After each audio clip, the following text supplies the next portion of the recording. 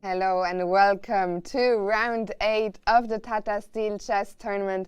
My name is Fiona Steil-Antoni and I'm delighted to be joined once again by Grandmaster Daniel Naroditsky. Dania, how are you today?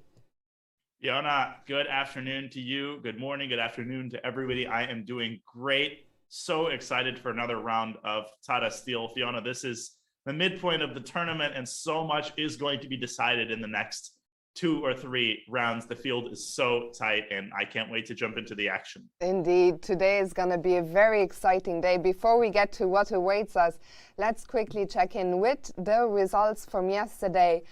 Unfortunately, we had one game finished by walkover. Daniil Dubov did not show up for his game against Anish Giri. It later became clear he was awaiting the result of his PCR test and was not willing to play with a mask. But the great news is for today, Daniil tested negative both in his PCR test and the antigen test he took just an hour ago. So he will be back. Fantastic news for everyone involved. Elsewhere, we had 3 decisive results. Magnus beating Pragnanda, Caruana beating Duda, and Jorden beating Vidit. And Dania, that means that after 7 rounds, we have a clear leader at the top. Yeah, having a hard time pronouncing his name. Is this his first tournament lead? I'm not really used to seeing him at the top of the tournament standings, but some dude named Magnus Carlsen, an imposter, has made his way to the top. He's got 5 points out of 7, closely followed by Shakhriyar, the hoodie grandma. We need to work that. We need to work the word hoodie into some sort of new nickname. Shahudi, that was terrible. Can we pretend I never said that? We need the chat's help, but he's got 4.5 out of 7. And then there's a big peloton with 4 out of 7, a group of 3.5, including Fabiano Caruana and Sergei Karyakin. And that tells you how strong the tournament is. If Jan-Krzysztof Duda and Sam Shankland are on 3 out of 7, that tells you who they are up against. But a very, very tightly packed field, Fiona. Indeed, a lot of these players can still harbor hopes for the final victory. We still have 8 rounds, no, sorry, what am I saying? 6 rounds to go. But let's look at today's matchup. And I saw that Sam Shankland, he actually posted on Facebook last night. He's very excited. It's been 3 years since he's faced off against world champion Magnus Carlsen. So that's one to look out for. Obviously, the second one as well, Mamedyarov against Prague. And as always, I mean, every matchup promises some fighting and exciting chess. Indeed, Karyakin report, you have some unstoppable object and immovable force kind of situation, or immovable object, unstoppable force, however you want to say it. Esipenko against Giri, that's a very high-level matchup. Really, all of the games. And I'm really interested, of course, in Mamedyarov Prague, because Shakhriyar is going to be gunning to win the game and hit 5.5 out of 8. But Prague, he's going to be frustrated after yesterday's game. Can he get it together and pull off, at the very least, a draw with the black pieces? Magnus will be following that game closely, Fiona, as well. For sure. And then, well, another storyline is Fabiano Caruana. He beat yesterday Duda. Today he's up against Jorden van Foreest, who out of his first 7 rounds, he's had 6 decisive results. So I'm sure we can expect some action there. And I'm also curious to see how will Vidit, the early tournament leader, how will he recover from the loss to Jorden? He's playing with the white pieces against Niels Grandelius, so I'm sure he will be looking for the full point as well. He absolutely will be, and all of these players are so, they're used to having losses. It's not a crisis for anybody, and a lot of these players have showed tremendous resilience so far this tournament, as you've indicated, including Fabiano Caruana yesterday. So very curious to see how things are going to unfold. If it's going to be anything like yesterday, Fiona, it's going to be a tremendously entertaining day. For sure. And Dania, maybe we can remove the pairings for a second, because I think Daniil Dubov, after forfeiting yesterday, he's here nice and early, already sitting at the board. Wow. In the top right corner there, just behind Pragnanda's name. We're going to quickly show you that. So Daniil Dubov, with 7 minutes to go, he is ready, more than ready for his battle against Jan-Krzysztof Duda.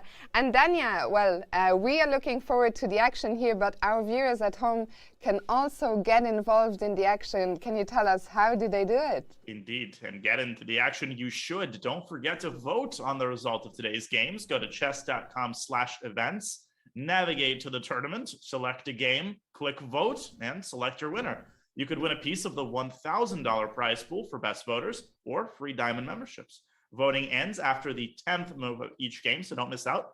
And remember to vote on all the games. Chess.com/events. Jump into the action and don't procrastinate. It ends on the 10th move. Absolutely, get involved, and we're gonna go on a very short break, but we'll be just back in just a couple of minutes with the start of round 8 here, so don't go anywhere. We'll see you soon.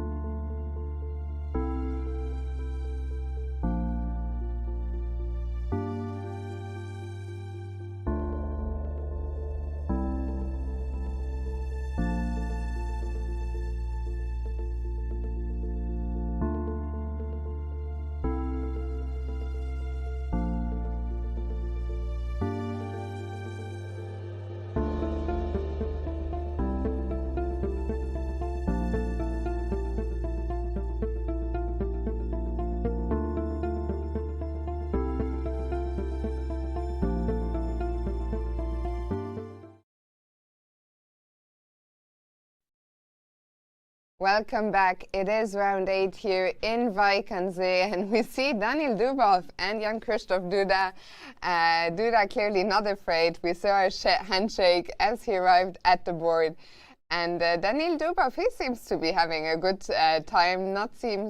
He doesn't seem too taken aback from the forfeit yesterday, Daniel. No, he doesn't. He seems, I mean, I'm sure he's happy to be back at the chessboard. And he's got the white pieces, so could be worse. Of course, Jan-Krzysztof losing a painful game yesterday to Fabi, so Daniel is going to be playing very ambitiously today. It's pretty safe bet when it comes to Dubov, and we saw there Niels Grandelius, Anish Giri, and Andrei Esipenko awaiting the signal. The clocks are going to be started any second, and pushing in his chair, Fabiano Caruana awaiting Jorden van Foreest. Yeah, so it looks like Jorden yet to arrive. We just saw a handshake there between Sergei Karyakin and Richard Rapport. Maybe Magnus's ways are starting to influence his second Jorden. Look, it's very fashionable. You know, that's what the cool kids are doing nowadays.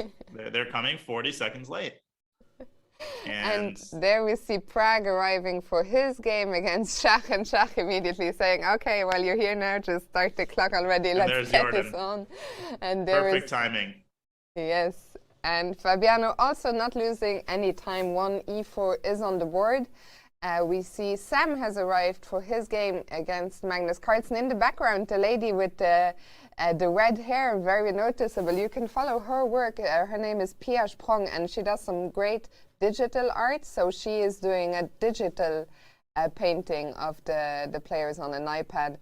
We see play has gotten underway, but no sign of Magnus just yet. Surely he's going to be here in a second.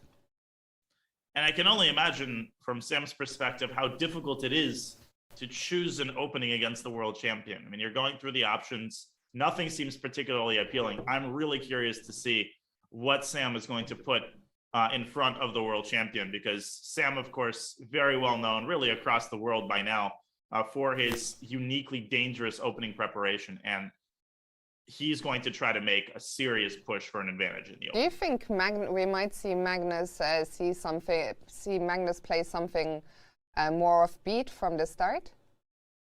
I think that's entirely a possibility. Magnus is aware of Sam's tendencies, and there it is. There he is. We saw Sam stand for the handshake, very respectful, of course, of his opponent, Magnus. He had also waited for Magnus to arrive before starting the clock, and, well, 1d4 is on the board here. Indeed, it is, and it took me a second to realize that Magnus, yes, indeed, he has 2 blacks in a row, and if he can pull off 2 wins in a row, that would be absolutely huge. Indeed, Magnus, he hasn't won here in a couple of years. He loves this tournament. It is his 18th participation. That's a lot of his life spent here. 18? 18, yeah. Oh my God, that's crazy. And he's not even old. He's like 31. Come on. And also the tournament is so long. I mean, the event lasts almost 3 weeks, like 2.5 weeks. So that's, yeah, a lot of his life. I think someone had done the maths on how much time Magnus has spent here, but it is a lot. He loves this tournament, and he is very eager. Last year, Jorden, the standout winner. 2 years ago, Fabiano with a huge score of 10 out of 13. So Magnus, he is looking to right those wrongs in his book anyway. I just like how casually just adjusting his pieces. Okay, so I'll take 2 minutes on the first move. He is completely unperturbed. And just like against Prague, he goes d5. And let's see if he repeats the Queen's Gambit declined. He does. Now, Prague played knight f3 in this position. Magnus responded by taking on c4, and they transposed into a Queen's Gambit accepted. Sam going knight c3. And, ooh, the Tarash variation with c5, Fiona. That is quite a rare guest at this level. Do you remember Magnus playing this before? Like, I think it's such a rare guest indeed, as you just said. It really is. And I think the proper name for it is the Taj Defense. I mean, there's a lot of Taj variations in chess, and this is one of them. I do not remember Magnus having played this opening in recent memory. Now, what I will say about it, it's named after Zygmunt Taras, one of the strongest 19th century players. He was a rival to world champion Steinitz and Nimzovich. And he developed a lot of these openings that have withstood the test of time, including the Taras variation of the French. And c5 is a move that immediately challenges the center. And Fiona, it often leads to an isolated queen pawn structure. Generally speaking, white takes on d5 here the majority of the time. And well, I think Magnus, by playing the Taras, he has achieved maybe exactly what he wanted, which is getting Sam out of at least his main preparation for today's game. As you said earlier, Magnus, he has such a broad repertoire, so it's tough for Sam to prepare very deeply against everything. It's not just tough, it's impossible to prepare against every single possibility. So from that point of view, would you say that's a good choice by Magnus? Do you approve? Yeah, I mean, I think the next 3-4 moves are going to be interesting because in this position, c takes d4 is also a move. And something tells me, and let's see, yes, Magnus plays it. And this is a really, really exciting line. Now, the point is that after queen takes d4, black has this move, knight c6, Fiona, and you can't touch the knight. And this is a well-known gambit. It's been pretty well explored for a long time. So Sam was aware of its existence. The point is that once the queen moves away, black plays e takes d5. And after queen takes d5, black certainly does not want to trade the queens. Black goes bishop d7 and aims for a very, very quick development and a lead in development. I honestly do not know what the current theoretical standing of this variation is. Possibly neither does Sam. And the last thing I'll say for now is that in this position, white also has the move queen a4 check, inducing bishop d7, so that after queen takes d4, you cannot play knight c6 because there's no longer a standoff between the queens. So would you say that the Taras is an ambitious choice by Magnus? Absolutely. Absolutely. I mean, first of all, this is a pawn sacrifice, as Sam does indeed play queen a4 check. Mm-hmm. And let me again reiterate that Sam has studied and analyzed this line at some point in his recent chess career. I think what Magnus is banking on here is, first of all, the fact that Sam did not review this before the game, because there was no way of expecting it. And the second, that that Magnus's new analysis with the most recent engines can perhaps find new paths and challenge Sam's old analysis, even if he remembers it. So we'll have a very interesting battle here. Sam, for now, has been playing quite quickly. He hasn't sunk into a deep think just yet, but as you say, very likely he hasn't reviewed this this morning. But we talked about Vote Chess as being one way for you guys to get involved. Today, you can get involved even more actively because we have our online amateur tournaments happening this afternoon. Yesterday was the Rapid, but today, if you're a fan of Blitz or Bullet, then you can play. The first event starts in just 23 minutes. That will be a Blitz event. 3+2 is the time control. It is free to enter. If you want to find out how, just go to the link at the bottom of the picture there, chess.com/club/Tata Steel Chess Tournament 2022. And in 3 hours, we will be playing some Bullet 1+1 and 1+0, sorry. And Danya. No, get that away from me. Get that away from me. You must get that away from me. I can't look. I'm averting I'm looking out the window. Don't shoot the messenger. This is, of course, a picture courtesy of our producer, Bigfoot. I already have some major issues with our producer, and he's merely continuing to get on my bad side. Conversation is imminent, an unpleasant conversation indeed. And well, we are in the bird's eye view. So far, we've only looked at Sam Shankland against Magnus Carlsen. Let's have a quick look at what is happening elsewhere. What is catching your attention at first? Well, first, I'm just checking the alignment between the boards to make sure that it's the same, because I wouldn't put it past Vic. But what is catching my eye? That's a lot is catching my eye. Oh, my goodness. So first of all, we don't have to go there immediately. Caruana against Van Foreest is entering an extremely sharp line of the Rai Lopez. you know what? Let's go to that game first, and then I want to check out Vidit's game against Niels. I also see that, if I'm not mistaken, Richard Rapport has played the French, so Robert he will be devastated that he missed it. Oh, absolutely. Shout out to Robert, but let's start with Fabiano against Jorden. Yeah, so Fabiano against Jorden was an open Roy.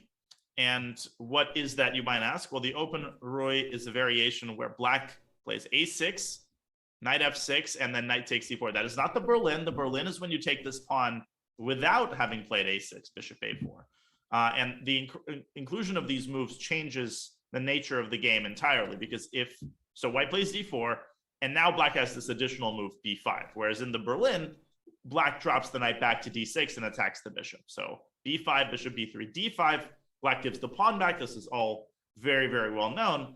And after bishop c5, knight bd2, black goes for an old variation. This has been around for a long time. Castles, bishop c2, and knight takes f2. This is, I believe, called the Dilworth variation. Not sure who exactly Dilworth was, not necessarily a famous player. But what is the idea of this move? Well, after rook takes f2, black is not in a hurry to take on f2. That pin's not going anywhere. And black plays the move f6, blasting open the king side. And what black is saying is that, yes, I'm giving up 2 pieces for a rook.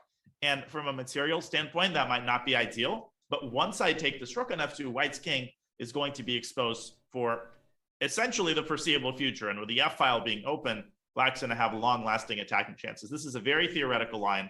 And the main move here is e takes f6. But and Daniel, Fabiano taking his time. One thing that's interesting, we actually had this variation, the open Spanish, on the board just a few rounds ago, but with Jorden being on the white side against Shahriar Mamedyarov, a game he lost, and I was just looking up. In that game, Jorden with the white pieces on move 9, he had not played c3 but a4.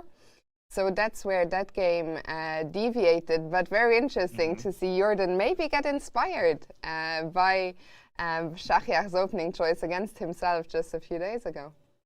Absolutely. And this is already very interesting. Knight f1 is exceedingly rare. I only see 3 games in the database, but Jorden, not surprised by this move at all. He responds bishop takes f2, and now he's going to play f takes c5. What's really interesting about what Fabi just did there is that he does not take on f6. He actually gives up the e5 pawn voluntarily. And my guess is that he's going to drop the king back to g1. And this looks like a line which prioritizes king safety over, over material. So which camp are you in here? Would you rather have the material or the safer king? Well, I'm always a fan of 2 pieces against a rook in the middle game. I just feel like it's usually easier to handle the 2 pieces. So material or safer king? I guess technically black has the lead in material because now black has 2 pawns. That's and the rook true, actually. As soon as I asked my question, I was like, maybe I didn't phrase that the best way. No, but that's a formality because I think in a middle game context, 2 pieces are still supposed to be, in most cases, superior. And a case in point is that white is already threatening bishop takes h7, followed by knight g5. So I see 5 games in the database now, and they all feature different moves. There's e4, queen d6, bishop g4, queen f6, and queen d7. All 5 of those moves have been tested, and e4 definitely being the most natural among them. I think this could just be a case of both players being happy with what they got. Jorden clearly the one who initiated this whole line, so well, surely he must be happy. And Fabiano probably also, I could picture him being in the camp of being quite happy with his 2 pieces for the rook and pawns. Indeed, and Jorden kind of looking off to the side, I can guarantee you that he has had this position on his computer at some point, and he's just trying to remember it. The engine likes bishop g4 in this position, which is one of the moves that has been played. So we will keep an eye on this game. I'm very excited to see how the next couple of moves are going to unfold. Has Fabi succeeded in out-preparing the impeccably prepared Jorden van Foreest. And Dania, we're back in the bird's eye view, and I think the next game we're gonna go to has got to be Vidit against Grandelius. What on earth is going on there? What is happening? Well, let's have a look at that game, and let's look at it from the beginning, because craziness started basically from move 3. So knight f3, g6, knight bd2. Now this is still pretty normal. This is a system where essentially white wants to play e4. So generally black plays d5, and then often white plays this move b4 to create a clamp on the queen side. This is standard fare. It's been around for many years. But Niels going bishop g7 and actually allowing a transposition to a perk, which is a little bit awkward for white because of this knight on d2. And Niels, I think, has played the perk in the past. So castles and Vidit pushing that pawn through to e5. And what's interesting is that Niels decided against playing the move d6. So he tempted Vidit into playing e5, and he obliged. And rather than knight e8, he's got knight h5, and again, tempting Vidit into g4. Knight comes out to f4, Vidit goes knight e4. And now I could not predict a single move in this game. You would think, Fiona, that he moves his knight. Wrongo, d5, attack the knight on e4. And I guess the point is that if white had taken en passant in this position, black just moves the knight back to d5, and look at how exposed white's king is. Look at how weak the g4 pawn is. Black gets a big initiative here, and the engine agrees. So Vidit correctly dropping his knight back, keeping the center closed. But after knight e6, Fiona, an incredible move. Wow. Knight f5. Knight f5.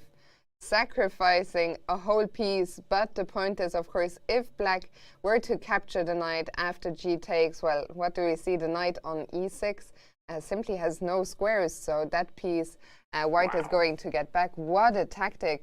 I mean, I'm in shock. I'm just sitting here, I feel, with my mouth wide open, like, what's going on in this game? What is surprising to me, and I'm curious what your thoughts are, Dania, maybe we can just get to the current position after, c5 and knight takes. He's taking out the bishop.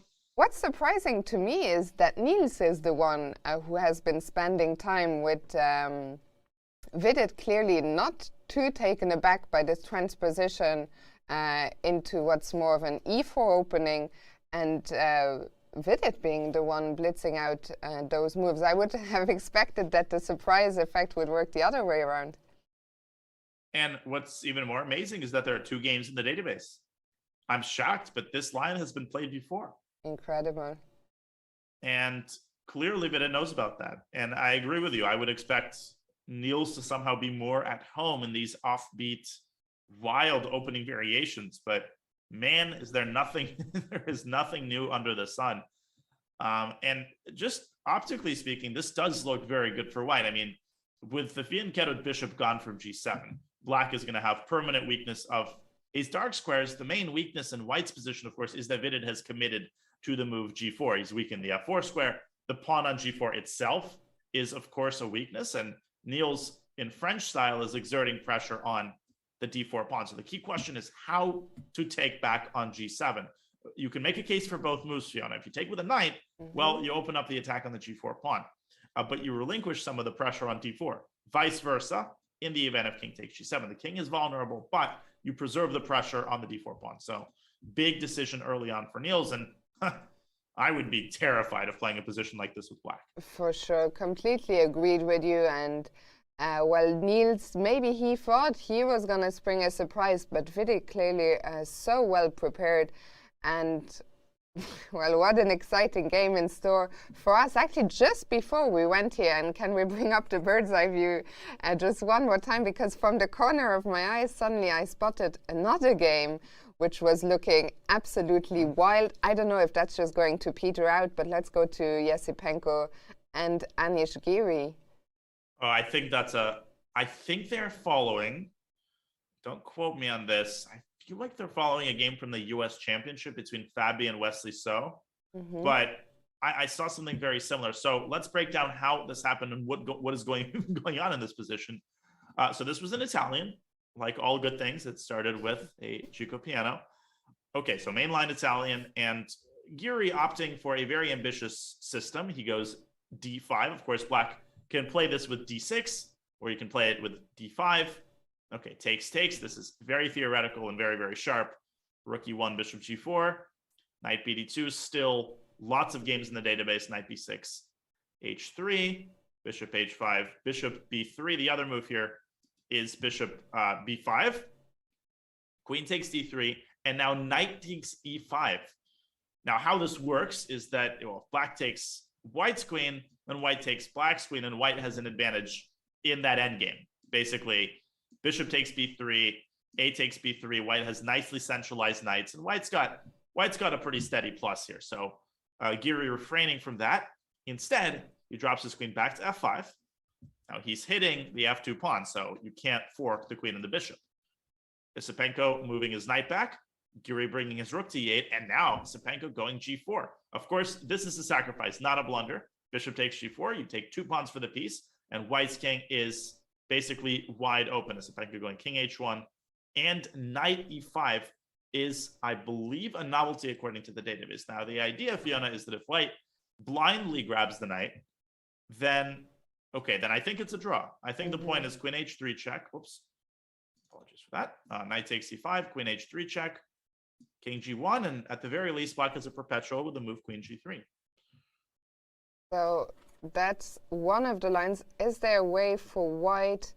The question, of course, is, first of all, does Isipenko want to avoid the draw? I think in general, and again, I'm curious to hear your thoughts, especially as a competitive player yourself. My feeling is that very often the day before the rest day tends to be a bit more peaceful. And I think that round 4 here, which is the last day we had before the first rest day, I think was the one with the least decisive results, with the most like uneventful draws, let's say. And I think a lot of it is down to the players not wanting to go into the rest day on the back of a loss. So what are your thoughts and your experience with this? Without question, Fiona, I agree with that.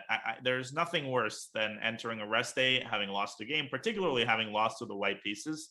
So if I had to predict, I would predict that Andre takes the knight on e5 and that we have our first result of the game. Now, the alternative, just to lay it out on the table, is knight h2. You can drop the knight back and the king is relatively safe. The problem isn't that white's getting checkmated on the next move. It's just that what black plays queen g6. And, you know, black has the threat of knight d3. Black has a lot of long-term compensation for the piece. And coupled with the fact that Giri is clearly still in his preparation, you can kind of see a wry smile there. Yeah, I was going to say. Yeah, and I think he's leaning toward taking that knight and in that way taking the draw. I mean, it wouldn't be a terrible result for either player. Anish would be getting a lot of rest days after not playing yesterday. Today, potentially a quick draw on the cards, another rest day coming up tomorrow. He will be ready for those last 5 rounds. Oh, he definitely will be. And I just wanted to point out one more thing about this position. After knight takes e5, it may appear that black has the move queen h4 check. And that might look deadly, right? Black takes on f2, but it's a paper tiger because white can just go king h3 and black quickly runs out of checks. Remember that white is now up 2 minor pieces. That is a lot. And after queen f5, queen g4, black's so-called initiative evaporates. So Giri will have to take the draw after knight takes e5. I saw a question in the chat, and I'm going to read it out from Duffin Hero. Can Daniel give us his opinion on early draws? Is he so passionate as has? And before I pass it to Daniel, and I think he will be able to elaborate, Robert, it's not early draws, I think, that he is so passionate about. I think it's draw offers when the game is getting to the height of excitement. But Daniel, let you answer. Yeah, I mean, I think anybody who's watched sort of my stream or knows my chess playing tendency knows that in general, I'm not a fan of draws. I've lost a lot of games having taken unnecessary risks. At the same time, I respect the fact that sometimes the way that the game unfolds, right? You know, given the current state of opening theory, there's inevitably going to be just a good amount of games that end in quick draws. And very often players have considerations like being tired, like not wanting to lose before a rest day. And I think that has to be respected. You know, for example, I took a quick draw in the last round of the US Championship. I was just exhausted, you know, and I didn't want to end in a loss. And I feel like that has to be honored as legitimate. in terms of draw offers when the game is reaching the height of excitement, I agree completely. I think that draw offers in those kinds of situations can result in, a tremendously anticlimactic situation and a lot of frustration for chess fans. But I'm not talking about a situation like this. I don't think Andre is under any obligation, let's say, to go knight h2. And I don't think players should bear that in mind. I think they should make a decision based on how they feel and what they think is best. But at the same time, I agree that, quick draw offers and draw offers to diffuse tension in a very interesting position should be frowned upon. Yeah, so we will see. We'll see what Andre comes up with if he wants to play on. Did we look at rook takes e5? Rook takes e5. So I guess after rook takes e5, it's funny. White can play knight takes e5, and this is still a perpetual. White has the cute bishop takes f7 check, but unfortunately, black is not going to cooperate. And after king h8, if you decide, all right, I'm making the draw now. No, you're not. Your queen is hanging, so it has to keep the bishop on b3. Yeah, that's all right. Draw. I'll give you the draw now. Something to avoid. Yeah. So basically, what we think is if Andre is happy to make a draw, he will probably take with the knight. And if he wants to play, he will go for knight h2. Okay, so we'll come back here. We'll keep an eye on it. We'll let Yasepenko make his own decision.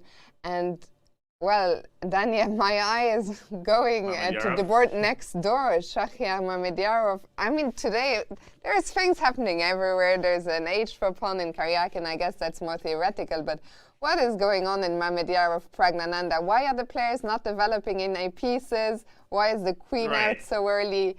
Dania, this is not an opening. What do they say? What's the saying? Don't do this at home, or don't try this at home. Don't try this at home. Well, the first move that really has not been tried at home. Okay, so this is in English. C6 is kind of a reverse Alapin variation. D4, E4 is totally. Well, E4 is a little bit less common than E takes D4 and Bishop B4 check, but it still is very well known. The move Queen A4 has only been played 2 times, and this is a prophylactic move. White is trying to discourage black from playing D5. The point is that after C takes D5. Black is unable to recapture with a pawn, but Prag going d5 anyway, and now going b5, chasing the queen away. And I think his point is that he's insisting on being able to take on d5 with a pawn. Is this preparation? I don't think so. I mean, Prag has an hour 28, which means he spent 12 minutes, and Mamedyarov now has an hour 30. So both players might be out of preparation by move 5, perhaps for the first time this tournament. And I just wonder, Fiona, what Prag is intending against queen b3, because I mean, do you sacrifice the pawn and then here this is very awkward because you can't really cover the check on d7, or is Prag intending to play queen takes d5, which I don't know, something about this looks a little bit off, but it's interesting. Yeah, I mean, queen d5, I'd rather definitely play that than give up a pawn on b5. Also, I'm not entirely sure because it looks weird if we go back to that line after queen b3, queen takes d5. But I guess one of the problems for white is you just don't have so many pieces in the game yet. And I don't know, can you take on d5 and play knight c3? Then how does black defend the 2 pawns? What is going on there? Yeah, this is definitely a good option. I guess black has to play bishop b4.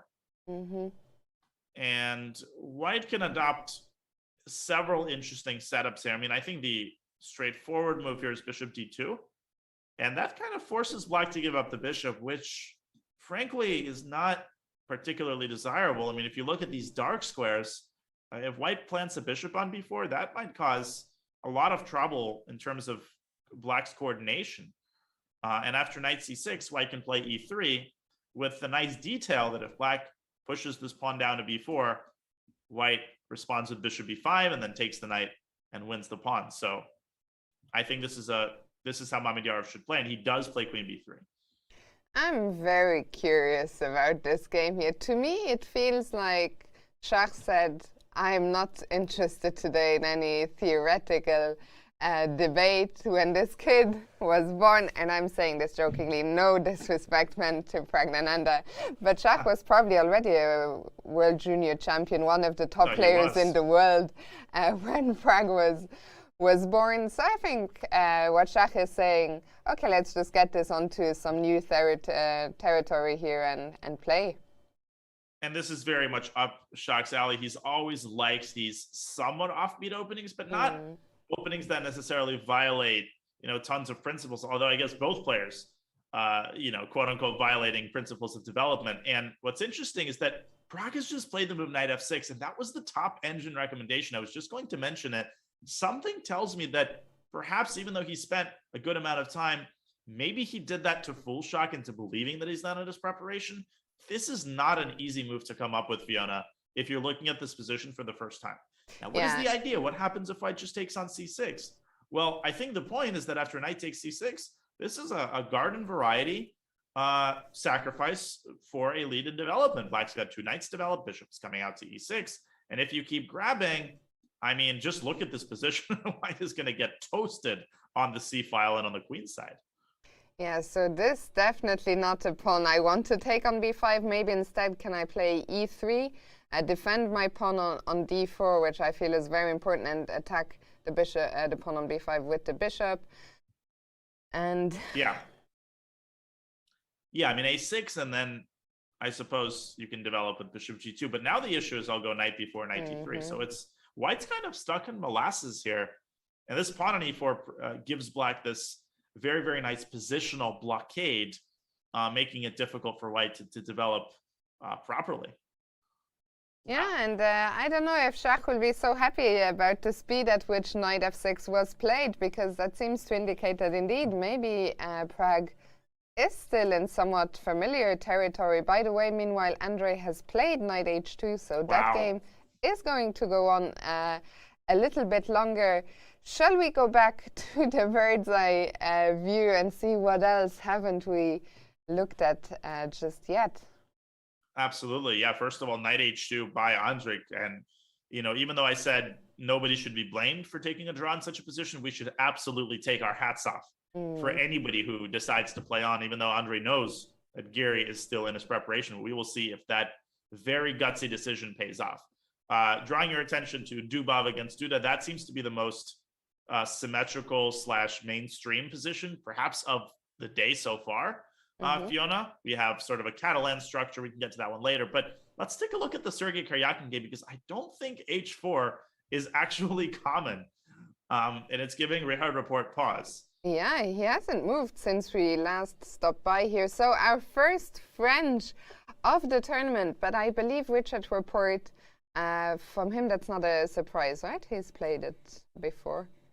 He's played it before. I mean, he's probably played every single available move in the starting position, and he has reined it in a little bit. I mean, there was a stage in his chess career where he was literally playing like a6 and g5 and all sorts of crazy moves, and it was working for him. But he's dialed it back just a tad. Okay, so playing the French, and Sergei going for the advance, which, by the way, Fiona, is also not that common at this level. I mean, normally we see knight c3 and less commonly, but knight d2 is still more popular than the advance. And in this position, queen b6 is the traditional way of playing, but knight g7 is one of the most reputable alternatives. And in this position, the main move for White is knight a3 and bishop d3. h4 has been played once, according to the database. That's incredible. I mean, what is it today? I feel that today is such a weird day. We've gotten offbeat openings on almost every single board, and in a lot of them from very early stages. And I think today really is epitomizing the way that chess opening fashions and chess opening styles have changed over the last couple of years. I mean, if we were commentating this tournament in 2005, this would be unthinkable. We would have mainline Najdorfs. We would have maybe a Grunfeld. We would have a Moran Slav, or a Botvinnik Slav. A lovely Berlin Wall. A Berlin, yeah. And even think about 5 years ago, tons of Berlins, Najdorfs. Now we have all of these offbeat openings. And I think that's tremendously exciting because the way that I think the philosophy of the opening has changed for a lot of players is that they are no longer necessarily trying to quote unquote win out of the opening. They are trying to get an offbeat position that they are more comfortable with than their opponent, and also an offbeat position that's kind of anti-computer in the sense that a lot of players are trying to choose positions with a type of center or with a certain type of structure that even the top computers have a hard time properly evaluating from a practical standpoint.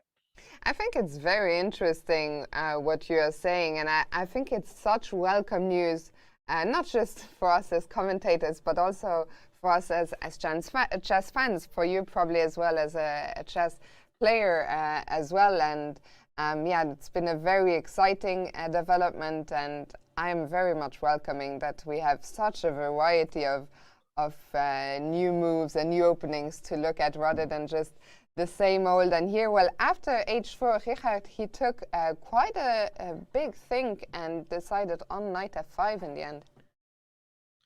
Yeah, which is totally normal, but he is provoking the move g4.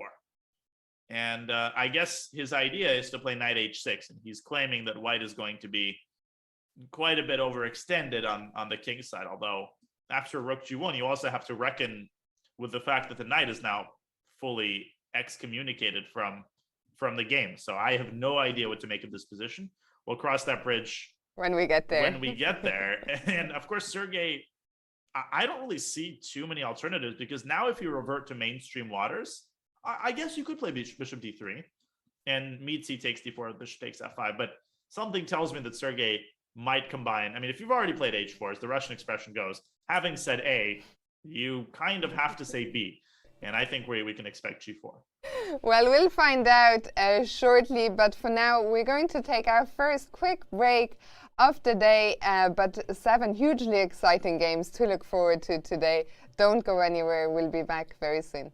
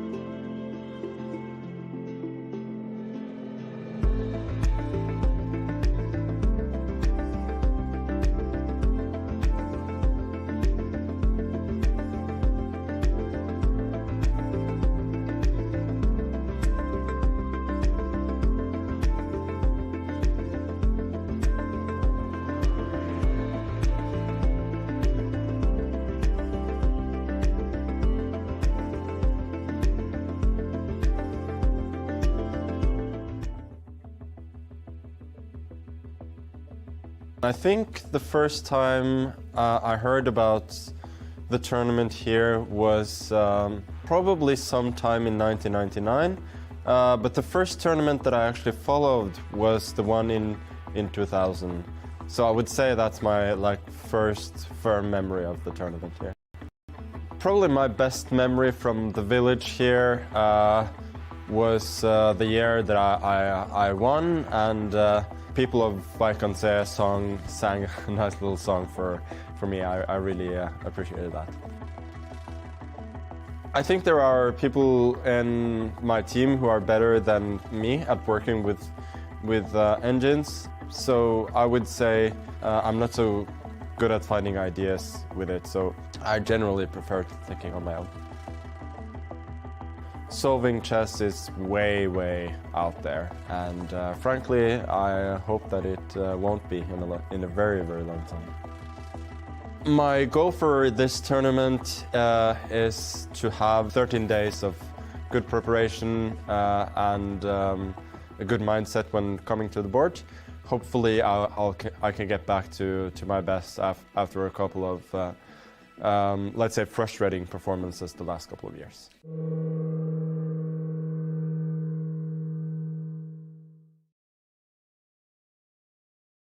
Hello and welcome back to round 8 here at the Tata Steel Chess Tournament. And Dania, what a round it is shaping up to be. Indeed, we have really interesting openings all across the board. We have a great variety of moves, of variations. We have gambits. I mean, what don't we have? And one of the most exciting games is that of the world champion, who is black, against Sam Shankland.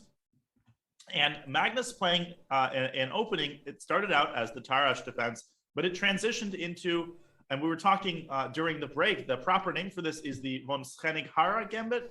Is that accurate? Sounds about right. You said you were familiar with it. I had never heard of it. So let's see that gambit, and you can tell us, Dania, if it's any good.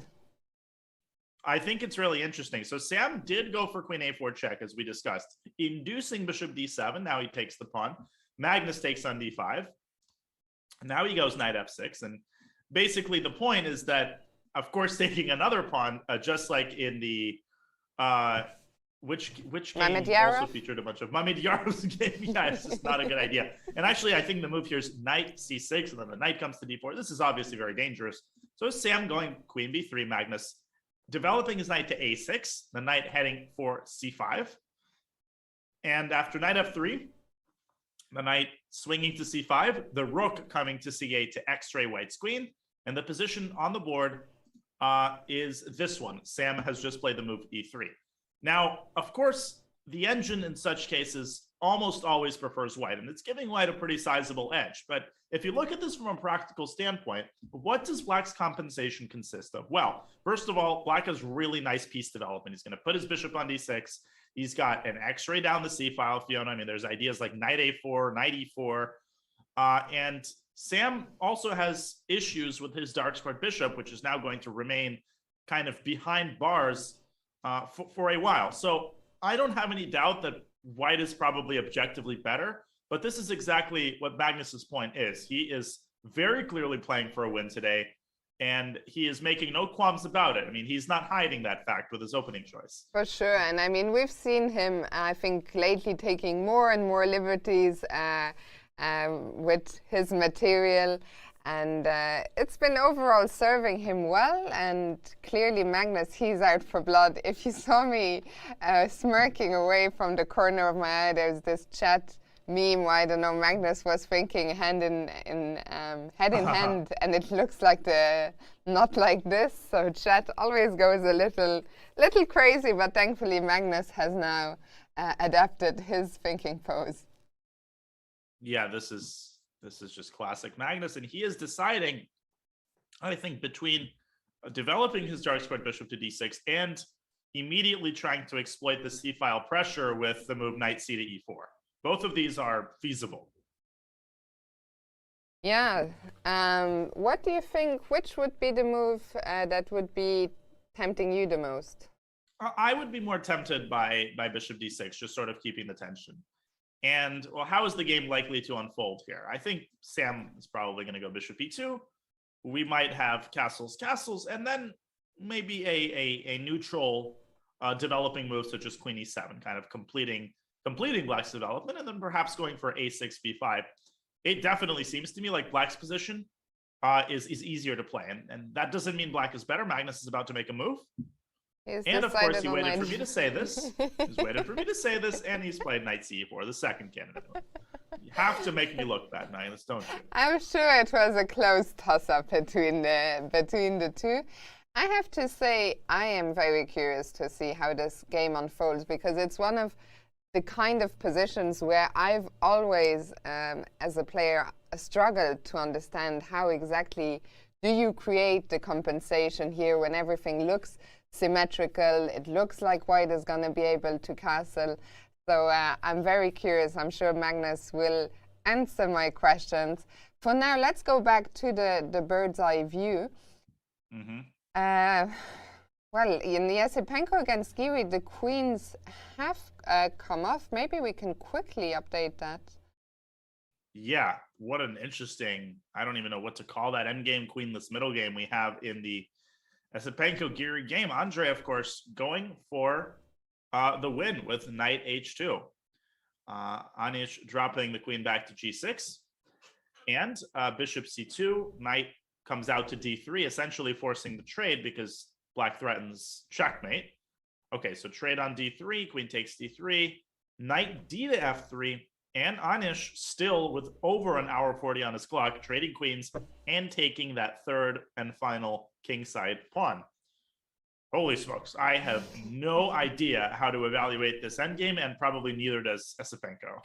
I mean, how do you start evaluating this? Because, I mean, it's so tough to judge. If there were less pieces on the board, if we were closer to a pure endgame, then maybe there would be more general wisdom. But here, how do you start evaluating what is stronger, the three black kingside pawns or the white piece? Yeah, I mean, I guess there's a couple of questions that you can ask yourself to clarify your understanding of the position. And I don't know what the answers to those questions are, but one of the questions is who benefits in the event of the trade of one pair of rooks? Who benefits in the event that both rooks are traded? And probably my gut instinct would be Black. I think if both pairs of rooks are off the board, it seems to me like Black's pawns are going to start moving, and knights are not very good at stopping past pawns. I think that white probably needs to keep the rooks on the board. And I think that for white, it's absolutely crucial to develop the rest of his pieces and to involve everything as actively as possible. So for instance, one way to play here would be bishop f4. I mean, Anish probably will go c6. And then this knight from h2 could jump into the action with knight g4.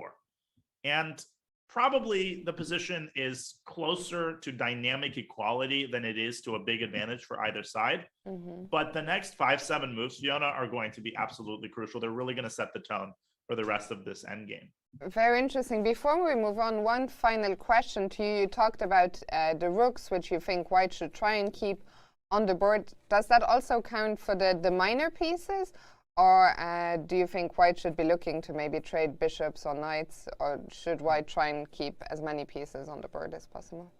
That's a great question. That one I think is a lot less clear and a lot more dependent on where the trade occurs and under what circumstances. I think trading bishops would be an interesting idea, although that would only leave white with knights. And as I indicated, knights aren't very good at preventing the motion of passed pawns in the long term. So it might be an interesting idea to trade one pair of knights just so that Black doesn't have his knight, which can sometimes be used as a support figure. It can jump out to c4.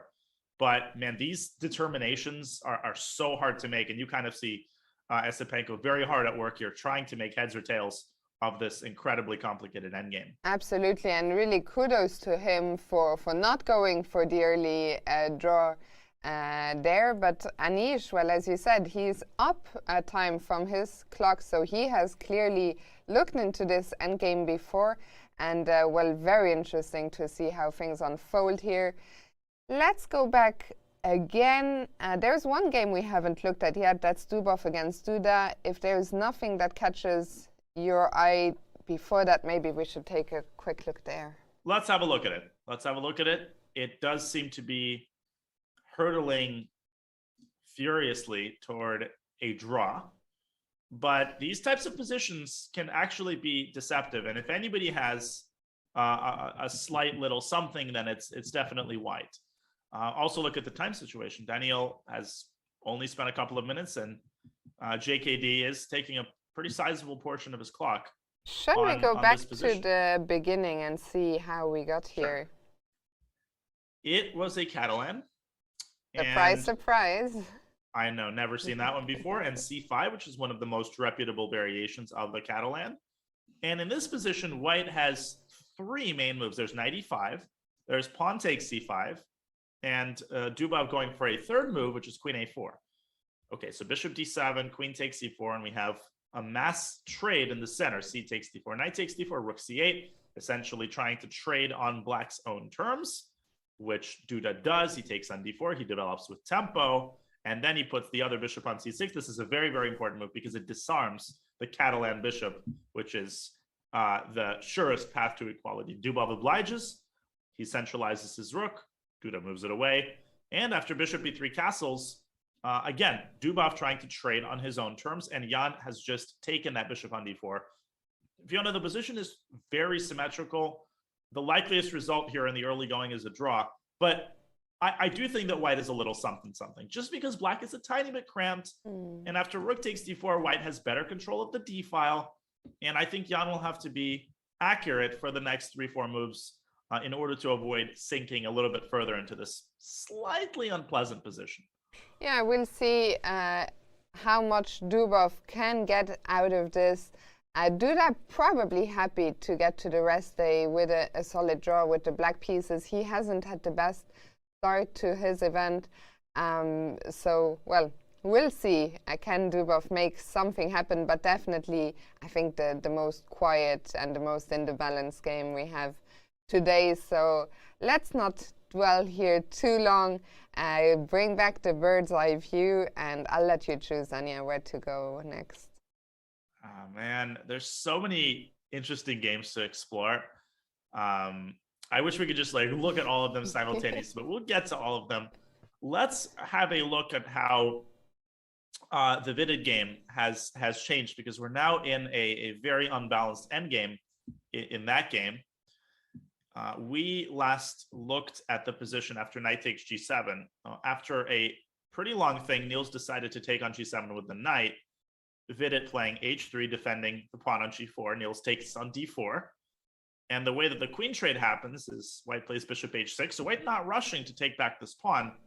Niels throwing in a check, and Vidit blocks it with his queen. We have a trade. Knight takes d2, knight c6, f4. So White has basically said, I'm not worrying about winning this pawn back at all. Instead, White is focusing on creating a intimidating pawn mass on the king side. I love what Vidit is doing because, Fiona, in the long run, I don't think White has to worry about this pawn. White's going to win it back. You know, the knight's going to come to b3, and White's going to castle, and Black is very passive here. I mean, Niels probably has to push his f-pawn, maybe f6 or f5 to create more space. But if anybody's playing for an advantage here, it does seem to be White. I think this one is such a big opening success for Vidit. Also, if we look at the clock times, Vidit has barely spent any time, and Niels already down to an hour. And I'm loving Vidit's position. As you said, usually I'm a little concerned when I give up a pawn. Here, I don't need to be worried. Even I can see that Black isn't going to be able to hold on to it. And yeah, just Black so crammed. I agree with you that probably f6, f5 will have to be played because I don't really see any other alternatives, but it's also not really a move that we love to make. No, it's further weakening. And okay, so ef6. If ef6, I think White's just going to castle and then play. Yeah, I mean, play knight b3, knight takes d4. This bishop on h6 is so nicely placed. And I mean, Niels kind of had that type of arrangement yesterday against Sergey. He had the like knight on, where was it? Knight on h7, bishop on g6, or something along those lines. And if you play rook takes f6, which the engine suggests, then again, White can still castle long. And if black goes pawn hunting with knight e6, white has the very nice move bishop g2. And this leads to a forced line. Knight takes f4. We have a liquidation. Takes, captures, captures, captures, captures.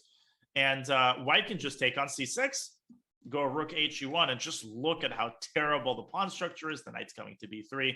This is already close to loss for black. So concerning, very, very concerning for Niels in this endgame. I think as you just pointed out, some immediate concerns for Niels, and even from the camera, it is clear that Niels is not happy with how things have gone here, and Vidit, well, he's bouncing back in the best possible way at the moment. He's looking very focused, and he will be looking to get back on his winning ways. Whenever I'm known sometimes on my stream when I get tilted, I always say that my opponent sees everything. And the word vidit or vidit in Russian means he sees. It's like a conjugation of the verb to see. Vidit. That's interesting. I didn't know that. It's a very, very good last name. Yeah, for sure. And well, what he's seeing here is a very pleasant position. So Vidit will be happy here. Let's move on. Niels, he is thinking, but yeah, some big questions to answer here. And Vidit. Yeah, well, we can say, if there's a tactic, does he Vidit the tactic? Okay, we are back. Anyways. Anyways, moving on swiftly. Maybe we can check in with Fabiano and Jorden.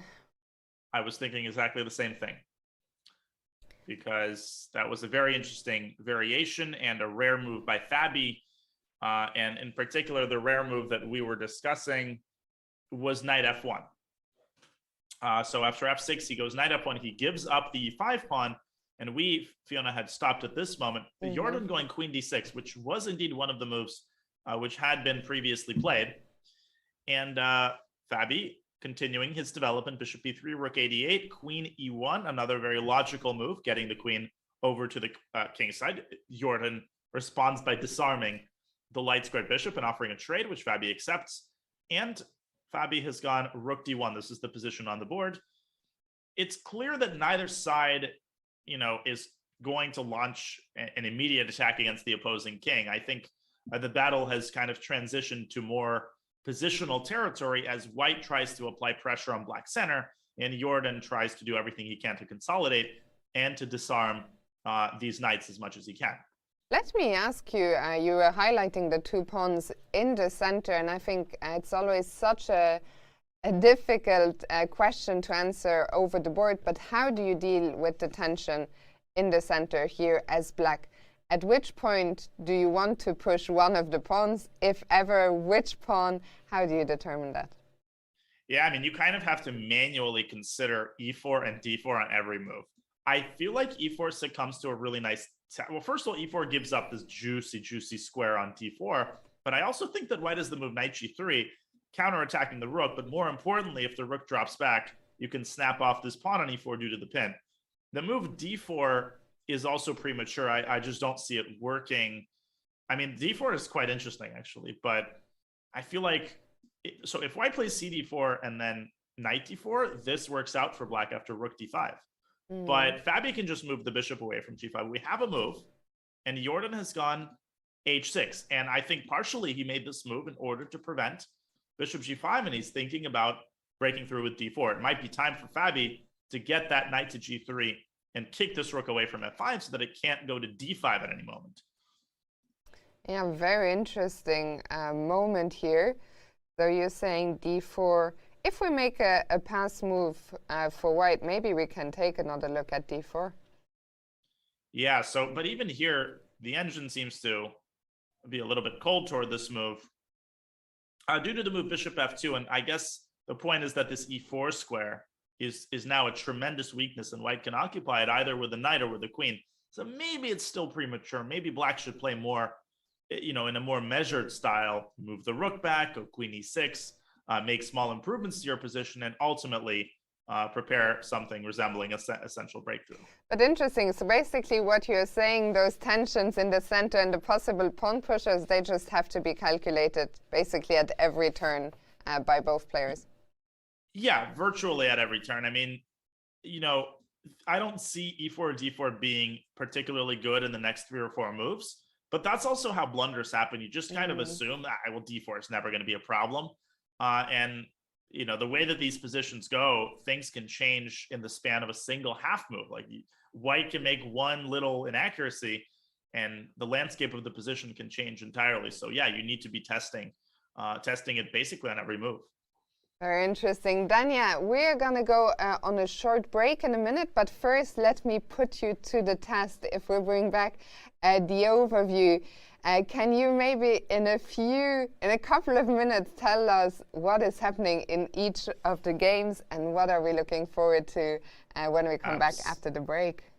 Absolutely. Let's start from the top left. The world champion, Magnus Carlsen with the black pieces. He played a very, very interesting gambit line. He has sacrificed the pawn for a long-term initiative, and we will see if that gambit and gamble pays off. Mamedyarov Prague is just a crazy position. They're already in new territory, but it may seem like Prague has out-prepared Chakra, so we'll keep an eye on that one as well. In Esipenko Giri, Anish sacrificing a piece on the king side, offering a draw via a perpetual, but Esipenko kind of declining it, opting instead for a very unbalanced endgame. He's got a piece for 3 pawns, very unclear. A French in Karyakin report, Sergei playing in advance. They have opposite colored bishops, and the situation has stabilized quite a bit there.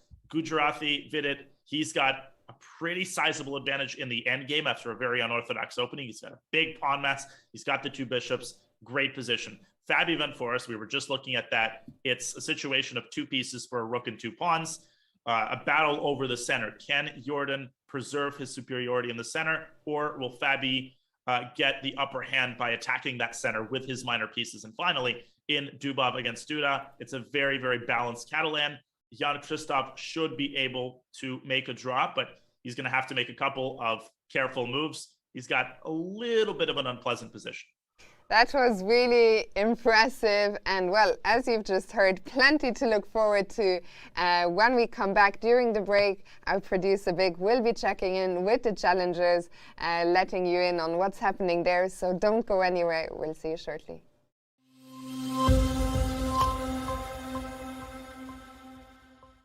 Yes, welcome everyone to Check In with the Challengers. My name is Wouter Bik.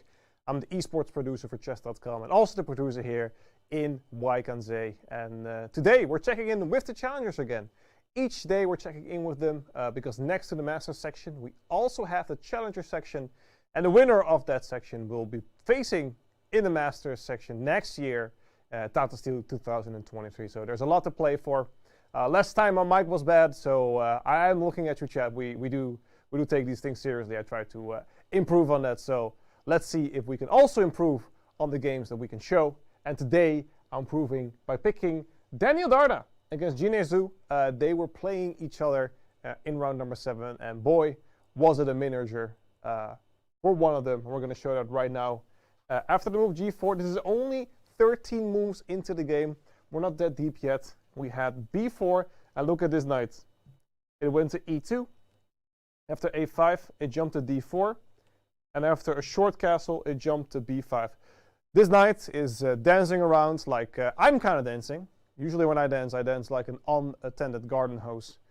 So you don't want to see that in public. But this knight took quite the route to b5, which was a blunder according to the engine, because after bishop takes b5, bishop takes, the pawns start rushing down. You can see them going. It's like there's a Black Friday sale in a dollar store, and these guys are going absolutely ham. And this is actually not the best continuation. And what is the best continuation? That's actually a funny line. After kingdom b1, a4, there's actually the incredible move c4 in this position. Now, it seems very odd that you push that pawn up. Everybody's probably screaming en passant already. You can take your on c3. We're going to talk about that in a bit. But c4 is the best move. Why? If you play a3, we play b3, and you're perfectly locked in. There's no way for black to pull through. Other way around, you play b3. We play a3. Again, There's nothing going on for white. We are actually in a very good position here. So what happens if we go en passant? Great question. We actually take here on c3, and now we have this a2 pawn, which is a very important pawn in these kind of structures, well defended with the knight and the king. If you push this pawn, we actually don't care. We're just going to move back. If you try to take it, this is where we go knight b5, putting a lot of pressure on this pawn. And as you can see, the king hasn't castled yet, so you cannot just take. We will take with check. You're going to have to go outside of your way, and now we can start hammering down in the center. And white is actually a lot better. So c4 would have been the perfect move here. Apologies. After king b1, a4, c4. The only line that we didn't look at right now is queen takes c4, but this is a very interesting one. You can already push through with e5. You cannot capture because we see the battery. We take this knight, we take the bishop back, and we end your chess career with queen takes d7. Probably not that, but it does look, it sounds very menacing. At least we have that going. So e5 is a very strong move here. Obviously, you also cannot move the knight anywhere. Let's go knight to d5, which looks like a very obvious move. We will just take take on d6 with the knight or with the queen, and we can start hammering down in the center as well. Let's just go with the queen here, and very, very big nuisance. Now, what happened in the game was, like I said, this knight was prancing and dancing around like it was Woodstock, and after a4, king b1, we're going to see the issue here. b3 was actually the best move here. Was not played. There was just a huge oversight by the white player. Bishop to e3, and this is where the fun begins for black. We take on b2 with the pawn, and after we take here, we finally, d5, we're attacking the queen. These rooks are coming in, facing the king, and after queen d2, rook b8, the queen goes to e2 to defend, and here comes the final nail in the coffin. Coffin is like I'm playing Pokemon again. The coffin, I do know how to pronounce English, even though by my terrible accent you wouldn't say so. Rook takes a2, and it's absolutely over. What happens if we take? Now, excellent question. We give a check. If you go back, it's a schaakmat. And if you take the pawn here, there's actually a very cute little scenario here where you go bishop a3 check. If you go, where are we going to go? Let's go to a2. You give another check. You give another check. And this is where the fun is going to end. The queen is going to come in. And it is a forced mate. So a beautiful sequence there. Rook takes a2, and it's all over. The best move for white here is actually, I believe, c4. Trying to make some room in this position. But as you can see, we are just going to hammer down on the position. We can already take this bishop as it is, but we can also play rook a8 and make sure that this pawn is actually going to promote. Bishop's coming in, and it's going to be all over. So a beautiful miniature by Daniel Darda, who had played 2 games before this, both going in the 140 move. So he's probably very happy to have won this game very, very soon. So he can get half a rest day, as they would say. He's home early, and that's the game. Wow. I don't know, that was really cool. I like these small miniature, these aggressive style attacks, and the challengers are going very strong. Let me quickly pop up the standings here. I should have checked it, but I didn't. And it's probably no no surprise that Arjun Erigaisi is still at the top. But there's someone Nguyen is in the lead, in the chasing pack with 5 points. So anything can still happen in the challenger section. I've spoken enough. You guys want to go back to the master section? Well, we're just going to right do that.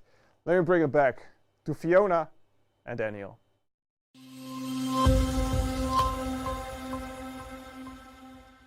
Hello and welcome back to round 8. Big thank you so much for the check-in with the challengers. Always good to keep track of what's happening there as well. But Dania, our main focus is of course the master section, where today I thought we might have a quieter day before the rest day, but at the moment the players are certainly proving me wrong. Indeed, all signs, Fiona, are pointing to I mean, already we have very interesting positions in virtually all of the games. We have a very wide variety of different openings. Of course, it's impossible to predict what the results are going to be, but the players definitely feeling very ambitious going into the rest day. As we look at our bird's eye view here, we just see all sorts of positions on the board. We have gambits, we have Catalans, we have French, we have an unnamed opening and Vidit against Grandelius. I mean, this is so much fun. Yeah, for sure. And well, maybe the first position that I'm curious about to do a more deep dive is Mamedyarov against Pragnanda. We left that off a while ago, and some things have been happening. My goodness. I mean, this position is what is going on here? I mean, it's like the pieces are splattered all over the board, and there seems to be very little rhyme or reason behind why they are where they are. So let's have a look at what happened. Now, you'll recall that in this position, Pragg went b5 and then knight f6. We suspected that he might still be in his preparation. Shahryar ended up going bishop g5, so he didn't take on c6. Pragg checking on a5, the knight blocking on c3, b4. Okay, that makes sense, chasing the knight away so that black can take on d5 with a knight. And now bishop h3 by Mamedyarov, and this has given Pragg quite a bit of pause. So the point is that in the event of a trade, this knight from h3 is going to come to f4, and it's going to contest Prague's best placed piece, which is the knight on d5. And, you know, black can go knight d7 here, but also you have to bear in mind that this pawn on c6 is a pretty serious weakness, Fiona. This could end up quite shaky for black. Yeah, so after bishop h3, how do we, as black, try and maintain the knight? So the engine actually suggests keeping the bishop on c8 alive with the move knight d7. But the concerning thing for me is this move f3. And after e takes f3, white actually doesn't have to take back. White can go e4 with massive complications. I mean, knight f6, and now the bishop on g5 is hanging. So we could have a trade on f6 and then another trade on c8. And after knight takes f3, again, very, very unbalanced position that the engine assesses as equal. That's in the position where you took in the position where you took on f6 just a couple of moves ago here in this line, I guess we could not have taken on f3 because the pawn was simply hanging. Yeah. So amazingly, the reason I also thought it was knight takes e4, but knight takes e4 walks into queen e3 with very, very nasty pin here. This forces f5, and that's very weakening.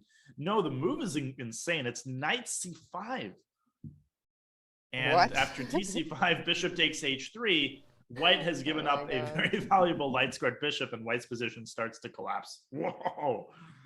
This game is a little too messy almost. I mean, the pieces are absolutely everywhere. It's once again, it reminds me a little bit of a chess 960 game rather than normal chess, because it just feels like there's pieces everywhere. I'm not sure where they've come from, what they're doing, but I'm sure Shach will be right at home in this. And well, Pragg, he's also been very impressive in how he's dealt with things so far.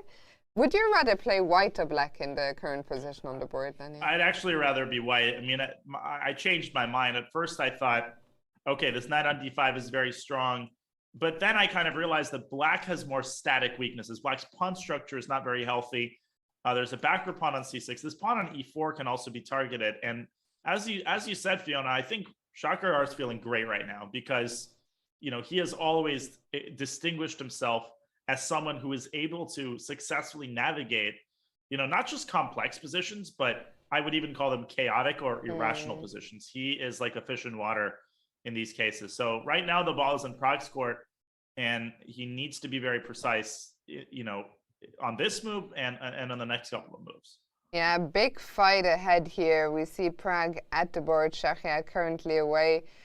Plenty to figure out. I think he will take some time, so that gives us the time to go back to the overview and see what's happening elsewhere. I see that French has changed quite a bit between Karyakin and Rapport. I see Niels has decided to play f6, which we thought he probably should. And what else? Yeah, Andrei Esipenko did indeed play bishop f4, getting that bishop out from c1. And in Dubov's game, Jan has just made a very accurate move. You can see he played rook e8, threatening a fork with e5, and forcing Dubov to compromise his piece activity just a little bit. So my guess is that game is hurtling quite rapidly toward a peaceful result. But we can definitely look at Karyakin report and see how that's transformed and in whose favor. Yeah, let's go there. Very exciting position. First thing I notice, I'm always a little bit surprised when h4 has been played and then white suddenly castles. Yeah, and that's like a classic symbol of modern chess. This would be unthinkable in Capablanca's time, for example. And we will remind everybody that Karyakin played h4, and I was wrong. I was pretty sure that he would go g4. Maybe he should have gone g4. But Sergei going for the more conventional approach, bishop d3, bishop takes f5. And this particular structure is very typical for the advanced French, where black plants the bishop on e6. It blockades the pawn. And although this bishop is not good in and of itself, black's position is tremendously solid. It's very, very hard to access black's position. He has no targets. And then Report decided to trade the other bishop for Sergei's knight. Okay, that's interesting. And expanding on the queen side with a5. And this is where Sergei deciding to castle in spite of playing h4. Guess what? Richard immediately goes h6, and he absolutely wanted to play g5, which is why Sergei went queen d2, queen e7, and a4. The position on the board is this one. I have a few questions here. If I'm black, ideally I don't want to castle kingside. What I want to do is get g5 in, get my king out of the way, get the other rook to g8 and try and crash through. On the king side, how realistic is my dream, Danya? Oh, I mean, you're talking to the wrong person. I'm a very bad influence in that regard. I'm totally contemplating rook g8 in this position. But you could end up in a kind of Duda situation from yesterday where you burn all of your bridges and before you know it, your king is kind of stranded. So what White can try to do is prepare his own pawn break, and White can go rook fb1, and then you have a fascinating case of opposite side attacking g5, b4. And one issue with black's attack is that it's very, very difficult to play g4. I mean, it's not a good idea to play g4 because look at these dark squares. Look at how weak they are. And if White controls the dark squares, White disarms the attack. And I think Richard decided, despite the fact that this isn't his style, it's not worth it. Yeah, even if you take the pawn on h4, because I'll go g3, and then I'll lead this knight from g2 to f4. Yeah. And it's going to be very hard for black to make further progress. And Richard has castled. He has castled. I know. I mean, I get it, but boo. And rook fb1 anyway. Sergei still orienting himself toward the queenside attack with b4. Now that all my dreams have been, they've been squashed. They've been trampled with feet. This is unacceptable. So what is my, as black, what is the new plan now that g5 is out of the picture for now?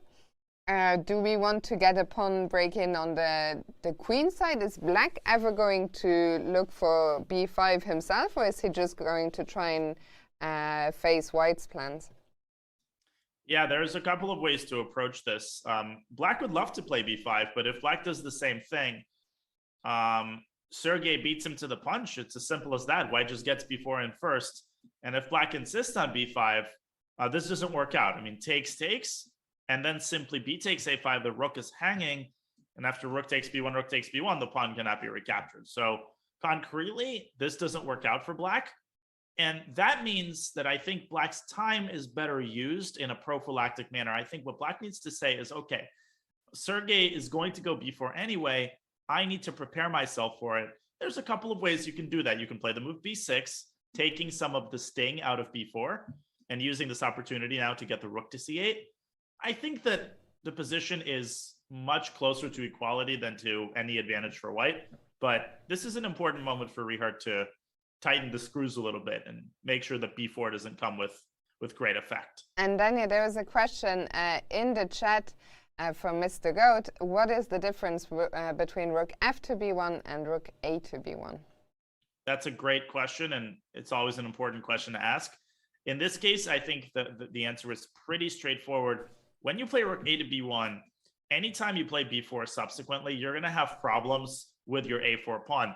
Now, the engine likes rook a b1 as well, because the thing is, let's say b6 happens and then white plays b4. After a takes b4, bishop takes b4, knight takes b4, rook takes b4. The rook actually does protect the a4 pawn, but I think Sergei just wanted to make sure that he never experiences problems with that pawn. I really think that's the only consideration behind rook fb1. The rook on the f file at the moment wasn't doing anything there, and it's hard to see. Maybe on the c file there could have been something, but yeah, the a pawn being the main consideration here. So we'll come back to this one. I think things will start happening soon. For now, well, we can bring back the bird's eye view for a second, and I think at some point soon we can check back in with a certain Magnus Carlsen, maybe. I think we should. I think there have been some really interesting developments. So let's see what those developments were. And Magnus has, it appears, reclaimed the sacrificed pawn. Very interesting. So let's rewind a couple of moves. We left this not too long ago when Magnus went knight to e4. Right. And now Sam deciding to prioritize kingside development, bishop t3, Magnus chopping the knight, and then going after the pawn with knight d5. So Magnus delaying his own development and instead going right after white's c3 pawn. Sam says, be my guest, take it. And Magnus says, you know what, I will. And this is the position on the board. Wow. And I saw in the chat that some people are concerned. Of course, there's a lot of Magnus fans in the chat. Maybe they saw the eval bar go up a little bit. I don't know what it is. Does Magnus have reason to be concerned here, or do you think he's happy? Well, it's hard to say, and I think Sam should probably start with the move bishop b2. Notice that there are no dangerous discoveries along the c file. If you play knight takes a2, that's not going to turn out well. I mean, just look at black's king. It's going to be caught in the crossfire here. So in this position, Magnus is best advised to play bishop b4 and maintain that knight on c3. No, I think this is just a very complex position. Sam has some issues with his queen placement. Because if you play queen b3 here, Magnus supports the knight with a5. And guess what? A very cool line. If white plays a3, whoop, bishop a4, and the queen is literally trapped. That's a pretty crazy line. So I love the sound effects. Well, you know, it has to be sufficiently illustrative of what happens. You know, the queen is trapped. It's taken away from you. So amazingly, the engine suggests, drum roll please, wait for it, bishop takes h7. Unbelievable move. I don't think Sam's playing that. He is about to make a move. I didn't even notice that pawn hanging there in the corner, like my eye. I didn't either. Oh my goodness. I mean, how often do you take that pawn? Like one time out of 100 in a situation where black hasn't castled yet. Okay, Sam plays bishop b2. I think we'll see this on the board. I think we are likely to see this position on the board. Magnus can move his knight back, but that's a huge concession, Fiona, because that gives the bishop just a monster diagonal. But things are really heating up here and getting more and more concrete. I think Sam probably has got to be happy. I mean, he said he was so looking forward to his match against Magnus Carlsen, and he has got himself a big fight, which is certainly what he was hoping for.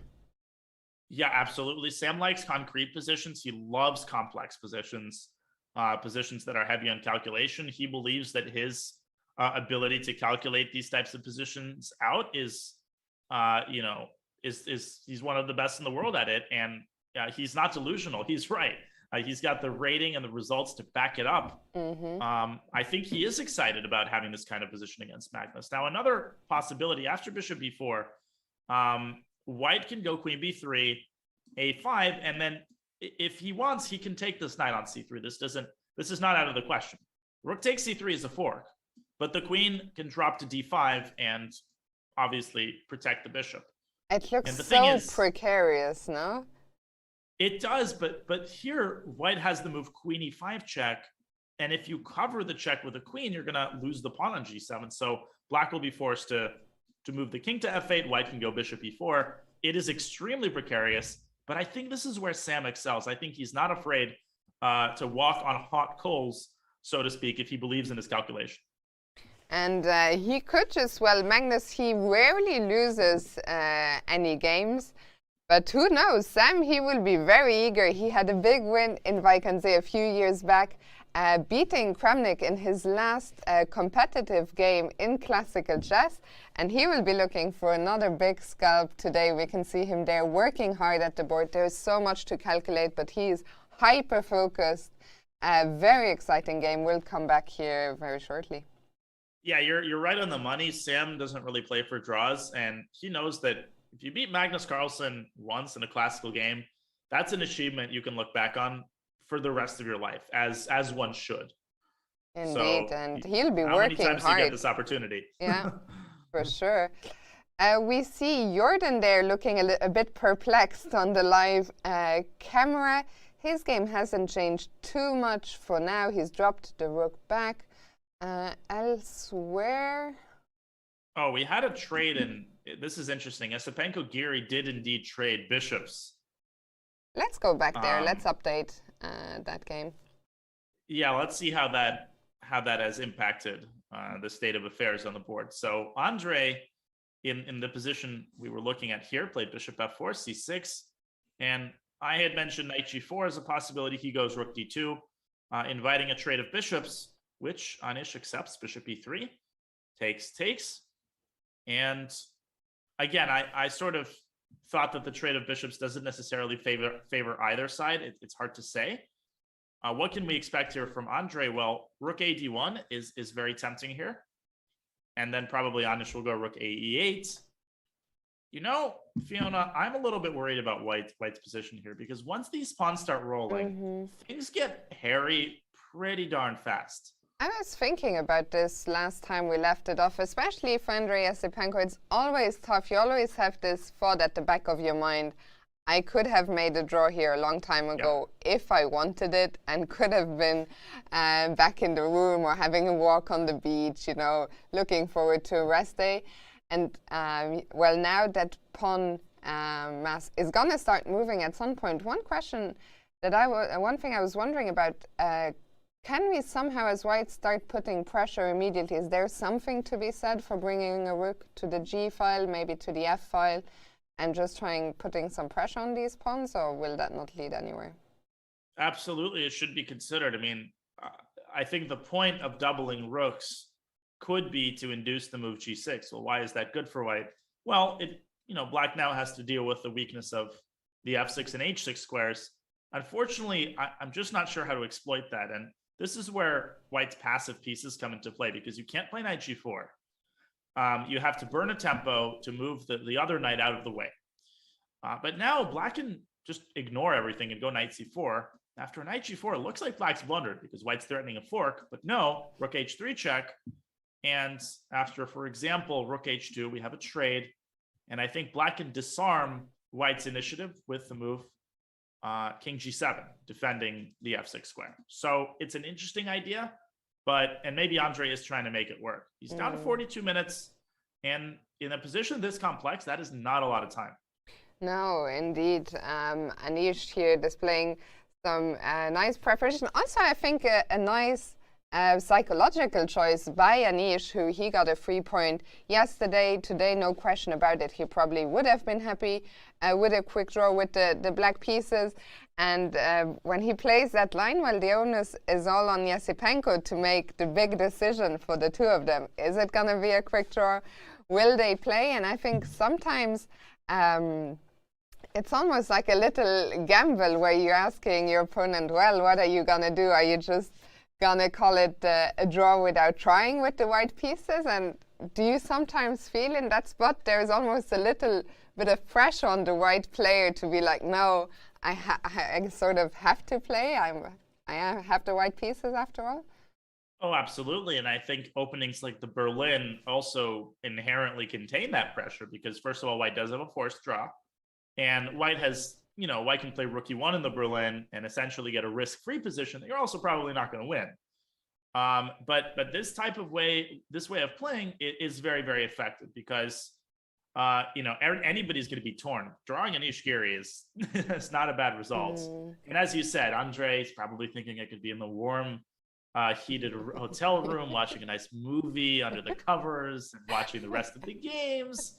And I wouldn't. He's a big football fan as well. I think it's Premier League today. Yesterday he pretty much ran off from the interview. So could be thinking about that as well. Could be watching Arsenal. I think he's actually an Arsenal fan. I was just looking. Arsenal's match did just start half an hour ago, so maybe that's something else that's on his mind right now. Yeah, I could have been watching. I could have cut the whole game, but no, I had to go for the win, and now I'm suffering in an endgame. I don't think he's suffering. I don't think White is worse, and the engine is giving equality, which makes sense. I mean, these positions tend to be quite balanced, but Andre, I mean, he has to be very, very cautious the next couple of moves. Maybe knight d4 is the right approach here, trying to swing the knight over to f5, kind of like your idea. Attacking Black's kingside before the pawns get rolling. I don't know. Yeah, well, he has his work cut out for him. I don't think he'll be watching any football today. This isn't going to end anytime soon at this point. Meanwhile, elsewhere, where should we maybe update? Well, first of all, I'll point out two things. In the Karyakin report game, they're heading down the line we discussed. Rook fc8, b4, b6. So report keeping the tension on that queen side. Carlsen did indeed respond with bishop b4. And yeah, Dubov versus Duda continues to look more and more symmetrical. There are some developments in the Caruana van Foreest game. Let's go there then. Let's do it. And Andre does go knight d4, by the way. Okay. Ooh. This might actually be a repetition, I want to say. So let's see. We joined the game. We last looked around this moment. Jorden played h6, right? Fabi responds with bishop f2, clearing away space for the knight. Jorden dropping the rook back, prophylaxis against knight e3. Fabi going bishop g3 and a check on c5. And the repetition you're just mentioning, I guess, means that Fabiano could play bishop f2, with Jorden dropping back the queen to d6, so that's a possible repetition. Now the question is, Fabiano with the white pieces going into the game, of course, would never have agreed to an early repetition, but here, what are the alternatives if not bishop f2? Well, first of all, you can try king h1, but here I think Jorden will play d4. I think he's going to push that pawn, and his pieces are very nicely positioned to support not only this pawn, but also the c7 pawn, which is going to be defended by the rook after a trade. And see, the thing is, White has a hard time exploiting the weakness on e4. If you just stick a queen there, well, that's not really going to cut it. Black's going to play d takes c3, and why is that dangerous? Well, after rook takes d8, knight takes d8, bc3, queen c3, Black's taken another pawn. Look at Black's superiority on the queen side. Black also has f-file pressure. This is not very appetizing. So I'm not too enthralled with this option. I think Fabi's going to repeat once. And I think that the big decision is going to be whether to play bishop g3 on the next move. My guess, if I had to predict, is going to be that we're going to see a repetition. By the way, Jorden can play d4 even here. Not out of the question. But I think Fabi might choose a different move here, such as knight e3. Well, I'm very curious to find out what happens here. Does the game go on? Does Fabi go for the repetition? Does Jorden go for the repetition? We will find out after the break. We're going to take a quick breather, but don't go anywhere. Very exciting round. I will be back very shortly.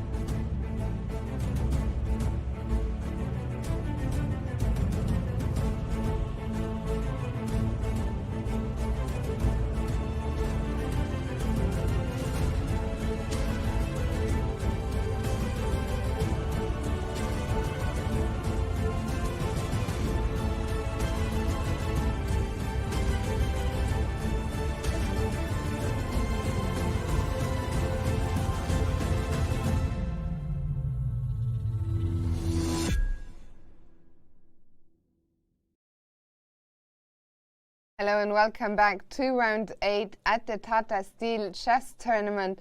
A tremendously exciting day ahead of tomorrow's rest day. Dania, there's maybe a couple of games where we think they might end peacefully, but elsewhere there's so much going on. Yeah, well, again, Dubov against Duda is rapidly hurtling toward a draw. I mean, you see knight d5 there. There's going to be a trade of knights, and there's very likely going to be a draw for shortly. So that's really the only game that's on the cusp of ending. As for the other games, I mean, well, let's mention just the Caruana Van Foreest, right? Where we were thinking they repeated once. Yeah. They repeated once. Hopefully not more than twice, but we will see. Yeah, we'll see. I mean, Fabi has a pretty big choice to make. Of course, he doesn't want to overpress. And that's always a difficult decision to make. He's on 50%. So my gut instinct would be that he's probably going to play. I mean, he needs to take a lot of risks if he wants to finish closer to the top of the tournament standings. And White against Van Foreest is a game that he really has to try to win. So we'll see whether Fabi goes for it. We also have a couple of developments in the Sergei Karyakin game. Shall we go to that one? Because in the other games, I think they're still they're basically at moments where we looked. Let's go to Karyakin, and immediately the first thing we notice is some pressure on that pawn on a5. Yep, Rook swinging out to b5, attacking the pawn. So just to remind everybody, in this situation report, I think he played correctly. Rook fc8 before, and now just b6, keeping the tension. Sergei deciding to release the tension, b takes a5, bishop takes a5, and rook b5. So I think Black has to defend the pawn, and he probably has to do it with the move queen a7.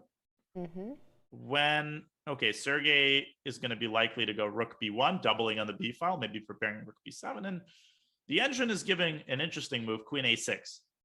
Prophylaxis. What is it prophylaxis against? Well, it kind of immobilizes the rook, because if the rook moves up, the queen swings to c4, and that gives Black unnecessary activity. So this reaches kind of a weird standoff where Black also kind of wants to play rook c4. I think the position is quite balanced. It looks good for White, but if Richard is careful, I think he shouldn't have any problems here. Yeah, so it looks like he has nicely neutralized. We didn't get the pawn storm we were hoping for earlier on with g5. Richard taken a more solid approach, but it looks like things are under control here for him at the moment. So let's go back again. Maybe we can quickly check in actually with Dubov and Duda and see the pieces come off there. Maybe we'll even catch a handshake, who knows? We are likely to catch a handshake. Now, what happened here, I think Duda made a very accurate move in this position. Let's rewind 5 or 6 moves. Rook e8. I mentioned it. He's preparing e5, and this kind of forces Dubov to initiate further trades. Okay, so he trades on d6. Now Duda reclaims the d file. Wow, that's a lot of words. Duda, Dubov, d file. Then he makes some luft, and then he goes queen c6 and a6 and knight d5, forcing the knight trade. Completely symmetrical position, no weaknesses for either side. And you can kind of see, I think, Dubov looking up at his opponent. You know, those wordless exchanges often mean we're about to see a handshake. I think the simplest for Black is to play queen d2. This forces a queen trade. In fact, I'm quite confident that we're going to see this. Queen takes d2, rook takes d2, and now it looks like White loses a pawn, but no, he doesn't. He can give a check and basically do the same thing that Black is doing, rook c7. And, you know, basically mass liquidation is inevitable. Takes. And, something like this is likely to happen. And around this point, I think a draw will be very likely. Yeah, and I think you're absolutely correct. When Dubov made his last move, b3, we sort of saw him look up at Duda, which very often is a sign of a peaceful outcome to follow shortly. For now, Duda is still thinking, so we'll move on from here. But yeah, very likely this game will end peacefully soon. Maybe we can, well, not much has happened in Shankland against Carlsen, but the players are starting to spend a lot of time. Yeah, Sam is yeah, Sam is taking a long time after bishop b4, which we kind of anticipated because his queen doesn't have any clear spots to go to. We were discussing queen b3, a5, and Duda just made a move, by the way, and is it queen d2? It is queen d2. It is queen d2, yeah. Maybe we can go back to Vidit against Grandelius. Let's do it. Yeah, there have been a couple of moves in that game. Okay, so f6, e takes f6. Now Neil's deciding to take with a pawn. There's really no appealing option here. And Vidit castling long. So to remind everybody, the idea, I think, for white is to ultimately reclaim this pawn by swinging the knight to f3 or to b3. Black would love to meet that with knight e6, but it's not easy to do. I mean, I guess Black could try to go rook e8, but after knight b3, knight e6, white goes bishop g2, and now he hits him where it hurts on the d5 pawn. Black's position just starts to crumble here. I mean, it looks so tough for Niels, who's also lagging behind on the clock, only 45 minutes already. We're only on move 17. Is there any way that Black can look for some active counterplay, maybe on the queen side? That's a good question. I mean, Black could, I suppose, try something like a5, but I'm not entirely sure where it leads. I think that rook e8 is probably a reasonable way to start controlling the e-file. And oh my goodness, after knight b3, there is an insane idea. Bishop f5. Wow. That is a crazy move. And it looks like it fails for two reasons. First of all, it looks like you're blundering a bishop, but no, you're not. After knight takes f5, the bishop on h6 is trapped. But the secondary reason seems to be bishop takes g7. And here there's the move bishop e4, counterattacking the rook. The rook has to move. After king takes g7, Black is completely fine. So it turns out that knight b3 is actually a serious mistake. And in this position, white should start with the move bishop g2 to avoid that. My goodness. That's an incredible... I mean, bishop f5 is such an incredible move. It really is. And it comes out of nowhere. I mean, that bishop on h6 looks perfectly safe in conjunction with the g4 pawn. I mean, knight f5 is never possible. And that's exactly the point. You're trying to get rid of the g-pawn to activate the knight. That's a cool resource. Incredible stuff there. So after rook e8, but bishop g2 seems to keep things under control. And yeah, Vidit just with a comfortable advantage here, it seems. Yeah, the engine move here is f5. Also makes sense, kind of to your point, trying to create counterplay. Yeah, on the king's side rather than the queen's side. But white just goes rook g1. And the key for white is to keep this pawn alive on g4 because it totally limits the knight. And again, Black has to solve, this just procrastinates on the problems Black is facing, which is that, white threatens to win this pawn and then win the d5 pawn and basically just win the game. Grandelius is in dire shape here. He's in big trouble. For sure. And well, Daniel, let's quickly bring back the bird's eye view because Mr. Big, he is wondering, we thought we were going to see a quick handshake in Dubov Duda, but he is wondering, has Dubov slightly misplayed this? Can Duda have something here? Let's have a look. Let's go back to that game because again, we don't have too many other developments. We have a couple of moves in Shakir's game and Shanklin's game, but let's very quickly revisit the Dubov game and then we'll move on. You see how nice I am to the producer? How mean I'm sure he appreciates it. He's sending some hearts. So we left this one off after queen d2 and we were expecting a quick liquidation. So the queens did come off. The queens did come off, and Dubov did go rook c8 check, but rather than going rook c7, he went king f2. So he offers the a pawn, and in return, he wanted to go rook c7, but Duda doesn't take it. Duda goes b5. And I guess the point is that if white plays a4, oh, Dubov might have missed this. White takes on a4, and now it looks totally drawn, right? No, rook d4, a5, rook d5, you lose the pawn. You lose the pawn, and you're going to be tortured here for another 3 hours. For a long time. This is a serious inaccuracy by Daniil. Now, he can go rook c7, but black still goes king g6. I think he just lost a pawn. I think we can tell it from his body language as well. Like maybe there was just one moment of inattention. He thought the game was pretty close to being over. And sometimes it just happens. I think you let your guard down for 1 second. And yeah, he must have just missed this resource by Duda. This is a shocking oversight because, you know, the move b5 is something you have to consider. You know, it's prophylaxis against rook c7. And I don't think everything has been lost here for Dubov. I think he has to go for that position. I mean, I would throw in this move just to force black's king onto an awkward spot. And I would basically go for this position, maybe throw an a5, just, you know, why not? And you can make a move like g4, expanding on the king side, and perhaps even h4, just trying to stop black's king from ever making any progress. And then you park the rook behind the pawn. It should be a draw, but it's a very frustrating spot. Defending this when you literally just had this position, I mean, seemingly unlosable, is, you know, requires tremendous psychological gumption. And my goodness, if Duda wins this game, that would be absolutely ridiculous. That would be crazy. I mean, Dubov, he's going to have to recalibrate, because one moment you think this game is over, we'll sign the draw in a second, and then b5 appears on the board and you realize you just completely missed this, and now, well, the game is nowhere near over and you're going to have to defend this rook ending a pawn down for the coming maybe few hours even. Yeah, no, this is definitely going to be a very difficult struggle session as Dubov takes off his blazer there, preparing himself for the long road ahead. Man, and I think he's just rushed it. I think he played too quickly. You know, he has over an hour on the clock.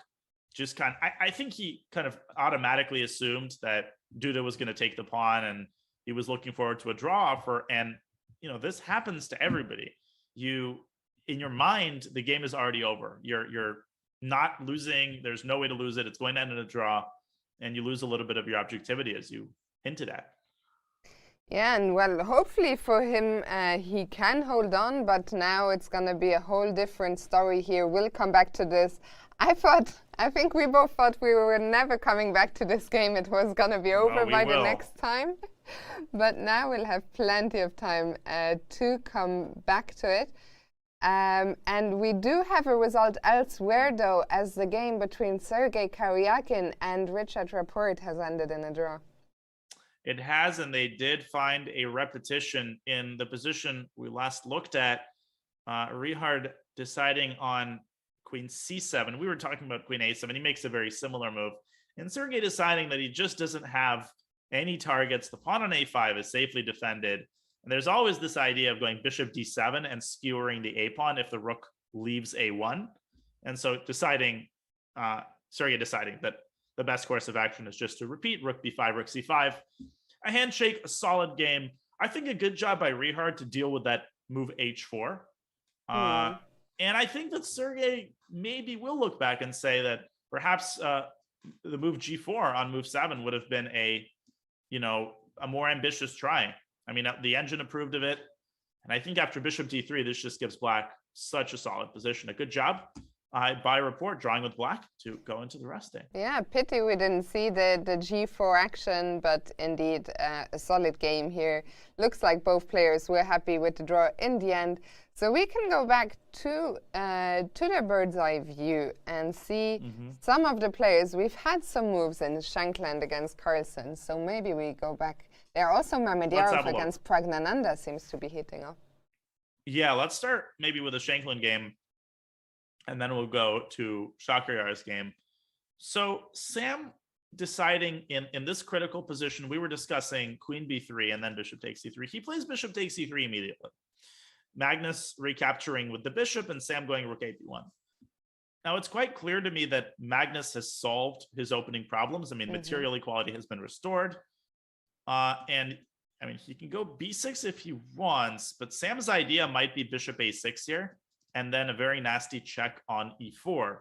So Magnus might be better advised to get this bishop out of the way first, just so he doesn't have to worry about it. And then after queen e2, either rook c7 or b6, and I would actually prefer to be black here.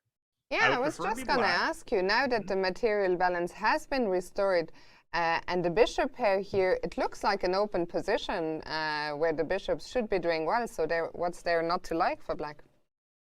Yeah, two bishops and a distant pawn majority, so that virtually any pawn endgame, any endgame at all, is going to be troublesome for white because of the possibility of an outside passer for black. And I always like to talk about who's got the numerically smaller pawn majority.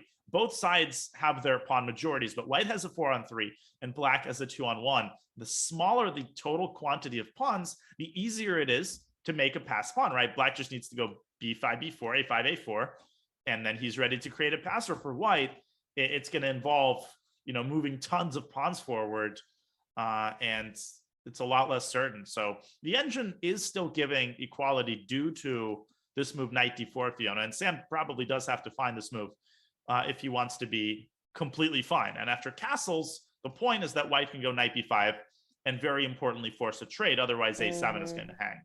And this is quite close to a draw because of the opposite colored bishops. Yeah, so maybe a crucial moment here with Sam having to find this knight d4 idea. Well, Magnus to play first, of course. We'll come back to here. Let's check in with Shahriar Mamedyarov and Pragnanda. Indeed, and they're following a path that we kind of discussed as being rather undesirable for Pragg, who, by the way, has 31 minutes now after only 13 moves. That's crazy. So after bishop h3, he decided not to refrain from the trade. In fact, he took on h3. Knight takes h3, knight d7. Shahriar hitting where it hurts, rook c1. Pragnanda chasing the bishop away and then going rook c8. And this move f3, I think, might have been underestimated by Pragg. Once again, if he takes f3, I think Shahriar, he can go e4 immediately, or he can take with the queen and very quickly play e4. Fiona, this gets really unpleasant for black. That f file, yeah, e4 is coming. I mean, black's starting to get blown off the board here. The king that's still stuck on e8, it's nowhere near castling yet with the bishop still on f8. And we both said it. I think Shahriar, he played an offbeat early queen a4, and I think he got just what he wanted. He got Pragg out of book. He got all his pieces into play. Pragg has made a move. He has played knight f6. Yeah, but knight hf2. I think simply knight hf2. This forces he takes f3. And after either e4 immediately or queen takes f3, black is in huge trouble here. Huge trouble. And there's so many weaknesses. White can probably just castle anytime he likes, bring an extra piece into the attack by the rook will be on the f-file. White has the center. Black has all these weaknesses you're highlighting, and I would not want to be Pragg here. No, it's just bad. It's bad, and obviously black can take on a2, but this is the pawn Shahriar cares about least. e4, knight b6 castles, and first, knight e3, knight f5, e5. I would go so far as to say that this is looking probably not completely lost or anything like that, but incredibly troublesome. And he's also doesn't have a lot of time on top of that. So, man. And Shahriar, well, let's remind you all at home that he is only half a point behind Magnus Carlsen. So he will be looking, he will also, I'm sure, have an eye on the Magnus game from the corner of his eye. But he has been very impressive in this event so far, and he is firmly in control here. Well, more than firmly in control. He's much better against Pragg. And I'm quite confident that he's going to play knight f2. He is in excellent form this tournament, and for Pragg, that game yesterday might be eating away at him. That move, knight g5, probably wasn't his dreams or nightmares this morning. And despite some really enterprising opening play, it just seems like things have once again taken a turn for the worse for the young Indian Grandmaster. Indeed. We will come back here later. Like you, I expect Shah to play knight f2. But for now, let's go back to the bird's eye view. We see that Daniil Dubov, he has gone down the path you suggested. He will have to defend this rook ending with a minus pawn. Yesipenko, he hasn't doubled the rooks on the G file, but instead on the F file. Maybe we can quickly go back there. Let's have a look. Yeah, that's an interesting idea adopted by Andre. So he has gone, all right, so we had the trade on E3. He played knight d4, Anish activating his knight as well, and then doubling up his rook. So both sides have doubled their rooks. And I think Andre's point here is that if black plays f6, I think f6 is a very serious mistake. Why is that? Because it weakens the king side just enough to give white, okay, maybe serious mistake is an overstatement, but this gives white a lot of activity. I mean, rook g1 is coming on the next move. On the other hand, black can play rook e2, but I really like what Giri just did. He went knight d6. He said, you know what? I'm not weakening my king side one bit. And this knight on d6 is discouraging Andre's knight from coming to f5. He can still play knight f5, but I'm not sure that the trade of knights necessarily favors white here. I would take black here any day of the week, especially given the time situation. Yeah, Anish has got to be very happy with where the opening has brought him. What I'm curious about, if I'm Yesipenko now, how do I proceed? Should I try and activate my king? I'm also concerned a little bit about that knight on h2. I would love to get that into the game, but I'm not sure what the best way is. Yeah, if you just sort of throw the knight in with knight g4, it's not going to get you much because of rook g3. And the knight is nowhere to go. White is forced to go rook g2. And at the least, black can take and then play h5. And here come the pawns. The knight is totally limited by this very nicely placed rook on the open file. This is not the end of the world for white. The game goes on, but Giri can continue with c5. And this just shows that knights aren't very good in these types of positions. When they can be attacked by pawns, they're constantly jumping around. And, you know, it's just hard to find an anchor point for the knights in this position. And I'm not going to lie, as soon as h5 appears on the board, if I put myself in Yesipenko's shoes, this is where the doubts start creeping in, and the fear, at least for me, I would start getting fearful. That is only the first pawn, but the other two won't be far behind. So he will have to, I think, find some very accurate moves here to stay in the game against Anish. And yeah, as you mentioned, the clock situation, another thing to watch out for. But for now, let's move on again. From here, where do you want to go back to? Well, first of all, I should point out that Fabi, I think, is still thinking about whether or not. Wait, is he thinking about whether or not to repeat? I think so. I think. Or did he make I think he made a move. Yeah, he did make a different move. He chose not to repeat. So let's have a look. He played the move Queen E2 in this position, which is kind of a neutral move, just getting his queen to a slightly more active square. You know, Fiona, I'm not sure about this. I think after rook df8, black might be a little bit better. I think I agree with the eval bar here. And the reason why is that if you play bishop g3, black can give a check. And if you decide to repeat now, the queen can swing back to e7. The point being, if you take a pawn on d5, then after e4, white is busted. I mean, look at those minor pieces. They're all on the f file, and they're all sitting ducks.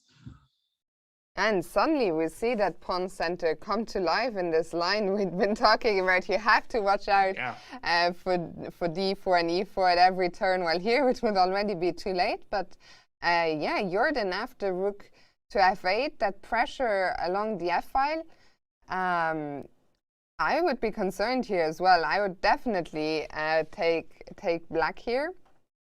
And I'm curious, how is Fabi going to proceed? Is there already a concrete threat in the position here if white makes a pass move? Yeah. Yeah, e4 is already, it is a threat because, well, if the knight moves, you take on f2, and if white goes bishop g3, Fabi put the queen on e2 just now, and it will really hurt him in this scenario. So he has to do something about this. I think it's likely he goes bishop g3, and he might repeat and hope that Jorden goes queen d6. And against queen e7, you can still play bishop g3 here, because now the move e4 is met with knight d4 and the knight on f1 is protected. I think I would give it about a 40 to 50% chance that we actually see a repetition in this position. Well, we'll see. I'm curious, Dania. Yesterday in the interview, Jorden said, you know, he felt that he was trying to play more solidly and that maybe overall as a player over the last couple of years, he'd become more solid. But then clearly this tournament proved him wrong. As you know, as I mentioned earlier, he's had 6 decisive results out of 7 games. And I saw a comment here in the chat by Edge Kadech saying Jorden trying to be solid, but somehow finds himself in a volatile game once again.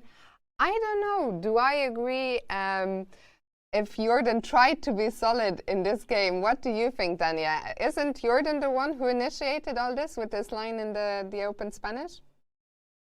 Yeah, and you know, I think that some people have an overrated perception of to what degree this intention to be solid is actually impacting players' decisions. I think it's a lot more about the kind of objective analysis than it is about playing solidly or playing sharp lines. I don't even think that these players necessarily categorize their opening choices. Like when Jorden was analyzing knight takes f2, right? I think it was more that maybe Jorden and his second just found that black is a good position there. All of these players are capable of playing any position, whether it's solid or sharp. So I really don't think it's factoring all that much into Jordan's decision making. It's not like he's consciously trying to produce more decisive games. You know, all these players, they play the position rather than trying to steer things into a particular kind of direction. That was more feasible maybe 30, 40 years ago when opening theory was more limited. Somebody like Tigran Petrosian really could steer the game pretty reliably into positional territory, let's say. Nowadays, it's everybody's universal and it's just harder to do. So I think it's just how the tournament tends to go more than a conscious decision. I think that's a very good point. I am still curious here, Fabiano, still considering his options. Will we see a repetition now in this position? I hope not, but we will come back here. We see that Shahriar Mamedyarov, if we go there for 1 second, because only one move has been played. Oh no, actually a couple more, so maybe we can update this. Is a disaster. This is a disaster, and it's becoming more of a disaster with every move. I think here, Pragg, according to the engine, he did have a chance to play the move queen b5. I mean, I'm sure he saw this move. This move is straightforward. You're threatening mate. And after queen takes f3, the point is that the knight can actually swing back through c7 and try to go to e6 to at least pressure perhaps the only target in white's position, the pawn on d4. Black is still much worse here, but I think this is a little bit more double-edged. Instead, Pragg dropping the knight to b6 after castles. I don't think the eval bar is overstating it. If black plays bishop e7 here, this knight from d1 swings over to f5. Fiona, the king has nowhere to go. It's going to get mated on the king side. This is looking closer and closer to just being lost for black. Yeah, I mean, this is an absolute nightmare for Pragg. And literally, once again, it was a weird game where in the opening, he seemed to be the one. I remember when he played knight f6, we were quite impressed that he would still be familiar with this position. And then suddenly things turned around so quickly. And I don't know, Dania, if you can pinpoint the moment where it all went wrong for Dania, because somehow, for Pragg, because somehow it all happened so quickly. It really did. And I think you're asking the right question. It is a little bit hard to understand, like, how did things go wrong so quickly? And first of all, I think Shahriar played divinely. I think all of bishop h3 was an amazing move. And I think the key moment was here. I think the move knight d7 would have preserved a double-edged, although knight d7, there's always this f3 move, and the engine keeps swinging on its eval. But practically speaking, I just think white's having a lot more fun with all of the center play. So we might even have to go back earlier. It might just be, Fiona, that Pragg's entire opening campaign is just not practical. And this move, bishop g5, might be the practical refutation. And if Shahriar found this over the board, then that's even more impressive. It's crazy. Yeah, what a strange game. You have got to feel for Prague, who, I mean, as we've just seen, never really got into the game. Schach just putting pressure from the get-go, taking him out of known territory, and right now he is in his element. He has got a near-winning position, and tough spot for Prague, but we will come back to this game and the remaining 5 after a short break, so don't go anywhere, and we'll be back soon. I just want to say, I know it's early. Yeah. It's early for all of us, but Fabi, you're looking fresh. Oh, thanks, Danny. Chad likes it, man. Looking good. What about me? All right, guys, let's go. Run a show back. Here we go. And Fabi, this video series was great, by the way. People love it. Really do. By the way, again, dude, you're just looking fresh, man. I love your new haircut. Looks good.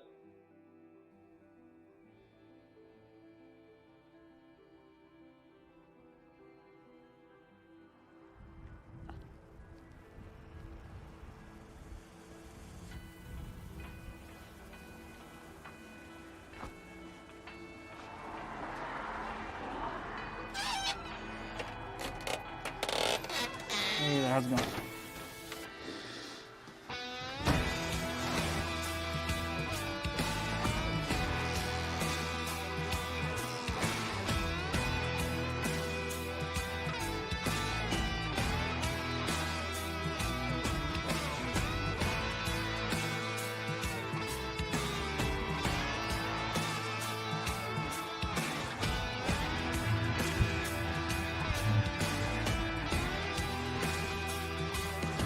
I don't even recognize myself, you know? It's a whole new me.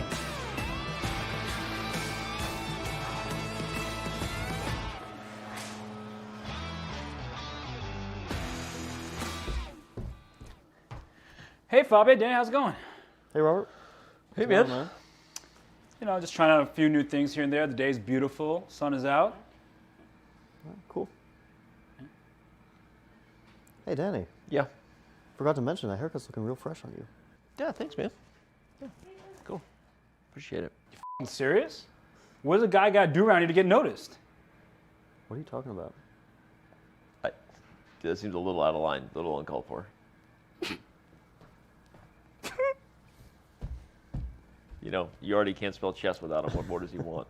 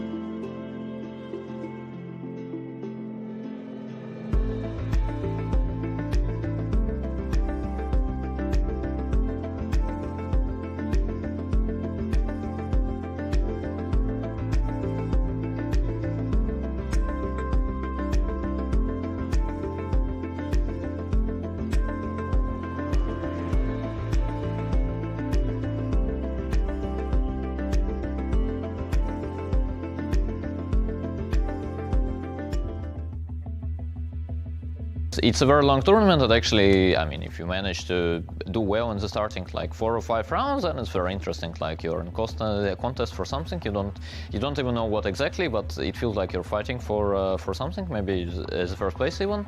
If you do badly, and then it can be depressing. Yes, but in general, like at the end of the day, you always have to play chess, and you need to be like ready to play these long games.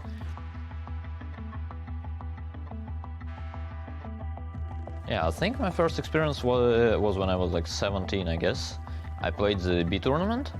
Yeah, it was tricky. You actually have to love chess very much to feel comfortable here, which I hope is my case. Here there is no real alternative, so you're actually fine with playing long games. And I mean, okay, it's your favorite game. You just play moves and you try to enjoy it. When I came for the first time, like I saw the sun exactly 3 times. There were exactly three sunny days, and this was funny. Like it was very easy to predict my results. So this time I'm also like I really want to do well, but I know that when I see the sun, it's probably time to give it a shot. And when you don't see the sun, you should be in super surly mood, and better times will come. Yeah. Interesting to hear Daniel Dubov's thoughts on the sunny weather in Wijk aan Zee. Well, at the time this was filmed before the start of the tournament, he couldn't have known, but Daniel, I can tell you it hasn't been a very sunny year here in Wijk aan Zee. I've seen the sun maybe a couple of times, but that's about it. Yeah, I remember my first time in Wijk aan Zee walking out of the hotel, and it's especially windy near the main hotel. And I had a hard time just making it to the playing hall. I was like, wow.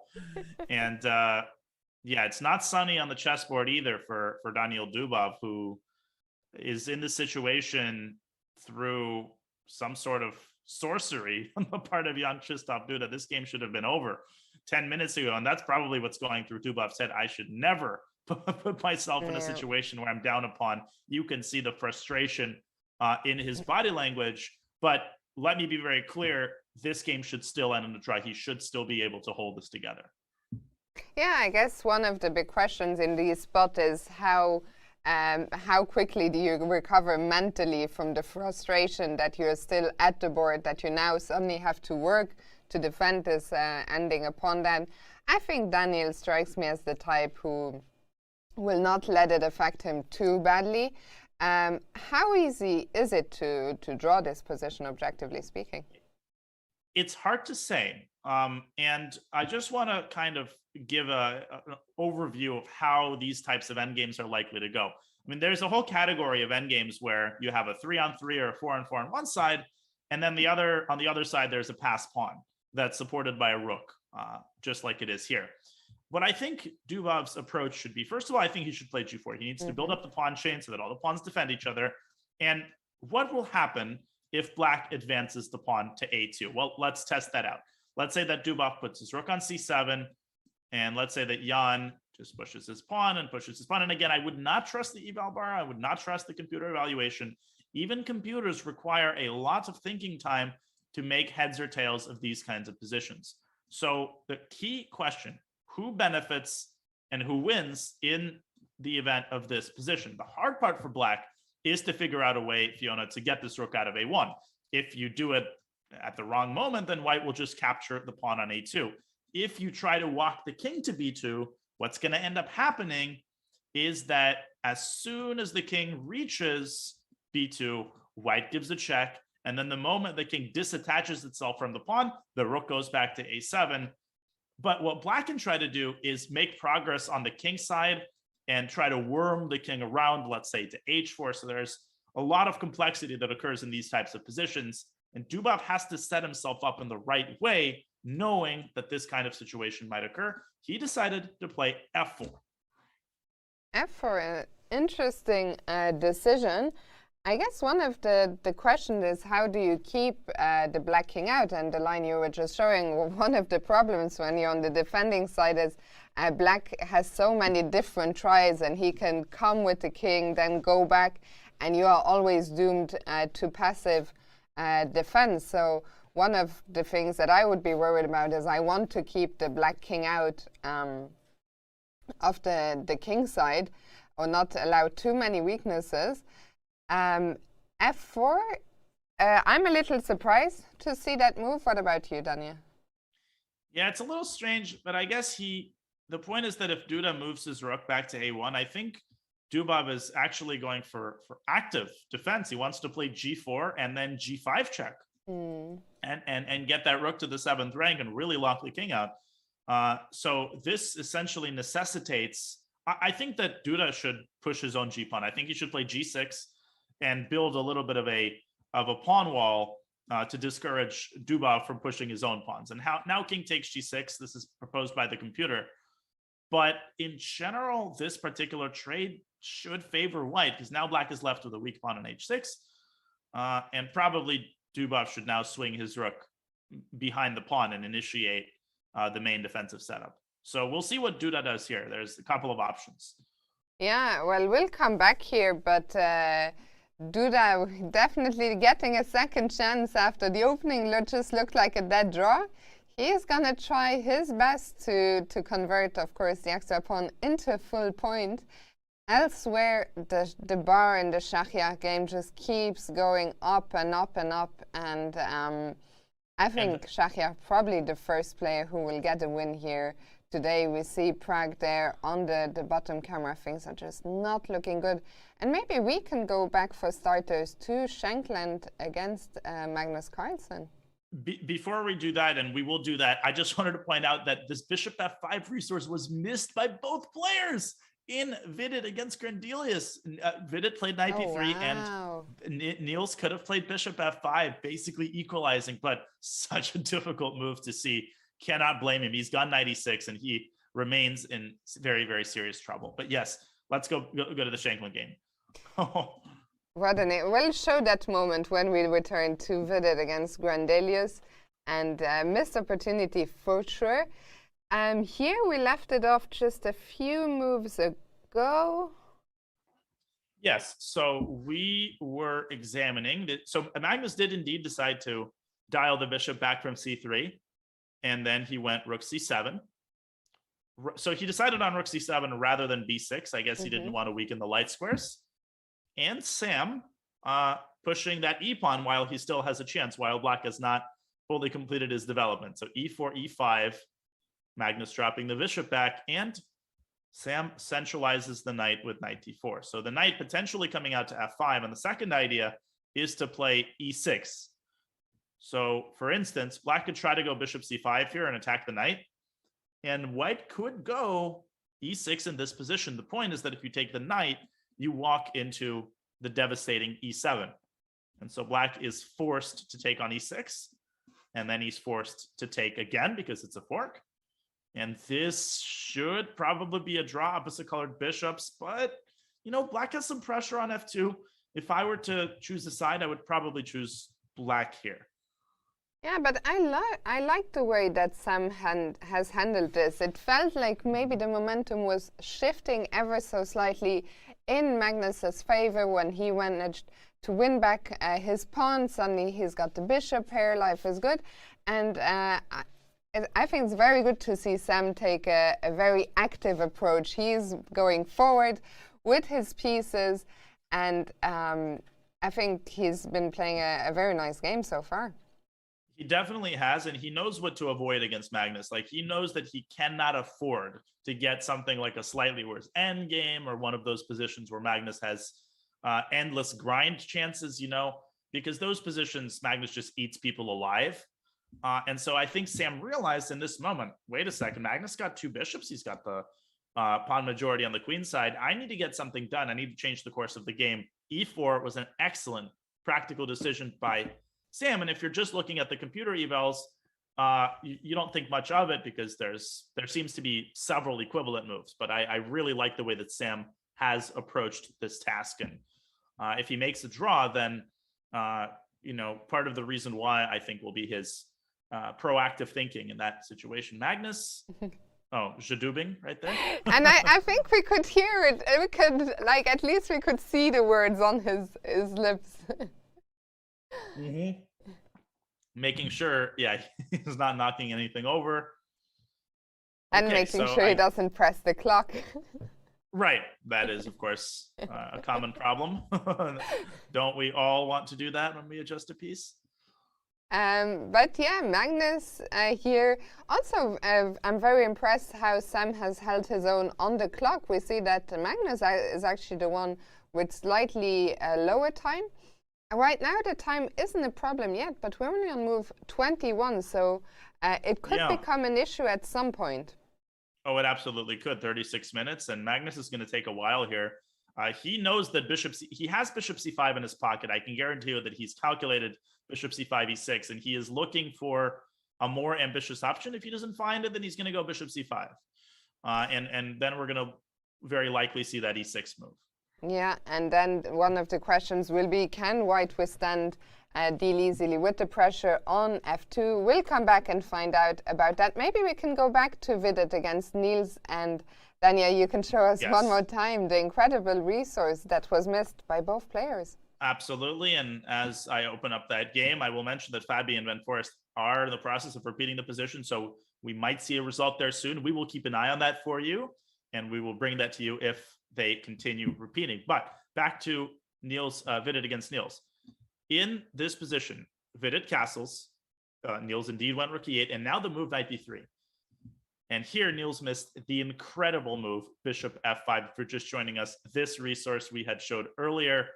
What is the idea? Well, the bishop is migrating over to this juicy, juicy square on e4. If it's captured, then after knight takes f5, black is simply better because white loses the bishop back. And if bishop takes g7, then black has the intermezzo, bishop e4, attacking the rook. The rook has to move. And after king takes g7, if anything, I would probably already take black here, because if knight takes d4, black can start doubling on the e file, and that bishop on e4 is just a monster. But in any case, this is obviously a massive improvement over what Niels had. But instead, and trust me, Niels, he is hard on himself. He is going to be furious with himself after the game if he loses for missing bishop f5. He's going to be furious. For sure. He's got knight e6. And just how bad is the position defense. now? It's defensible. It's not losing by any means. And the reason it's not losing is because after knight d4, rook d4, black can essentially use the technique of saying, hey, take my pawn, because that'll reach an opposite colored bishop position. The move f5 here can be tried to create some counterplay on the king side. But after something like bishop f3, man, is black cramped here. Niels just might have to hunker down and, you know, maybe try to get the bishop to c6. It's incredibly nasty, Fiona, but, you know, given how he defended yesterday, I think he's still got some chances. Yeah, of course, the clock here as well, very likely to play a role at some point. We're only on move 19. We are getting closer. We're just an hour and a half away now from that first time control. Maybe let's bring up Fabiano against Jorden, where you see the players started repeating.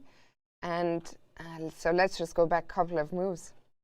Well, Fabi, yeah, so after rook df8, we mentioned that once again, there's a potential repetition, bishop g3. It happened. Jorden did have the possibility of going queen e7 here, as we discussed, but you can't really blame him for wanting to play more solidly and being okay with a repetition against Fabi with black. And Fabi, you know, he's now down to 28 minutes. I really don't see a way that White can play, because the e4 is being threatened, and doing something foolish just to say that you're playing for a win is not objective, and it's not how Fabi treats things. The only move that I really saw here was knight g3, but it doesn't work. And there's a beautiful refutation. Black can still go e4. Looks like a blunder. That walks right into knight takes e4, but no, look at this queen.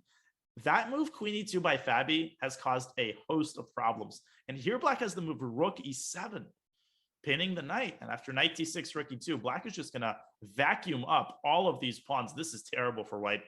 I'm betting a silver dollar that Fabi is going to repeat here. And just to be clear, Jorden, of course, he could still play on himself. He still has the opportunity to go, if Fabi goes bishop g3, queen c5, bishop f2. I think he's still in time, or is it already too late? No, I think that's too time. And you know, I think that if Fabi takes another 15 minutes and then plays bishop g3 and says, all right, draw, Jorden might very well decide to continue playing. So that is a consideration Fabi must take into account as well. We see Jorden there looking calm and collected, waiting for Fabiano to make his decision. I agree with you. I think a repetition here is likely, but Fabiano, of course, he was looking for more today, but he never really got much out of the opening here. No, he did not. And that decision to take on f2 and follow it up with f6, even with Fabi's innovative knight f1 idea, it just didn't lead anywhere particularly promising. And Fabi's going to be frustrated with this result. I mean, he's remains on 50%, and he's going to have to make a serious push in the second half of the tournament. But first of all, of course, we will wait to confirm the repetition actually happens. Maybe Fabi finds some way to keep playing. I don't see it, though. We'll find out. Let's bring back the bird's eye view for now. So what haven't we updated in a while? Well, there's a Steil-Antoni Giri, but not much has happened there. Let's look at Mamedyarov's game, because a lot has happened there. And it looks like Shahryar is well on his way to scoring the point. Or is he? Let's see who the transformation has favored. Now, what happened here is that in this position, Prague offering the queen trade with queen a4. And the engine seemed to think that after queen d3, queen b5, again offering the queen trade, the engine seemed to think that Shahryar should have gone for knight f5. That's not a very human move, though, because it allows queen takes d3, knight takes d3, knight takes e4. The point here is that rook ce1 is winning for white. This is crazy. Knight takes d2, and now not rook takes e7, but knight takes e7, Fiona. This is wild. And the point is that the knight is threatening to spring back to g6 with a discovery. And if black takes the rook, and white takes the rook, then white takes one knight, and then, of course, white takes the other knight. An obvious line. I don't know how this could have been missed by Shahryar, but he decided. And once again, we also see the problems that can happen when the king is still in the center. Yeah, I mean, all sorts, even in the end game. And instead, Shahryar went for this position. He's still winning. I think he should play the move knight d3, centralizing the other knight, and maybe pick up the pawn. Some chances for Prague. I mean, this is an incredibly nasty endgame. Shahryar has this massive pawn center that's incredibly mobile, and he's got much better pieces. But Prague is incredibly resilient, and I'm sure that he's going to make Shahryar work for it. Also, Shahryar has now caught up on the clock, with both players being down to around 35 minutes. And yeah, Prague, we have seen him put up some great resilience before. He's been mature beyond his years, and let's not write him off just yet, although Shahryar Mamedyarov, of course, still has a clear advantage here. Let's go back. Shall we go back to Magnus and Sam? Let's go back to Magnus and Sam, and let's see if anything has happened there. Absolutely I think that Magnus nothing. is still thinking, and just by his pose, I think that he is slowly but surely accepting the inevitability of bishop c5, e6. And the reason he's disappointed at that is because he feels like that position is too simplified to give him serious winning chances. I'm just getting that sense from the way that he's handling this. He's now down to 28 minutes as well, which, starts to enter concerning territory. For sure, he's going to have to make up his mind soon. I agree. I think what we're seeing there, and we just saw a front, is frustration he's struggling to see how to avoid these simplifications and leading to the position with the opposite colored bishops. We'll come back here. Let's go to the overview again and see if we had any updates. Fabi is okay. So Jorden has the choice of repetition here, and he's thinking about it now. Maybe we should just watch that game, because we might see a result right about now. Jorden can repeat it 3 times if he wants to, and there it is. We have a result, and Jorden understandably has decided to repeat and opt for a draw. A very, very good result for Jorden going into the rest day. For sure. After only making 1 draw in the first 7 rounds, and we see the players walking away fast after their game. Today is not a fun day. It is the PCR test for everyone before the rest day. So that happens right after the game. You're black and you just drew against Fabiano Caruana. You get rewarded by a PCR test. No better gift indeed. Another result. We've got 2 of them now. And not the ones we thought we would get. We thought that Dubov and Duda would end in a draw and the other games would keep going. But it turns out that that game has kept going. And these 2 have ended in draws. And look at Anish Giri. Yep. Those pawns are starting to move up the board. This is exactly what I was talking about. If I was white here, I would start being seriously concerned. And you could lose a game like this in 5 more moves. If you let the pawns go any further, if the pawn gets to g4, and then let's say the king gets to g5, once black starts pushing the f-pawn, it becomes essentially resignable. So Esipenko has to make something happen here, and I don't know what it is. I mean, he can go rook d6, but Giri is not going to just repeat moves here. I mean, rook e6, he's probably going to go rook 3 e6 in order to be able to meet rook d7 with rook e7. Otherwise, the rook would just toggle between d6 and d7. And a trade is definitely in black's favor. Definitely. I mean, this might just be losing for white because of how bad the knight is at stopping the progress of the pawns, especially when they're supported by the king. Not good. Not good for Andre. And the situation keeps deteriorating. Yeah, and looking at the camera, you got to feel for him because I think in those spots, it's so hard to keep the thought out of your mind. I had the chance to just go for a draw in the opening. Maybe we can very quickly put that position on the board again in the opening. Absolutely. When Andre had a choice whether to go for a draw. So yeah, here after g4 takes, queen takes, king h1, knight e5. Knight h2 was the move that he did play, but if he had captured on e5, that would have just led to an immediate perpetual. Queen h3, queen g3 using the pin, and black has nothing more than to accept the inevitable. I mean, admirable for sure, but a little bit overzealous. And Anish has turned out to be very, very well prepared in this line. I feel like in his preparation, he probably studied a similar type of endgame, so he was aware of the ideas. He's been playing quickly. He has 50 minutes on the clock. He is in excellent shape here. And I would say it's about 50-50 between drawing and winning chances. I'm very concerned for Andre. Dania, we are going to go on a break very shortly, but first, can you maybe recap for us in a couple of minutes what's going on in the 5 remaining games? Certainly, Fiona. Well, starting again on the top left, we just saw Magnus playing bishop c5. Sam is going to play e6. We're going to have an opposite colored bishop situation where Magnus has a little bit of pressure, but that's probably likely to end in a draw. Shakhriyar Mamedyarov with an overwhelming position, a technically winning endgame against Prague, and amazing opening play. But Prague is going to keep resisting, and he's got some off chances to save the game. Anish Giri, we just talked about that. He's got 3 pawns for the piece. He's got great winning chances, and Andre regretting his decision not to take that early opening draw. Sergei Karyakin has drawn against report. Vidit is in fantastic shape against Niels after Niels missed that amazing opportunity to go bishop f5.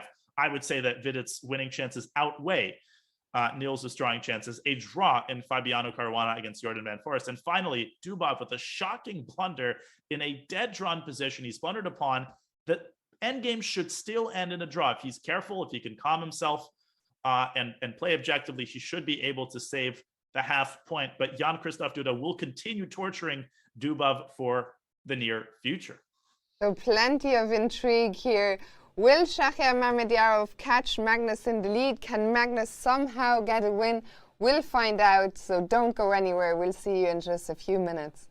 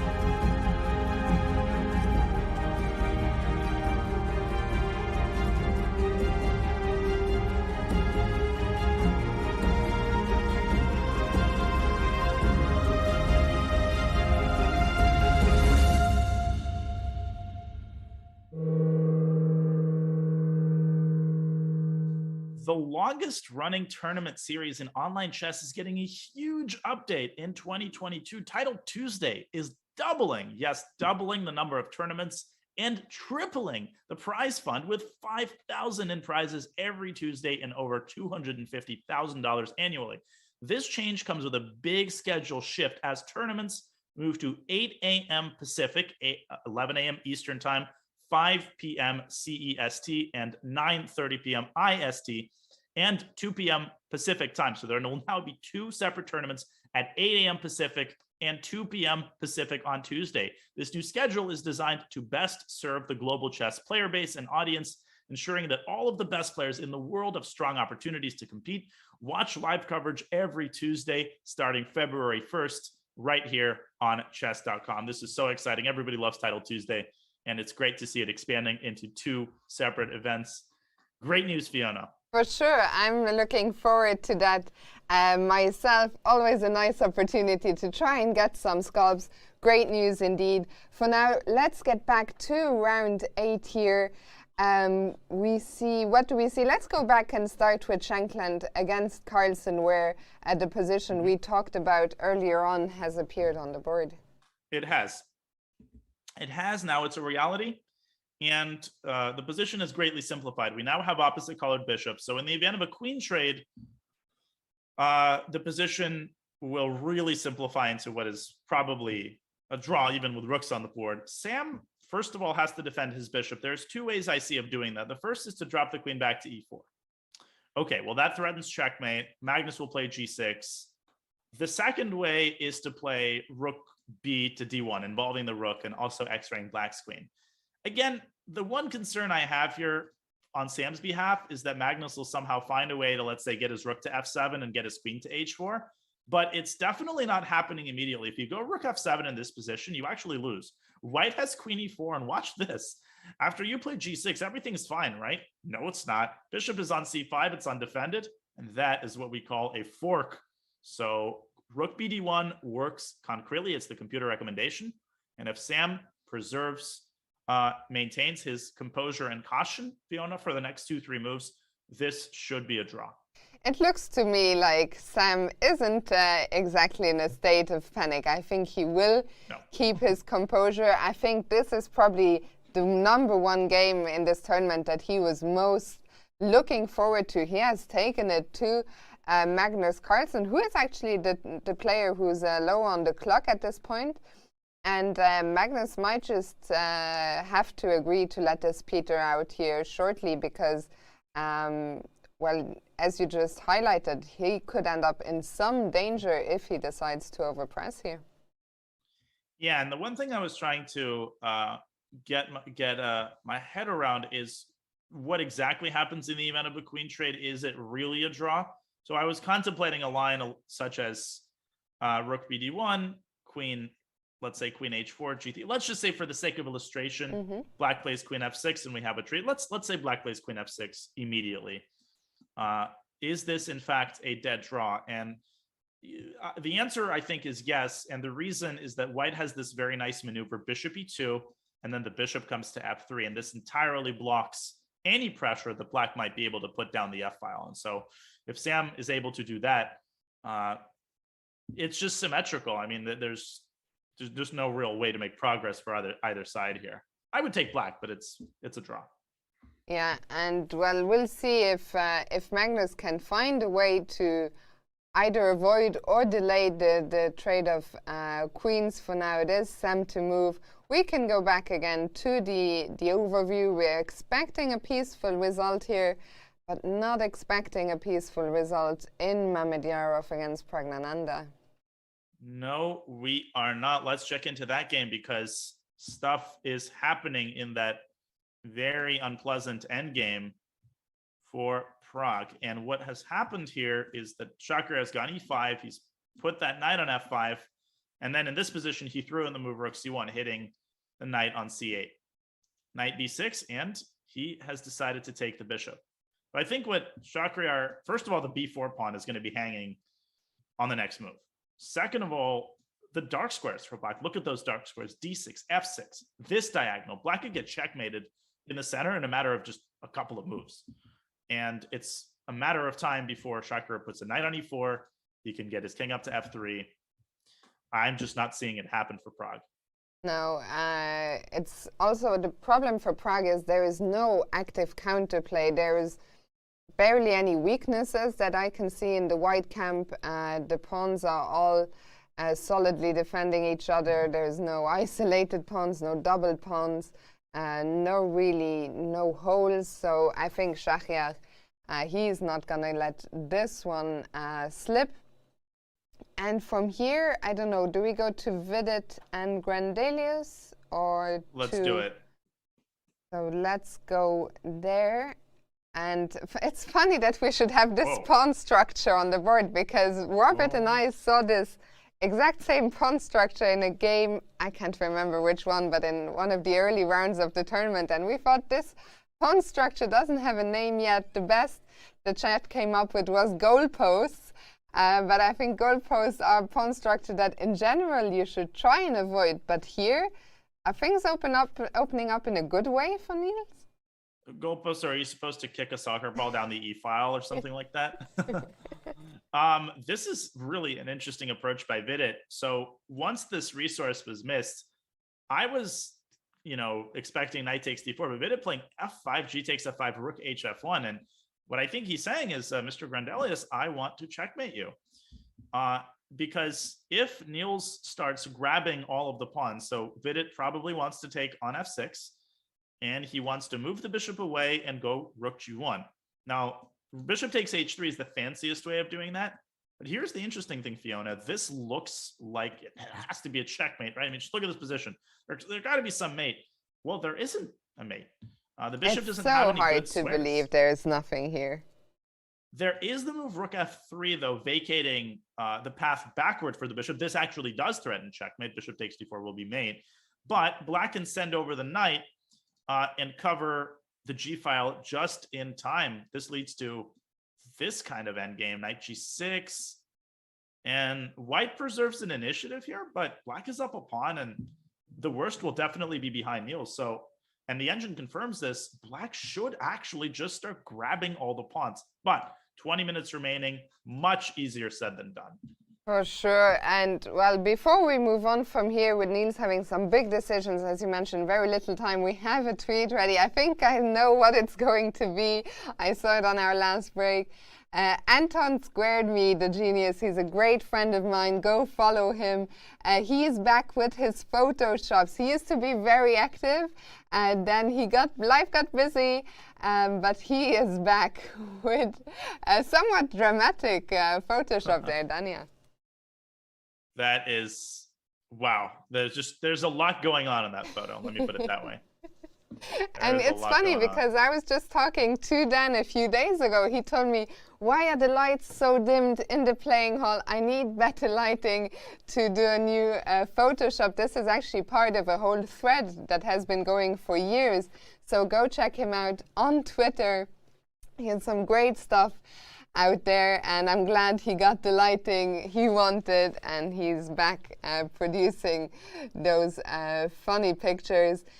We, meanwhile, are back in the bird's eye view, and what I see Andrei Yesipenko. One rook has gotten in, but you were talking about white doesn't want to trade rooks. Shall we go there? Is Anish just going to interpose a rook, and if so, which one? Yeah, I mean, Anish can make a draw if he wants. I mean, there's a repetition on the cards if he so desires, and the way to do that is to cover with, well, I guess you can cover with this rook, and then after rook d6, rook e6, this type of repetition where the rooks kind of follow each other, right? I know some people think that Anish will automatically go for this option because it results in a draw, but I think he's going to be more ambitious than that. And I think that black is really not risking in either case here. And so the way to avoid that is to cover with the e3 rook, then to cover it again, and then bring the other rook up to e7. So essentially, you keep your rooks on e7 and e6, the two squares from which white can attack a black pawn. And here, Yesipenko will have to decide whether he wants to trade a pair of rooks. Probably the answer is no. He'll play rook d8. I'm not claiming that this is an easy win for black, but after something like king g6, the rook can cover a check on g7 and black can continue trying to make progress. On the king side, Andre also with 12 minutes for 7 moves, so not ideal, but should be enough. I mean, you shouldn't be, he's not in crazy time pressure. I would be shocked that Anish goes for a repetition here. I think at the very least he wants to test Andre until move 40, and it feels like unless he starts blundering his kingside pawns, he shouldn't really be in any danger. So Anish here, we see once again, I've mentioned it before, but the opening little gamble with the indirect draw for paying off, I think. And well, let's see how is Dubov's plight going. He is also defending a worse endgame pawn down. Yeah, let's see whether he's been able to stabilize the position. And I think he has. I actually think that Duda might have not chosen the absolute most testing option. So what happened is that after f4, Duda going a5, Daniel going king f3, and here I think, okay, so rook a1 and g4. Now, what is Dubov's point? The point is that if black plays a4, White's going to go g5 check, and White's just going to start harassing black. Rook c7, king e8, and at the very least, White can just put the rook on a7, and black is never going to be able to make progress. That king is never going to escape the 8th rank. So that's one possibility. Duda can try to prevent that by playing g6 and opening up a left square for his king on g7. But I'm worried that after g5 check, there's just a mass liquidation on the king side. And the more pawns are traded, generally speaking, the closer the game gets to a draw. King g7, let's say hg6, king g6, gh6. And this should be a draw. Maybe White can walk the king up down the middle. But if White just does nothing here, Fiona, I think that Dubov should be able to hold this one. Yeah, I like this suggestion. I think Dubov will be looking to trade those pawns. So after g4, I'm expecting g6. He's gone. You're not a fan of g6. No, I'm expecting it. I think he's going to play g6. G6 and then some pawns to be traded. I think Duda himself probably he knows that this endgame is a draw with best play, but of course he is trying. He's been given a very unexpected opportunity in this game, but most likely the outcome will still be peaceful. Let's go move on from here. We're back in the bird's eye view. Okay, so did we have a repetition in the Yesipenko Anish game? Am I hallucinating? Yeah, we have had a one-time. No, not yet. He's gone. Essentially, what he has done is he's gotten the rook from e3 to e6. So it's sort of a semi-rep. It will be a repetition if he goes rook e7. So he's deciding right now in real time whether to make the draw. And I would vote no. I think he's going to go rook 87. But the way he's leaning back in his chair, maybe he's thinking, there is a little bit of risk, of course, associated with White's knight getting active, and black can somehow lose these pawns, although I don't really see that happening. It's hard to predict, but I don't think he's making a draw here. I think he's got good winning chances after rook e7. I would be shocked. Yeah, I agree with you. So we'll leave him to think about it. He still has plenty of time on the clock. Maybe we go back to Sam Shankland and Magnus Carlsen, unless things are happening elsewhere. Yeah, so Sam has chosen a very interesting approach. So in this position, he went queen h3, defending the bishop and threatening checkmate. This forces h6, but that in turn weakens the g6 square, which Sam tries to exploit with the move queen g3. He is threatening queen g6. That needs to be prevented. And he's also aiming at the rook on c7, which prevents moves like queen f6. I suppose Magnus could go queen d6. And I would say that is quite likely. Magnus likes these kinds of moves, but this endgame is basically unwinnable. And here Sam could expand a little bit on the king side. He could play the typical move h4. The engine gives total equality, and I tend to agree with that. I think that, and also Sam could try to plant this bishop on g6. This could get a little unpleasant for black, even if white anchors the bishop with h5. So yeah, maybe maybe queen d6 isn't the best after all, because the last thing Magnus wants is to start suffering in this position. Yeah, the other move here is rook d7, dropping, getting the rook away from the queen's gaze and attacking the bishop.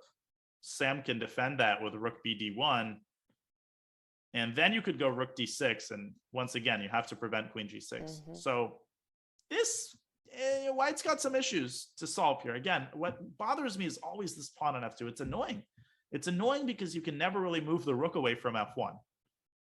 Yeah, I mean, I really liked what you said earlier about the bishop coming to f3. I was completely on board with trying to close down that f-file. But here right now it doesn't seem to be possible just yet. First, Magnus will have to deal with the threats to his king. But yeah, both sides still seem to have some play here, some threats. Do you think we'll see a queen exchange soon and then some simplifications, or do you think this will be a time scramble battle? Yeah, it's hard to say. I think because the position is so wide open, that raises the likelihood of a queen trade.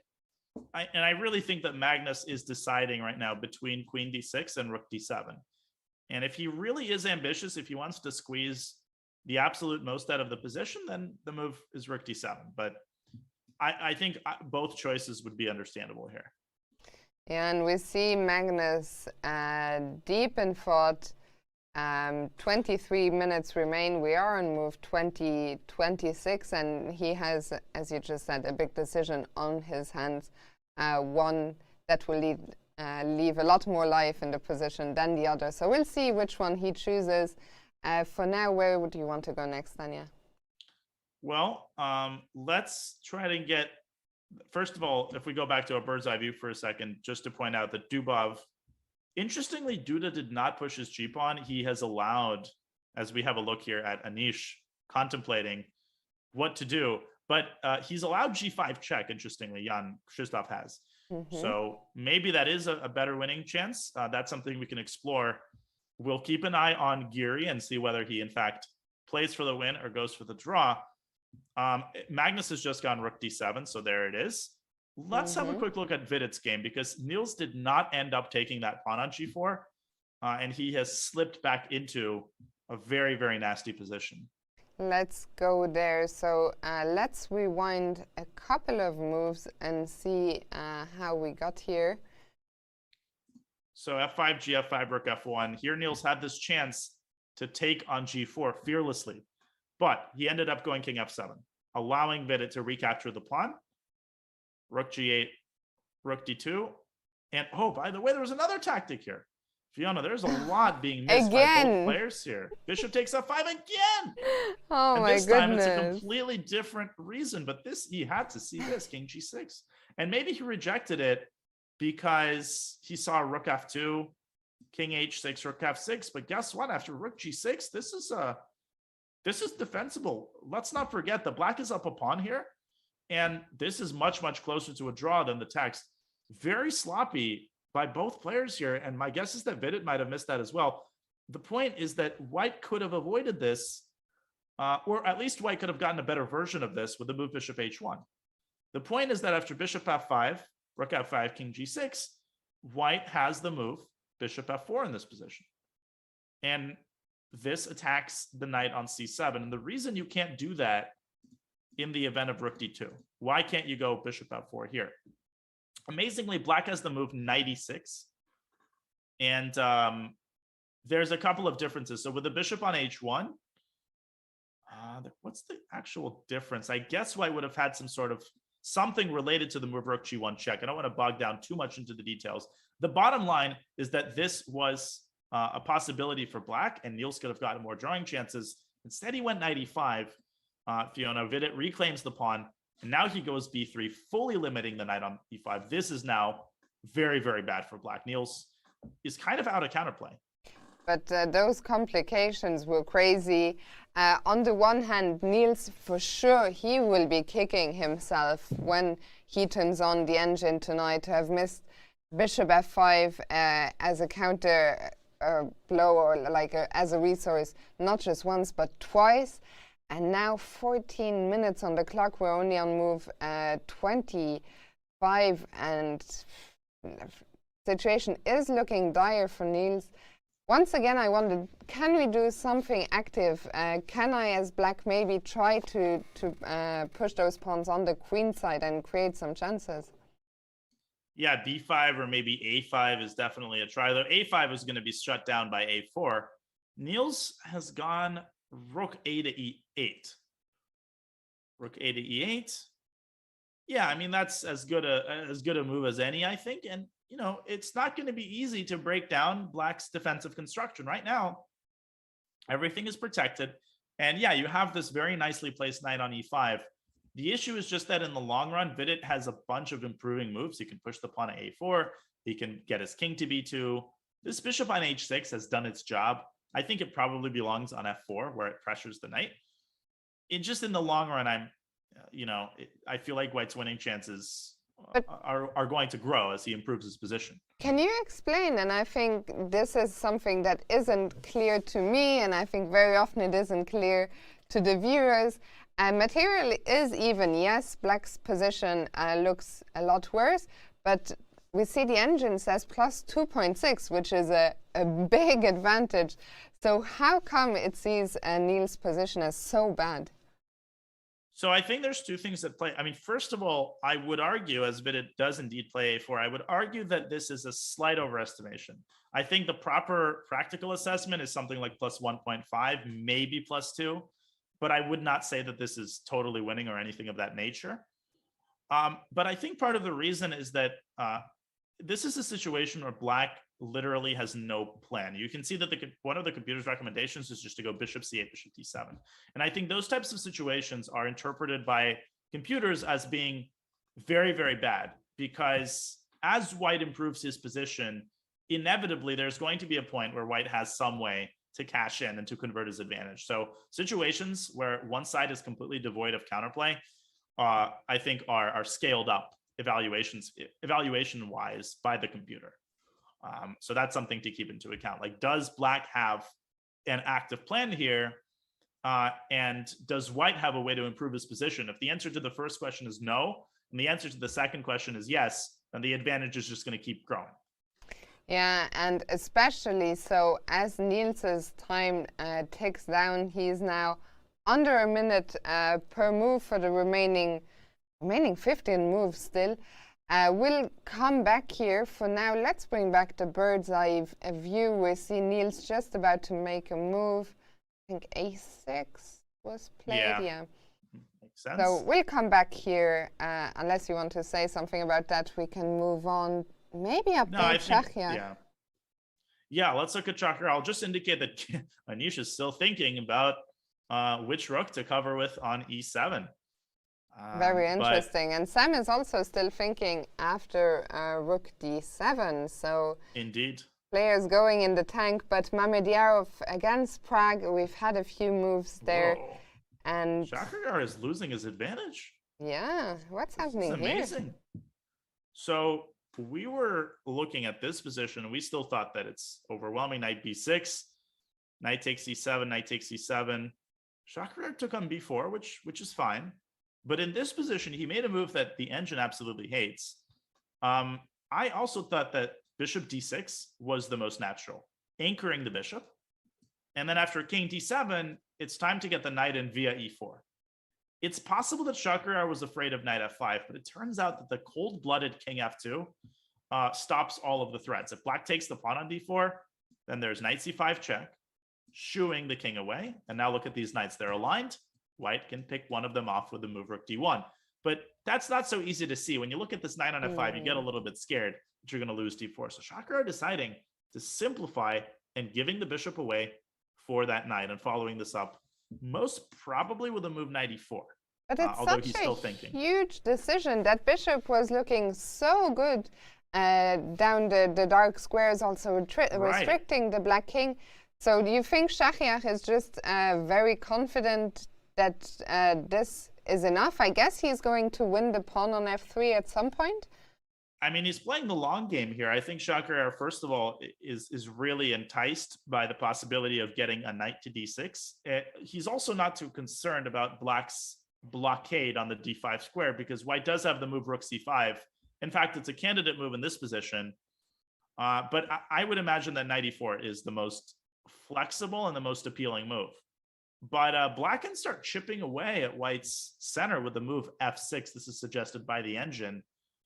And this works out tactically because after ef6, knight f6, it might appear that rook c7 is incredibly strong. And here it's very important to avoid king d8 because of the very elegant rook takes a7, and you're going to skewer the king and win the exchange. But black can simply go king e6.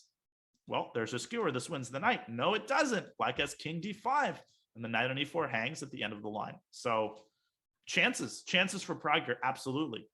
And I think Pragg has got to breathe a sigh of relief when Shah took on e7, because I think to both of us it felt like he wasn't going to survive the onslaught. In the middle game, Shah's pieces looked like they were all over Pragg's position, and now, yes, he is still worse, but at least he's not going to get blown off the board. Yeah, I mean, it was overwhelming, and he, it did really seem like Pragg's days were numbered in that position, but absolute credit to him. I think that idea of trading the queens was very, very wise. He changed the nature of the position, and I feel like Shah didn't fully adapt well to it, although let's not overstate the case. I still think that white's winning chances are fantastic here, and the defensive task in front of Pragg is a very intimidating one indeed. So we'll see. For sure. Let's bring back the bird's eye view again. I'm so curious to see what Anish is doing, but he's gone no for it. Draw. We see that No the draw. G-pawn has advanced further, so No let's draw. go back there. No draw. He has gone after about 15 minutes of thought, and I really think it was never fully in doubt. It's possible he was really thinking about this position after rook d8 and deciding what to do, and here comes the pawn. I think for Andre has to go knight f1 and try to activate this knight ASAP. And if Giri continues to push, then these pawns do have the capacity to get overextended. Rook h8, g3, and there is chaos on the board. Rook f4, rook e2 check, king g1. Black could start eating up the queenside pawns, or he could go g2 first. But then after knight h2, white is hanging by a thread. But this h-pawn is limited by the rook, and the rook can't give a check on e1 because then you drop g2. Rook takes b2. There's a rook trade, rook h7 check. This is given as equality by the computer. It's anything but equal. It's chaotic. So that's just one way that the game could unfold. But it does seem like black is having all the fun here, Fiona. For sure, and especially given the clock situation, although thankfully for Andre, having said that, we are already on move 36, so he's only got 4 more moves to make. But regardless, you're completely right. He's not having any fun here. He needs to figure out how to best deal with these pawns marching up the board, and yeah, he's probably still thinking could have been long gone by now, and the best I can probably get from this is just a draw anyway. Right. No, this is very demoralizing. And the same thing happens after you actually decline a draw offer, and then you end up getting into a bad position. You're kicking yourself. You keep rewinding to that moment, and you keep replaying it in your head, like, man, I could have taken the draw. It's like, it's like when you lose a tooth, or when your tooth falls out and your tongue kind of goes to that place, like constantly thinking about it. He has to push it out of his mind. And I think knight f1 is actually a crucial move here. Without it, black's pawns kind of continue to roll down unabated. Yeah, so we'll see if Andre goes for knight f1. We are back once again in the bird's eye view. Maybe we quickly check in with Sam, and then we can also update the Dubov-Duda ending. Where do you want to start, Daniel? Well, let's go to Dubov's game, because I'm a little bit surprised by Duda's choice, but the more I've been thinking about it, the more I kind of understand what he's going for. Although I think Daniel has a forced draw here. Okay, so we stopped last in this position, and we were thinking about g6, but Jan Krzysztof going a4, allowing g5 and rook c7, and getting his king back to e8. He wants to push this pawn all the way down to a2. So here's the thing. Let's assume that white does nothing. The point that Duda is making is that if Dubov allows this pawn to get to a2, the king can actually get out of its cage by walking to b8. Remember that the rook can never leave the a file, and so it's going to have to drop back down, allowing the king passage forward. So Dubov has a couple of tempi before that becomes a reality, and he can use those tempi to play g6 here, Fiona. The point is, after fg a3, now I can play rook a7. After a2, the king does not have to drop back down. Black is threatening rook f1 check. The king can march forward to e4, and if black starts to push the other passer, white fearlessly activates the king, and white is in time to create very powerful counterplay against black king. In fact, this is already dangerous for black, so Duda has to deviate earlier, but not an easy sequence to play. This requires tremendous amount of calculation, and I think that's what Dubov is burning all of his time to do. This is a very big decision for white. Does he take on h6? Does he play g6? Or does he make some third move? I mean, from the line you showed us, it looks like g6 is working, but of course, Daniil, I think he's going to invest most of his remaining time here. We're on move 38, so 2 moves from now, he will get an extra 50 minutes. He has already played recklessly fast once in this game. He got punished, so I don't think he's going to repeat that mistake. He will try and calculate here pretty much to the first draw if it is there, but I think he's done a great job recovering after losing the pawn, playing some precise moves, and I think I agree with you. I think this is headed to a draw. We have time for one more game before we go for the last break, before the time control. Dania, which one is it going to be? Let's update everybody on the Shanklin game. Let's do it. Or the Magnus game, I guess. Should I refer to the game by the Shankness? Oh yeah, Shank or Carlland. Yeah, no, that word doesn't really work as well. Okay, so after rook d7, Sam deciding to defend the bishop with the rook b3. I guess he didn't want to move the bishop because that would have potentially allowed the rook to infiltrate to the second rank. Magnus going rook f6, getting his own rook to the 6th rank, and of course stopping queen g6, and Sam creating some luft with h3. I think Magnus is just going to keep playing that. I think he's going to go b6. He's going to make small improving moves.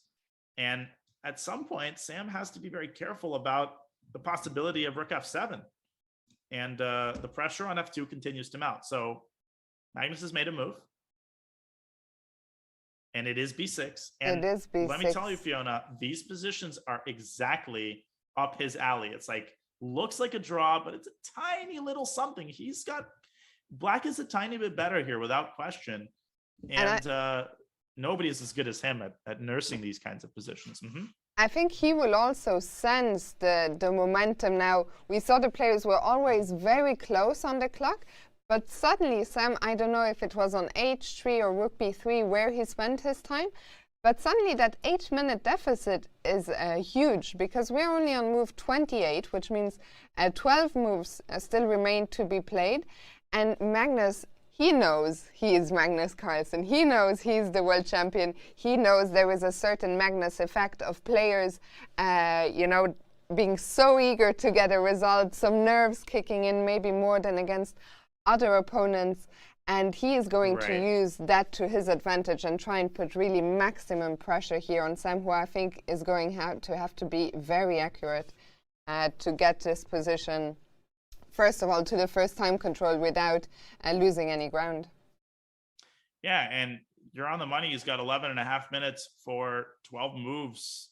And when you're playing anybody but Magnus, that sounds manageable. When you're playing Magnus in a slightly worse position, it doesn't sound particularly manageable. And this is truly amazing. Sam seemed to do everything right. He really hasn't made any major mistakes, even any major inaccuracies in this game. And yet it feels like he's slipping slowly but surely into an unpleasant position. Let's see if he can hunker down and neutralize Magnus's play before things get out of hand. Yeah, very curious. We will find out what happens here after a short break. And guess the game. I guess this is Dubov, who has played G6. Yeah, he has played indeed. G6. Okay, so we'll come back to this, to Magnus, and to all the other games that are still ongoing after a short break. Don't go anywhere. The time scrambles are coming up, and we'll be right back with all the action.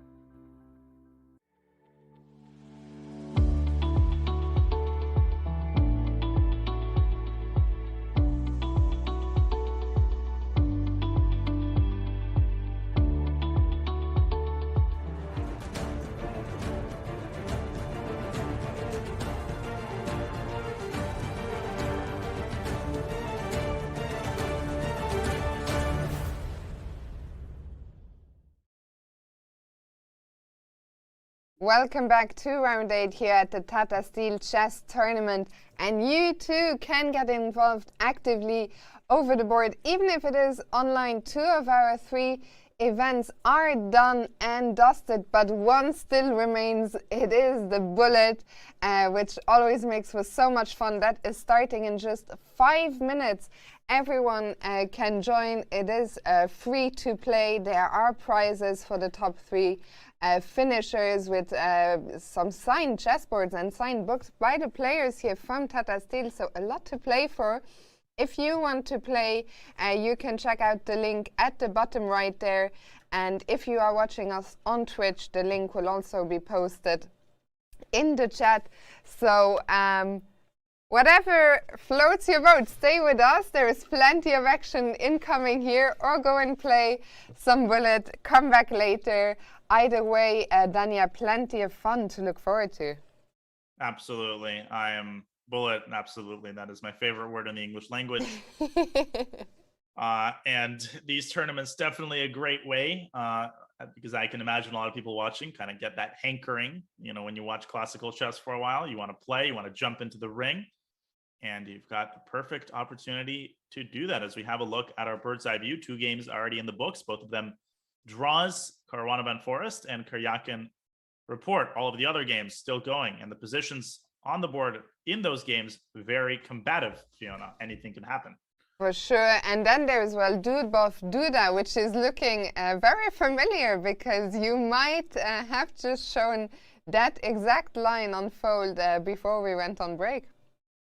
Yeah, let's remind everybody of what that line is and what they are playing into. So Daniil, the discipline to spend however long he spent, 15, 20 minutes really hammering it out, not just tilting his way to a lost endgame, but hunkering down, finding G6.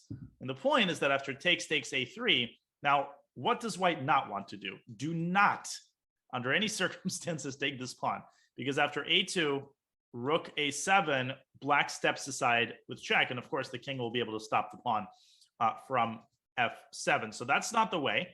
The point is that you stop the pawn from behind, and then when Black plays A2, you're just in time to get this king out of the checking zone of the Rook. And the king is threatening to go up to E5 and then take the pawn on E6. And once it does that, not only will White be threatening mate, but White will be threatening to push this pawn down to F6, break through, and then create a far advanced passer of his own.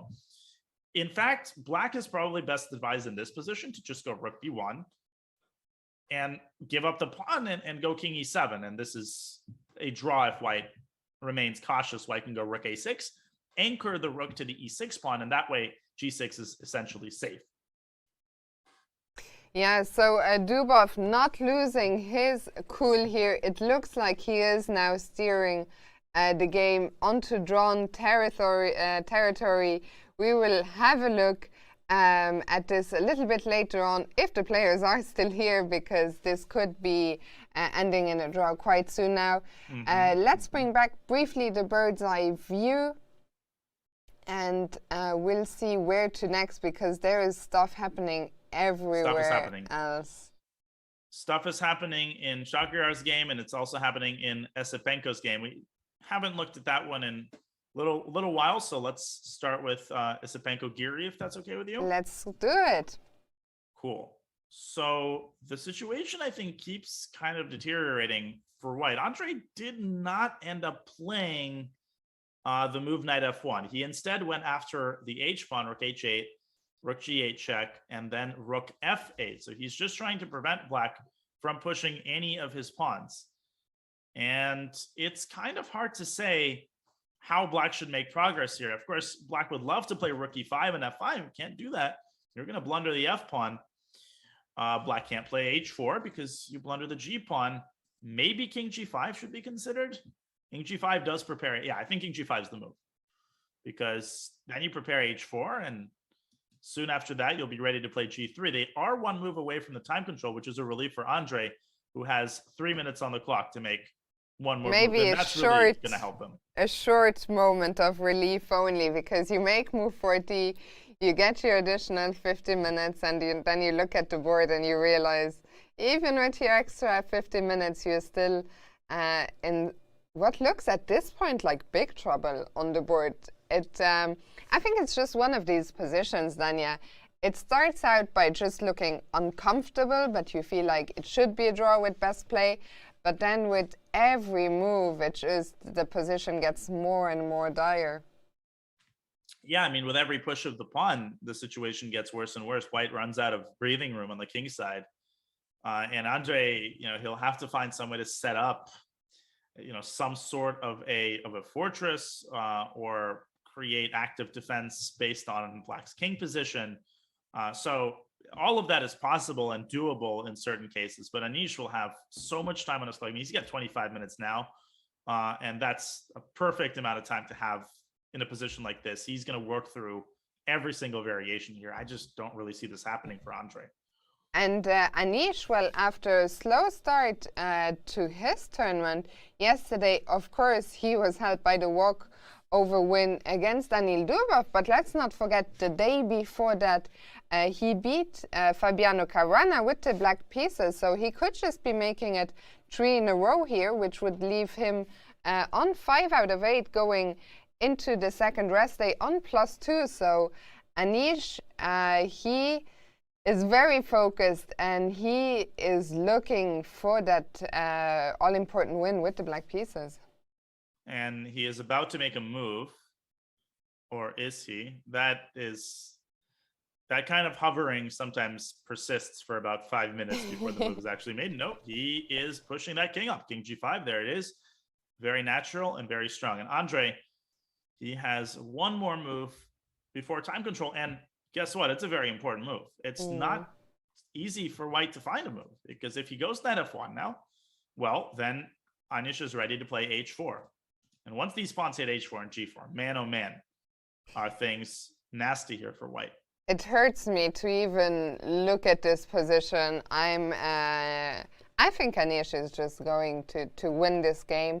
And well, we'll come back here. For now, let's go back to the bird's eye view. Are things happening? I was reading in the chat, yeah, there's been some big developments in Sam Shankland against Magnus Carlsen, and it looks like Sam has done a great job holding his own. Yeah, let's have a look. It does look like things have completely fizzled out and neutralized.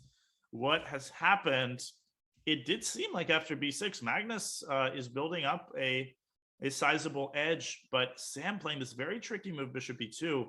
Magnus quickly responded to the rook d2, and maybe this was an oversight because Sam immediately going rook d3 and forcing the rook trade. And after the rook trade, Sam recaptures with the bishop. I feel like with only one pair of rooks on the board, it's harder to create chances, but the engine was indicating this move queen d5, and it was still giving a pretty sizable advantage for Black. The point is that you attack the pawn on a2, and if the bishop drops back and defends it, all of a sudden there's this tactic, rook takes f2. Rook takes f2, queen d1, check, king h2, and now simply queen takes b1. The point is that the rook can't move because you get checkmated on g1. If you give a check on b8, the king escapes to h7. Whatever it was, Magnus almost played that move, but no, he went for a queen trade. But then Sam he says, did a Hess's favorite tactic, which he's been telling me every day about. He's stopped one square short. Right. He stopped one square short, and now Sam has gotten his king out. No, this is a draw. I don't think Magnus has any realistic winning chances anymore. One defensive approach for Sam is to play f3 and create an anchor point for his bishop. I think Magnus is going to try, but Sam should draw this 100 times out of 100. I agree with you. I think this one we can leave for now. I think Sam, he has had some much more serious questions to answer in this game than this endgame, where the opposite colored bishops should make his task quite easy. We also see Magnus there, who seems to be already resigning himself to only getting a draw here. Of course, he always wants the full point, but today it probably won't happen. But that leaves the door open for one man to potentially catch him in the lead, and that is Shahryar Mamedyarov. It is, and we will take a look at his game, and it does seem, unfortunately for Prague, that things have once again taken a turn for the worse for Black. How has that happened, and why is that the case? Yes, I think Prague is just losing here. So let's after go 94, back. Yeah. this is the key moment. We were discussing this move f6, Pragg playing g5. So he's trying to go g4. Mamedyarov stops him, and now Pragg did go f6. But after rook c5, there is a very important distinction between the pawn remaining on g7, or sorry, the pawn remaining on g6. What is that distinction? So after f6, rook c5, let's figure it out. Here, oh, I see it. Here, after rook d8, he takes f6, knight takes f6, rook e5 check, you go king f7, everything's fine, right? Now let's compare this to the same exact position with the inclusion of g5. Imagine if the pawn was on g5 here. Do you see a difference? Well, there's rook f5, and that wins the knight. And I'm pretty sure that that is the reason, and that may be something Pragg overlooked. Rook d8, you have f6, knight f6, let's check. Yeah, that's the subtlety. The presence of this square is what disallows black from and you cannot doing this. defend the knight because, of course, the white knight is covering d6. So, wow, sometimes, Danny, it's incredible, these pawn pushes. You just push them 1 or 2 squares, and it makes such a huge difference. Huge. Pawns are the soul of chess, and you see why. I mean, these square control is so important. Pragg was forced to double clutch it with f5, but now Shakir just comes around, he takes the pawn. The situation stabilizes, he's got connected passers, and see, the knight on d5 is just not stable. There's no pawn that anchors the knight, so it's really only a matter of time before white dislodges it. It might take Shakir a good amount of time, but he brings his king up, he goes rook c6, and now Pragg's position starts to collapse. He's gone rook c8. I actually think either rook takes h6, but probably even better is to take on c8. And now you probably don't want to go d5 due to knight b6 and white's overextended, but the engine was suggesting a really strong move, h4. The point is that after g4, you redirect your knight either to f4 or to e3. You get control over the d5 square, and eventually you're going to play d5, and once you do, the game is over. So Shakir is on the doorstep here. Yeah, he is going to take some time, still has 13 minutes on the clock to decide, does he want to trade rooks here? Other moves might also be appealing, but I think he will go for the rook trade. Yeah, I mean, the alternative is rook takes h6. And this is quite a bit more messy after rook c2. I think Shakir is calculating this. But these positions can get a little bit hairy. I mean, black wants to take on a2, and then black will have his own far advanced passer. I think Shakir is trading. Yeah, I think this is not something you want to allow, even if you knew that objectively it is still winning. I think, yeah, the rook trade is what's going to happen here. Pragg also has close to no time at all on the clock, still 6 moves to make, but I don't think it matters here. I think Shach is headed for a victory. And let's go back to maybe to Vidit and Niels. We haven't been there in a while. For sure. Let's see how Vidit is going about process of improving his position. Is he making progress? It appears that he is making some progress. By the way, look at the clock situation here, and we still have 10 moves to make. 10 moves. Yeah, this is basically a blitz game in the next 10 moves. Vidit, okay, so he went b3. He expanded on the queen side. He decided to get, he did get the bishop back to f4. Rook f2 reinforcing the bishop once again. And then he got his king to a3. And this is the position on the board. Now, white could continue the process of bringing the king up. Niels, I think, is trying to get his knight around to e4. So he is doing his absolute best to create active counterplay, and that is what you have to do, particularly given that Vidit is quite low on time. White does have the very interesting move, bishop f3 here, with the idea of meeting knight d6 with a check on h5, forcing the king onto an undesirable square. Either there's going to be knight e6 check, or if king e7, white's going to take and then shove that pawn down with f6. Knight e6 and f7 is coming up. And if king f8, you get mated. That's a very cute checkmate. Wow. Yeah, so that f-pawn suddenly dangerously close. Bishop f3, definitely one option for Vidit. Can he also continue? The king, is king b4 an option? It definitely is, and knight d6 has to be evaluated and calculated. if you keep pushing with king c5, man, I'd be scared of. I'd be scared of this. I'd be scared of something like this. Yeah. And White can definitely get mated here. I mean, the engine is giving a pretty unclear assessment after bishop a8. So in time pressure, I don't think Vidit's going to go for it. But bishop f3 is not an easy move to spot. That's kind of a weird maneuver. And you have to realize that knight takes f3, of course, is in White's favor, because that would involve giving away Black's only good piece.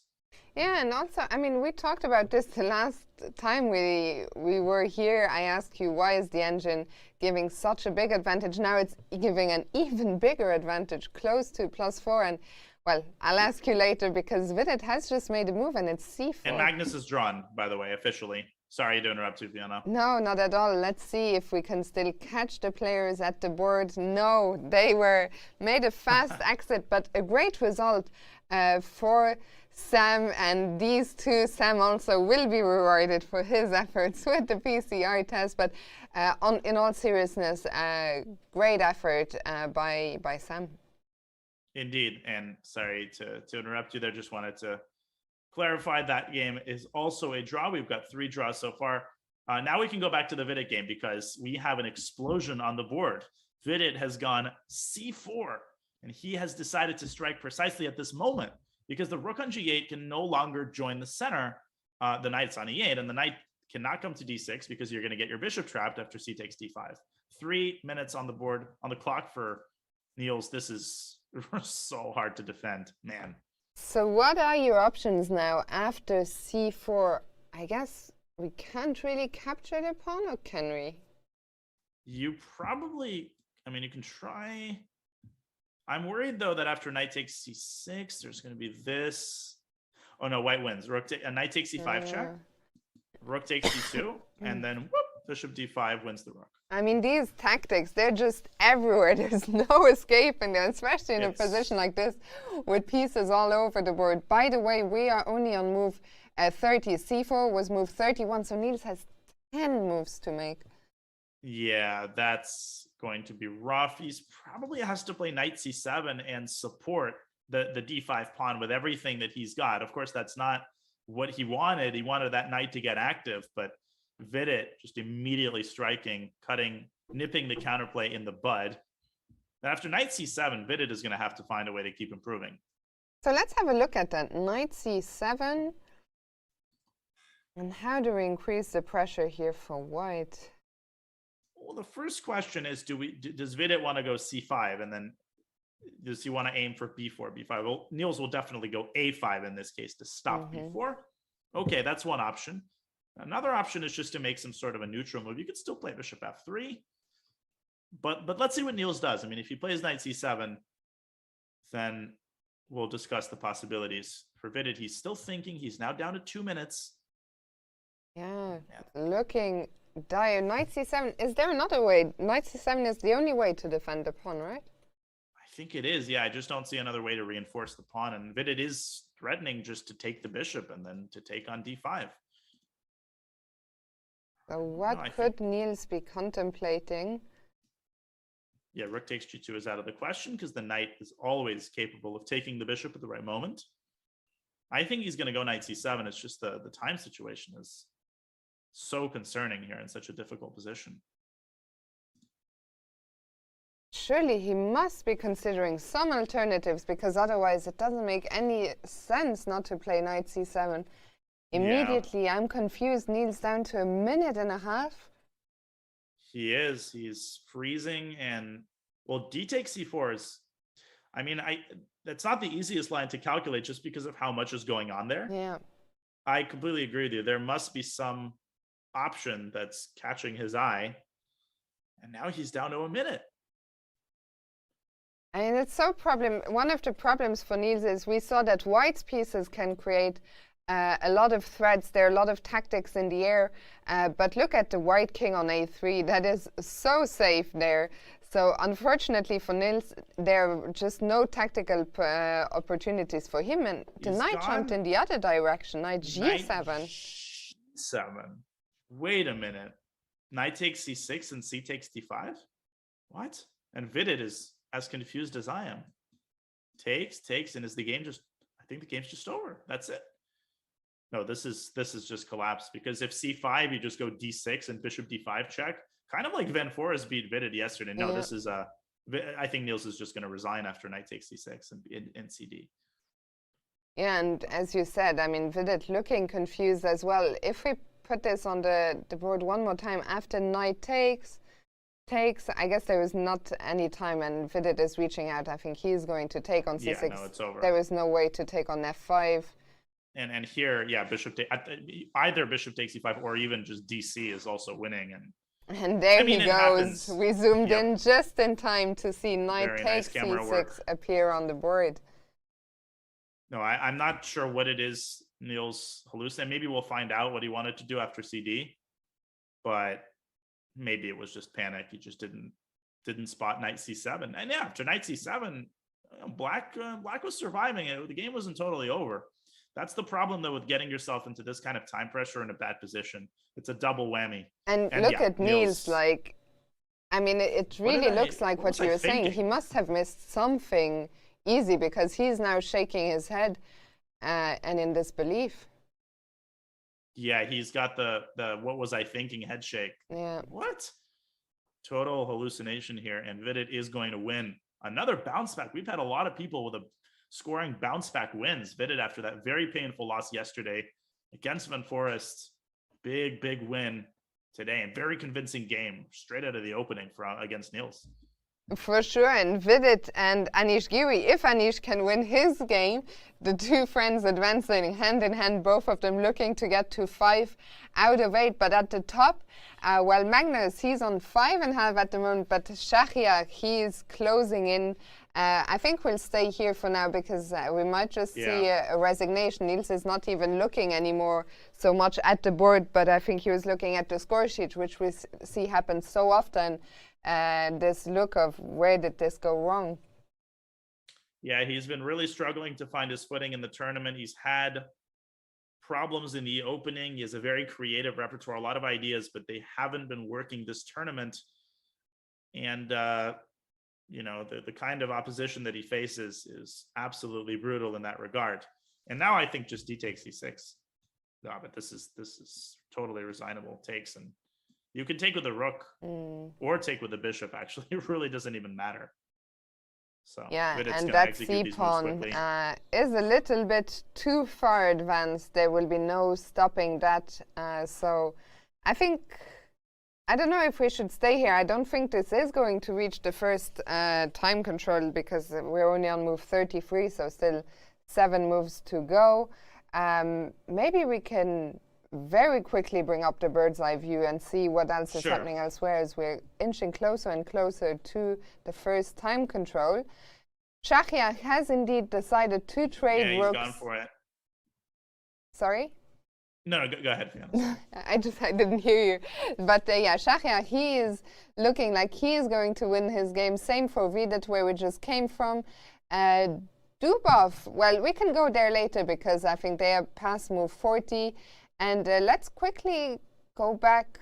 Well, I guess Esipenko is also on move 40. So shall we stick with Vidit for now, or where should we go? Let's stick with Vidit. Let's stick with, because we're going to see a lot of moves there pretty fast. I think we're going to see a result. I think so too. D takes c6 is on the board, and after the rook trade, I think, as you were just saying, Dania, Vidit can recapture whichever way he wants. The problem is just, well, White has 2 extra pawns for starters, and one of them is on c6. And by the way, we're probably going to see a result in the Shahriar game very shortly as well. But and there is the resignation by Niels. So another tough game for him. It really hasn't been his tournament, but for Vidit, a huge bounce back victory. Indeed it is, and a very convincing game, particularly in the opening when he played that early e5. This will be a very interesting opening to explore. I'm wondering who was in preparation and when both players exited their preparation. But that early knight f5 sacrifice, very inventive, sharp, energetic play by the Indian Grandmaster. For sure. And a well-deserved victory indeed. Indeed. And let's go to Shahriar Mamedyarov maybe, which you were saying looks like it's going to end very soon as well. It does. And the point here is that, okay, so knight takes b2. Now Shahriar is, I think, going to just collect all of the pawns, I think he's going to play knight takes f5, king e6, knight takes h6. Now, Prague is going to go after the a pawn. So it looks like black has counterplay, but that's an illusion because white can go h5. After knight takes a2, knight takes g4, b3, it's literally just one threat. As soon as it stops, black can resign because now these pawns are completely unstoppable. I think Chakrera has calculated that. He's got plenty of time. And this is the pathway I think the game is going to go down. Yeah, and well, actually, knight takes b2 is move 39, so only one more move to make for Shahriar, and there he goes. He has just captured the pawn on f5, and he is going to get an extra 50 minutes here, which is plenty more than needed. Yeah, he won't need them. He's going to take on. I mean, he's already calculated the line till the end, and despite the time, the added time, I think the players will continue to execute their moves pretty rapidly. And that leaves us with only, well, let's go back then to Yasipenko and Anish. Or do you want to start with the rook ending first? No, let's look at the Anish game. So Anish, we haven't missed too much except for the black pawns. They're really getting closer and closer. A4 is a move, Daniel. I'm a little bit surprised to see it on the board because if I were white, I would feel like I have to do something to actively stop the black pawns, but maybe there is just no such move in this position. Yeah, and I guess what Andre is saying is that, well, at the moment, he is more or less stopping the pawns from progressing further. Giri could play h3, but that could end up being, in fact, that is counterproductive. It gives the knight this huge square on g3, and now white is the one who's playing for a win. And if you play g3, then the rook, well, actually, it might be the case that Andre wants to sacrifice on g3. This might be the end game that Andre is going for, the lesser evil. And yes, black is up a pawn, but winning this is going to be very difficult. White's rooks are active. And so Giri might end up delaying g3 and instead sort of playing that cat and mouse game on the queen side, maybe throwing in b6, c5, just making some improvements and milking Yasipenko's clock. Yeah, it's very interesting. Well, Yasipenko, he has just gotten in his extra 50 minutes, so plenty of time now, but it can go down fast. And well, let's check in with the last game, that is Dubov against Duda.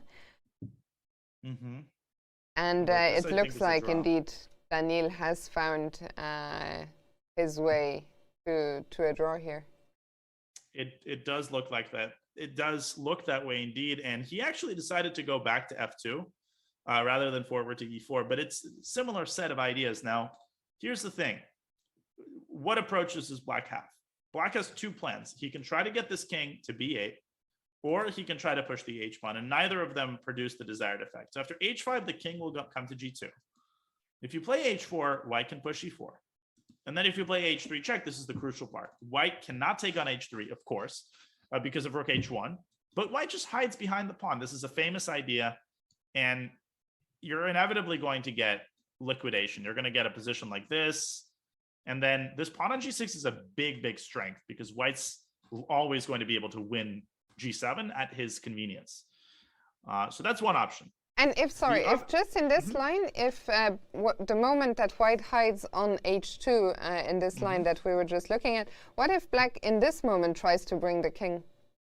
Yeah, so it's going to be the same idea. White's going to go f5, and black needs to be careful with it. In fact, at this point, black has to liquidate because if you go to c8, after f6, white's already winning.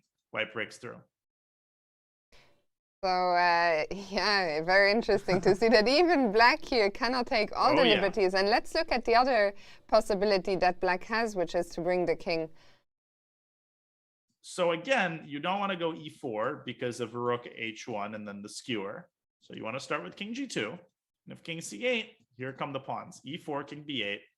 Yeah, the rook has to move away, but if the king starts moving up toward the rook, white already plays f5. And again, white's already better.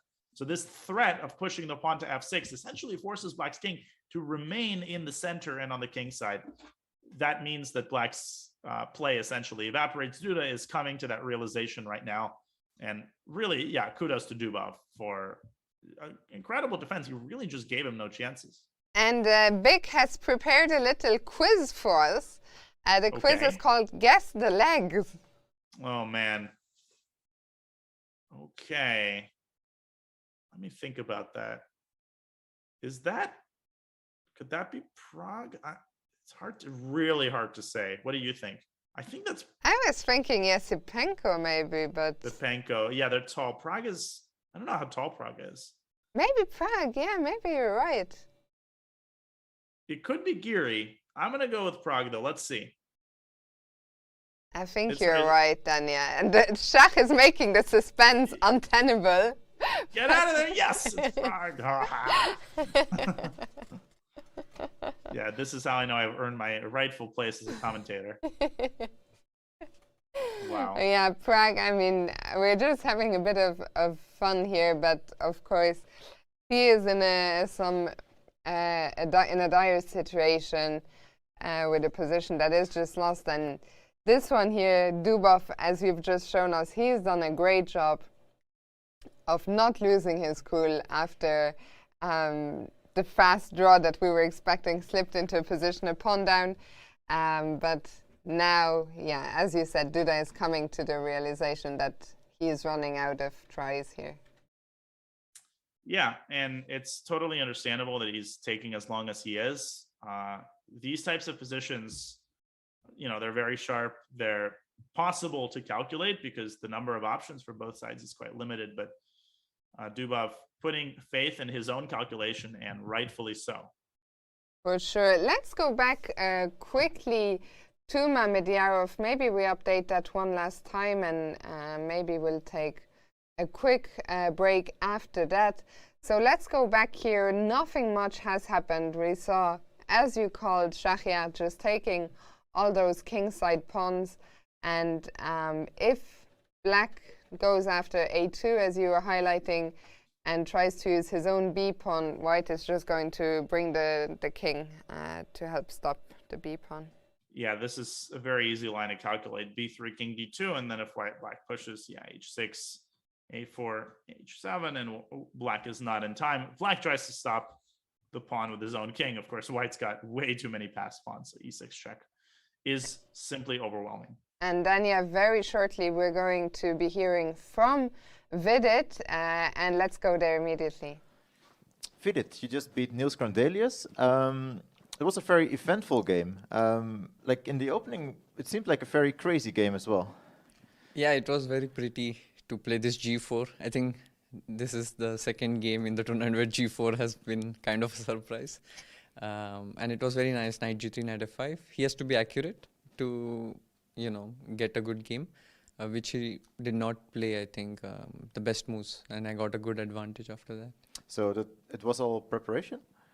Until some point. I mean, I don't think you can just play g4 over the board. And after that, like, what were the key moments of the game? Yeah, after that, I for sure knew I was better. But the problem was I had so many choices, and it was not easy to pick the best move because I don't know which is the best, first of all, and everything looks approximately similar. But I did allow him some defensive chances in time pressure. For example, he could sacrifice bishop f5, and then my rook is trapped on f5, something like this. Of course, White is better, but yeah, it would have been much easier for him. Once he allowed me this bind with pawn on f5 and my knight on d4, then it's just positionally very, very good for me. I think yesterday you lost your game, right? So like, was it hard to bounce back? It was very hard yesterday because Jorden had played a new idea. And I reacted well. I found all the best moves until certain point. And then, okay, I misplayed, he misplayed, something like this. But at some point, I was just better, in fact. And the problem was I was very, very low on time.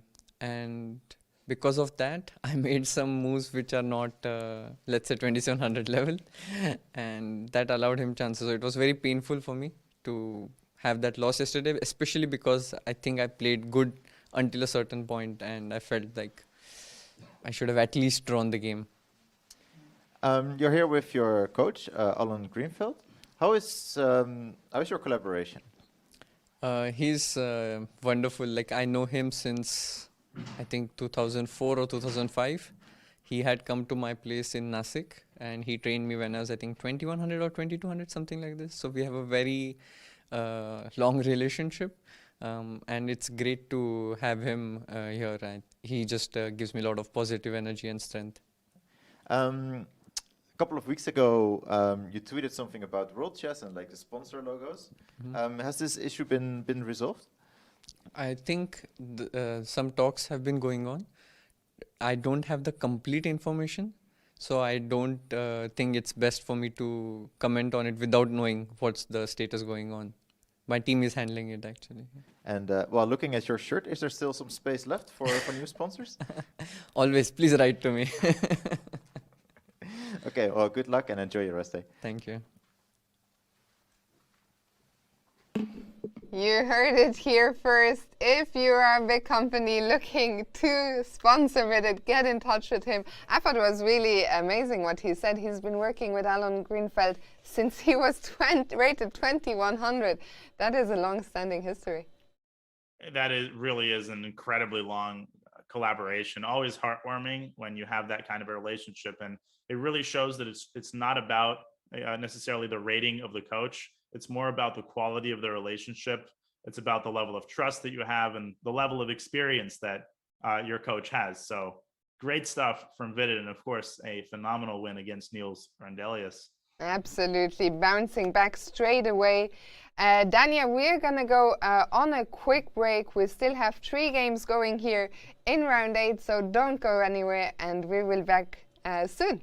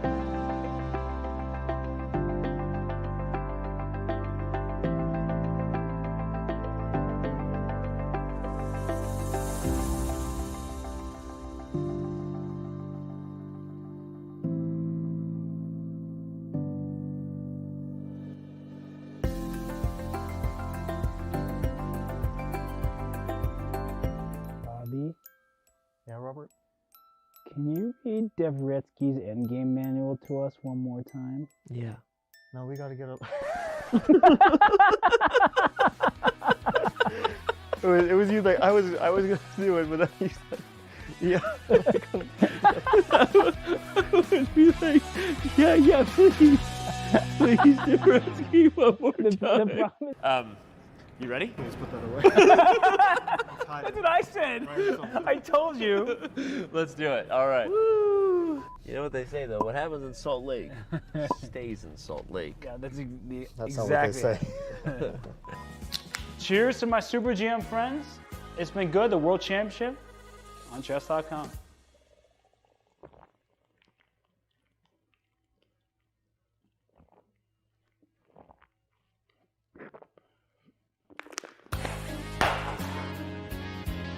Let's do this. That was perfect. I think we got it. Let's chug that whole beer. That was impressive. Woo. Yeah, I was. Yeah, I'm great. Round two. Bobby, Yes, Robert? can you read Dvoretsky's endgame manual to us one more time? Yeah. You guys have to go with it. I can't do it. Do that. Okay. I just actually didn't expect you to do it that time, which made it funnier. Like I thought you was a one-time I want thing. to be like, yeah, please. Okay. I'm just trying to ad lib with what feels natural. Yeah, no, of course it feels natural. Wait, so we should expect that next Yeah. time, right? Yeah. Okay, just so I'm mentally prepared. Yeah. Okay.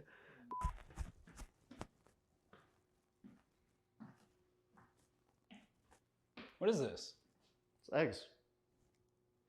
I want an omelet with brie. Just fucking eat it.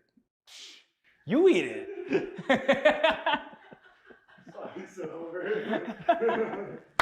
Wasn't expecting that. That wasn't either. I was like, what? We could turn a little bit on the shoulder there. The faster card and unibrow. I just want to thank my sponsors very much for all they do to promote chess. Sounds like a great future credit card, but faster card. Yeah. Wasn't it faster hard? Wait, what did it say? No. It said card. Y'all are respecting the wood a little too much. Not faster hard, Bobby. Oh boy, I can't be with you two anymore. Unibrow. Oh, okay. It was.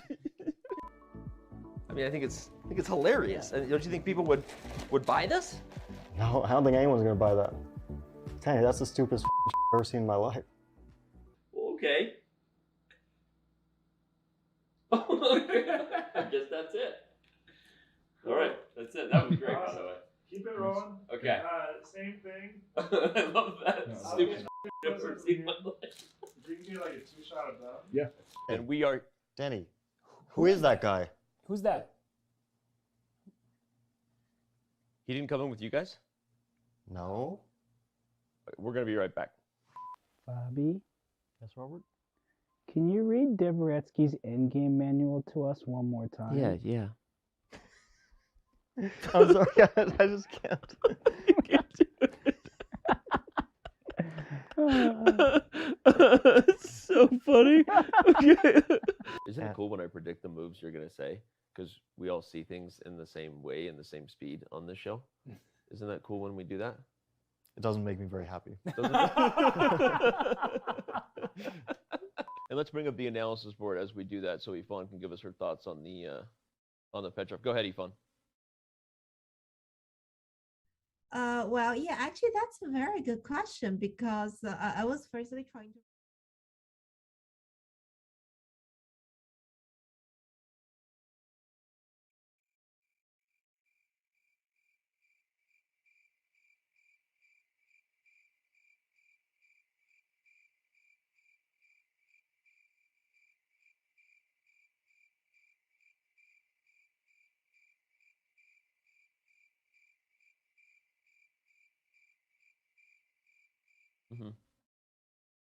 Fabi?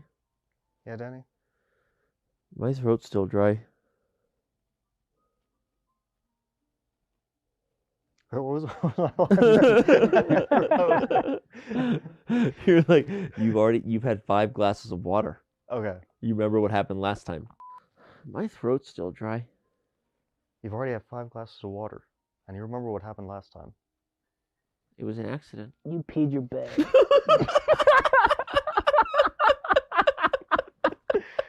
You're looking fresh, man. All 6 of them? Again, dude, your haircut just looks great. Wait, did we start the bit? Yeah. That's the first thing I noticed. You're not supposed to say that. You're not supposed to say that if we start the bit. If Black's a6 pawn was transported, let's say... Good night, guys. Good night, Dad. I've been Fabi. Fabi.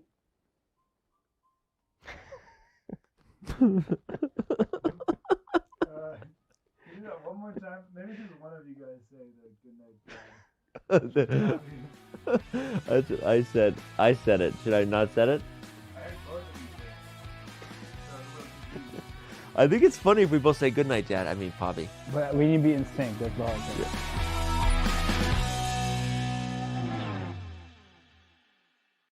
Hello and welcome back to round 8 here at the Tata Steel Chess Tournament. And Dania, we still have 3 games remaining, although the first one that we expect to be over, maybe it's a close toss-up between Mamedyarov and Prag and Dubov and Duda, but they will end in 2 very different ways. Indeed, they will. Looking over at the top left, we have Mamedyarov and Prag, and that game is going to end any second. Let's start with that one. Let's go in sort of chronological order. Oops, and let me pull that up for you. Here it is. Okay, so it is a case of too many pass pawns. We've all been there, but Prag actually doing as good of a job as he can, sending his knight back to try to stop the H pawn. That's the pawn he really has to stop. Now, here's the point, Fiona. H6 would be a terrible blunder because of B3. And it turns out that White's king can no longer stop the passer, well, because it's going to promote, because the knight defends the promotion square. So Shakhriyar has to remain very cautious, and he has to play king d2. Prag is going to give a check and then swing the knight back to g5. The reason this is completely winning for White is because Shakhriyar is going to go h6 and then knight f6, and he's just going to push all of these pawns up the board, and they're completely overwhelming. I have a question. Could I not have gone, instead of going to c2, could I have gone to d3 instead, with the idea of maybe bringing the king to c4 and then just try and push the d pawn immediately? Excellent point. I think this is even more accurate because now you just stop. You also just stop both pawns at the same time. This is even more efficient. I completely agree. Yeah, this is even better. And Shakhriyar has indeed gone king d2. Yeah, indeed. And well, this game I think will be over very shortly. As you said, just too many pawns to deal with, and Prag, he knows it. So we'll come back here. But for now, let's quickly go to the rook ending between Duda and Dubov and see, is Duda making any tries here? Duda has been taking very long amounts of time really trying to figure something out, and to no avail. He's just played h5, going down the first path that we had described. Daniil can simply go king g2, and the moment that Duda gets his pawn to h4, White can send the e-pawn down the board, and ultimately Black can transform this into a position where he's up a pawn. The issue is just that it's the wrong pawn, and even after something like rook a7 and rook takes g7, not rook f7, rook takes g7, White's pawn is active enough to guarantee an easy draw, and this game will also end very, very shortly. Here comes king g2 h4, and I am fully expecting Daniil to go e4 in this position, preparing f5. So those 2 games we expect to end quite soon, and that leaves us with Andrei Yasipenko against Anish Giri. And I heard during the break that apparently Magnus mentioned off the record, so it wasn't during the interview, but that he was quite impressed here actually with Anish's idea in the opening. Yeah, this knight, I mean, this is cool. Bishop sacrifice in knight e5, and obviously at a super grandmaster level, you're almost always fine with a draw with the black pieces. So you have the freedom to play these kinds of ideas that contain within them the possibility of a forced draw. But look at this, Dania. After a4, Anish has really gone into the tank here. For probably well over half an hour at this point.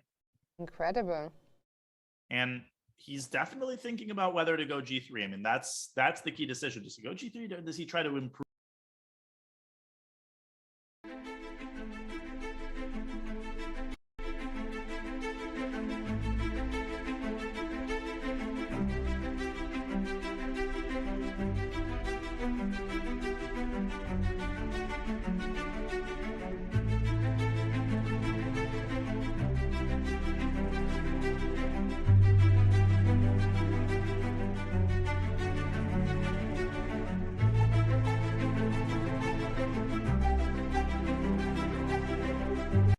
Draw in this endgame than a black victory, but it's a very hard position to evaluate. And Giri not showing any signs that he's ready to make a move just yet. Yeah, so Anish still contemplating. I think really what he's thinking about most likely is just this endgame here. What are his winning chances here? And if I think we'll just keep jumping around, waiting for one of the other two games to finish. I guess the first one that will finish is Mamedyarov against Prag, as Prag has just given the check on e4, so we can go there. And Shach, he's going your way, king c2. Yeah, I definitely king d3 was more precise, but this should be plenty good enough as well. Yeah, I mean, Prag could probably start with a5 here. h6, knight g5, knight f6. No, it's over. Well, a4, h7, knight f7. And the knight temporarily stops the pawns, but now White's knight can circle back to f4 in order to dislodge the king so that White goes e6. And it's only a matter of time before White's pawns promote. You know, White pushes any of the pawns, actually. g4 was also good there. Yeah, and this one will end quite shortly, and really there isn't much to say about this position. Which one would you like to focus more on? Will we focus more on Anish? Shall we see on the bird's eye view Dubov? Maybe that's actually the first one to finish, because Dubov has gone yeah, a lot e4. Of moves are being played here. And I actually think that Jan is going to go rook e1 in this position. Let's switch over to that game. So rook e1 in this position, I think he's going to play, or rook f1. I mean, rook f1 is the other way that he can win a pawn temporarily. Takes. But here, actually, White has a very nice idea. Rook a8 check, king e7, and rook a7 check. And this draws on the spot because king f6 runs into rook f7 check. So probably a better try is to go to e1. Yes. For Duda. Definitely. And then we're expecting, and there comes the rook. I think he's gonna e1. Indeed, yeah. He's gonna rook e1. Rook takes a2 is about to happen. Oh, and a draw has been offered and agreed. And Mamedyarov also won simultaneously. We had two results at the same time. We had a draw in this game, and Shakri are winning at the same time. So two That's results, hilarious. we see those two players. Daniil, he made life difficult for himself. Shach and Prag, they didn't waste any time. Jesus. We come back here and they're both gone already. Yeah, Dubov, one more time. We thought this one was going to be over hours ago. Then one reckless moment by Dubov overseeing Duda's possibility to go b5, and he had to suffer for a lot longer than planned, but in the end holding on to the draw. Yeah, good stuff from Duba. Very professional attitude, not losing his mind, you know, when he blundered that pawn, and just proving the dictum that all rook endgames are drawn to begin with. So a relief for sure, a relief for Daniil Dubov, and for Duda, a solid result going into the rest day, a draw. So we've got two decisive games so far, Mamedyarov beating Prag and Vidit beating Grandelius. Neither result particularly surprising, but for Mamedyarov, a great game. It was a little bit topsy-turvy. He gave Prag some chances in the endgame, but it was never really in doubt. Yeah, and well, with his victory, Shachar Mamedyarov, he is now has joined a certain Magnus Carlsen in the lead. He will be making the most of that rest day. I'm just trying to think, have the two played yet. I think not, but my... No, I don't think so. And that's always a very interesting matchup. For sure. I think Magnus used to, and actually, Danny, I was just having a quick look. They will be playing 2 days from now after the rest day with Carlsen with the white pieces. So that will be a huge, huge game coming up. Yeah, Magnus will definitely try to make the most out of that game. And for Prague, it's been a very difficult experience at Tata Steel so far. But once again, we have to keep reiterating how young he is. And how nowadays, very often the expectations are just not very realistic, you know, and I think people forget that experience is still incredibly important, even though grandmasters are getting younger and younger. It's one thing to have a certain rating. It's another thing to have a wealth of experience playing these types of tournaments. Absolutely, for sure. No matter what happens here in the remaining few rounds, Prague is going to walk away with so much more experience. And not just that, but also the fact that he will have faced Magnus over the board in a classical game.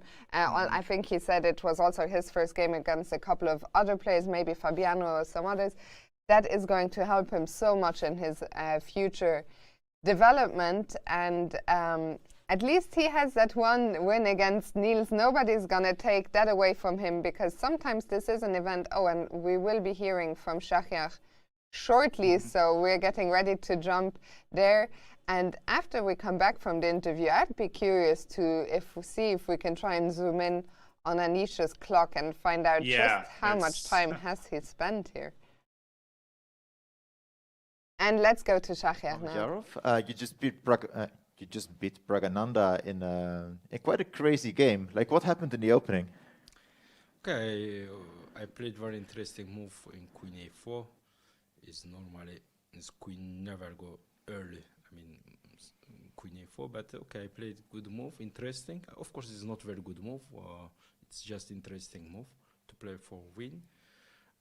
And I think after move 10-11. It was absolutely winning position for white, because it's black kings. It was very bad, but we played, I think, more 40 moves because I missed something. I don't know. Maybe I don't miss, but I just want to play accurately, because maybe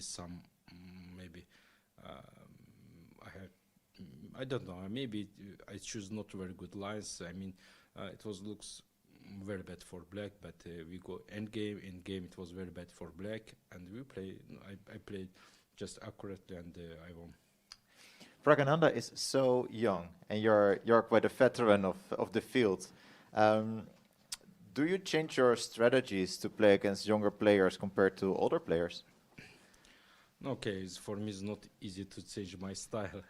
My style is every time to play interesting chess and fighting chess. It's not easy to change style when you play young or oldest player, but I just love to play chess for fighting chess and very interesting chess. For this reason, it was not important he's young or not young. I just play normal chess. In the next round, you will face the co-leader, Magnus Carlsen. How do you look forward to that game? Okay, I played against world number 1. Of course, he's world champion. He's very strong. He's, of course, very strong chess player. Of course, we will play just chess. It will be not easy, because also I will play with black. But we will try. We will play good chess. I will try to show my best. We will see. I mean, I am ready to play good chess and to try to play.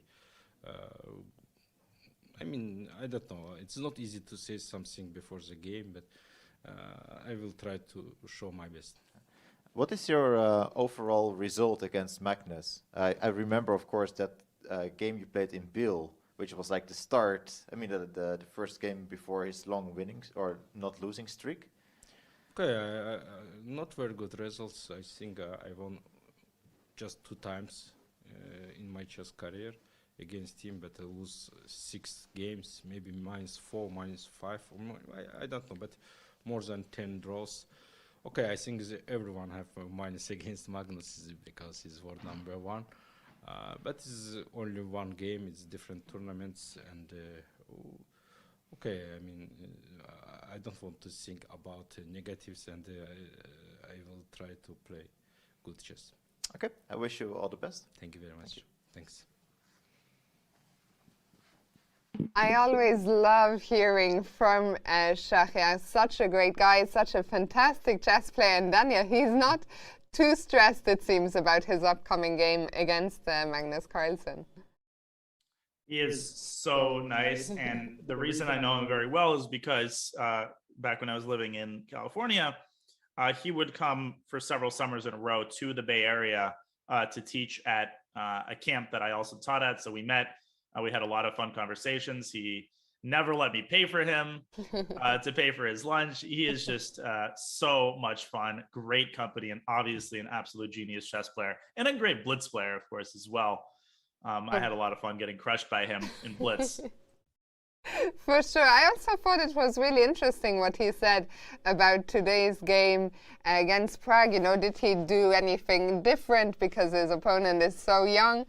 And he said, no, young, old, doesn't really matter. I just play my chess. And he said it's difficult to change his fighting style. And it is what we love to see. And he is in the joint lead. Meanwhile, Anish Giri, after a long thing, he has played the move A5. He has. And he has went for option 2. Option 1 being the immediate G3. And I'm going to say a word that I think most people are not going to associate with this position, but allow me to explain. The word is Zugzwang. Zugzwang, what are you saying? White's got 800 pieces left on the board. Well, here's the thing.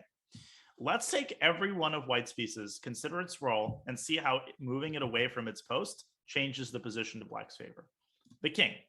The king obviously holds back the pawns. If you move the king back to G1, then the move G3 becomes a lot stronger. G3 followed by King G4 is extremely scary.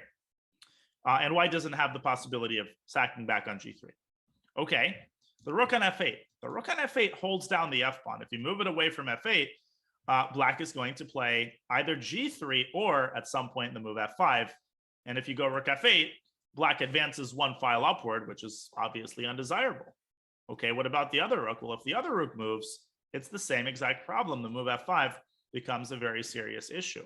So that essentially leaves White only with his queenside pawns. And if he goes B4, Black can just reinforce the problem with the move B6. And I believe that White is actually in Zugzwang here. And even if White goes after the B pawn, Black doesn't care. F5, and if Rook takes B6, I was calculating this during the interview, I think after F4, Black's pawns are completely overwhelming. This has been a fantastic decision by Giri, and his time was not spent in vain. Wow. I mean, I did not, when you said, let me tell you one word, I thought it might be Zugzwang, and like I'm sure many other viewers, I thought, how is that possible? But yeah, Andrei Yasipenko now finding himself in a very uncomfortable position, and some concessions will have to be made here. Which of the moves you looked at do you think is the lesser evil? I think you should definitely start with B4. And for the record, I'm positive that with top computer play, this should be a draw. It just I just have the sense that if White plays with mega accuracy, these positions usually can be saved, but man, oh man, is this difficult practically. So I would throw this in. Why would I throw this in? Because I feel like at least this forces Black to weaken some of his pawns, you know? And now, okay, the engine suggests the move Rook A8. And the point of this is that F5 is met with B takes A5. And now Black has a lot to worry about on the queen side. So what this if necessitates I Rook start E5. by taking on A5? Takes A5, and now Rook A8 makes perfect sense. So I'll play Rook E5. Then you can keep harassing me with Rook C8. And probably I will close my eyes and just start pushing these pawns. Takes an F4, this type of position. I mean, this is so nasty to play. Yeah, this is not what I wanted. And instead, if I don't go to C8, but I go back behind the F pawn? You're just yeah, going you to go push, back behind the f pawn. I'll push f. I mean, this makes sense, and then you can just play a move like king h2. Again, orienting yourself toward the sacrifice, and ultimately, I guess Black will have to play g3 at some point and go for this type of endgame, and then a move like rook d7 in order to get the rook to d3. 50-50. I mean, White totally can save this, but I can also see Andre making one more mistake and slipping into a lost position. I also think that very often, I don't know if you would agree, but Anish has spent so long now on a5, and very often we see that kind of being reciprocated by White. And because it is a very tough spot here for Andre. There's so many different things. I mean, he always has to calculate this ending that you were talking about. If Anish goes g3, does he want to take that pawn? Probably yes, but so much to figure out here. And what I was going to say, the time could at some point start ticking down very fast because we are only on move 41. Only one move has been made. And forget about reciprocating the time used because b4 is on the board. But maybe b4 was the first, the more obvious. And after that, things will get more tricky. Yeah, I think b4 is, it's very natural to throw this move in. It's not going to hurt. For Anish, I guess a takes b4 is a viable candidate move. And after c takes b4, I'm not really sure. But the thing is, again, it's Black to move here. And now Black is in a weird way kind of in Zugzwang, because if Black plays b6 and tries to wait, well, that's no good. White creates a pass pawn of his own, and this is the last thing that you want to allow White to do. So I'm anticipating b6, and there it is. b6 played quite quickly. And this is a big moment for Andre. He has to decide which piece he's going to move. And at the same time, he cannot take too long. He can't really even take longer than 15 minutes, I would say, on this move. If he drops below 20 minutes, he's got 18 moves to make. It's not gonna. He's not gonna make it happen. So he has to keep himself at least, I would say, 20 minutes to calculate. And maybe we can once again here just try and go through all the possible moves that White can make, the different pieces he can move, because the options are quite limited. Yeah, and I think we can use the process of elimination to prune the tree of possible moves. King h2, I think this is actually not such a dumb move. I mean, I know it looks ridiculous to walk into a fork, but again, if you know that you're sacrificing on g3, I think this is a viable candidate move. And also the point is rook e3 check can be met with a rook f3, very important. Otherwise, you'd lose c3. So that's one possibility. And from Black's perspective, the computer proposes this move rook g6 with the idea of defending f6 so that this other rook is going to be free to move. Where will it move to? Well, it can go to e1 and activate itself, or it can go to e4 and start harassing White's queenside pawns. So I don't think Andre is going to go king h2, though. I just don't see that happening. I think he's going to move this rook on f8. I think this is the rook that he's going to move, and probably he's going to play rook b8. And I think that we're going to see this position on the board, if I had to guess. Which looks terrifying to let one more pawn advance, but maybe just not so many other options. Dania, while we wait for Andrei Sipenko to make what is a big decision, we're going to listen to what Sam had to say after holding Magnus Carlsen to a draw. Sam Schenkland, you just played a draw with Magnus Carlsen. It seems like you were pressing the whole game. Like I was pressing the whole game. I think so. I felt it was sort of back and forth. I mean, at some point when I played bishop b2, bishop b4, I had missed some detail that I just can't go rook c1. He has knight takes a2. And at this point I already felt like my position was uncomfortable. I calculated a lot of direct lines with like queen b3 with a3, and none of it was working.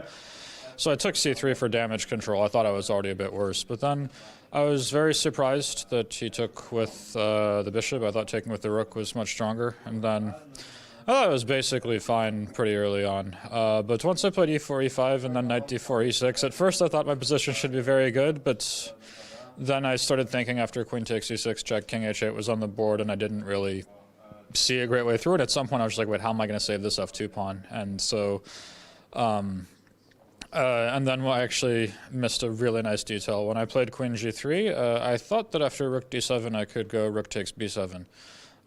With the point rook takes b7, queen g6 is just draw on the spot. But after rook takes b7, his bishop takes f2 check first is a very important move order. Rook takes f2, rook takes b7, queen g6, rook b1 check, and I get mated by queen d1 at the end. So after that, I was actually surprised that that he couldn't put more pressure than he did. It felt like it should be unpleasant, but I guess I held pretty easily. Did you expect Magnus to play a gambit? Yeah, I mean, this is only sort of a gambit. I mean, but yeah, like I didn't expect it at all, of course. I wouldn't have played so terribly in the opening, I guess, and maybe I would have put some more pressure on if I knew this was coming, because I don't think this is supposed to equalize, but I haven't checked it recently.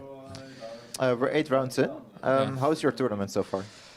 It's been lousy. I mean, so basically 6 of the games have just been sort of normal draws. That's fine. But the 2 games that stand out is I was dead winning against Niels Grandelius, and I drew that game. And then against Vidit, I got some very unpleasant position and defended it all the way to equality, and then started to relax, and next thing you know. So it feels like if I'd been on better form, I'd be on +1 instead of -1. So it's just been a frustrating event, especially to still be winless. And, 7 draws and a loss is not great. But I'm still playing reasonable chess at some moments, and certainly enjoying the tournament. It's really great to play with such strong guys.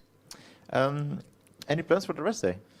Not really. I'm not even sure how much we're allowed to do. But I'll think about it. I haven't thought about it yet. Okay. Thank you. My pleasure.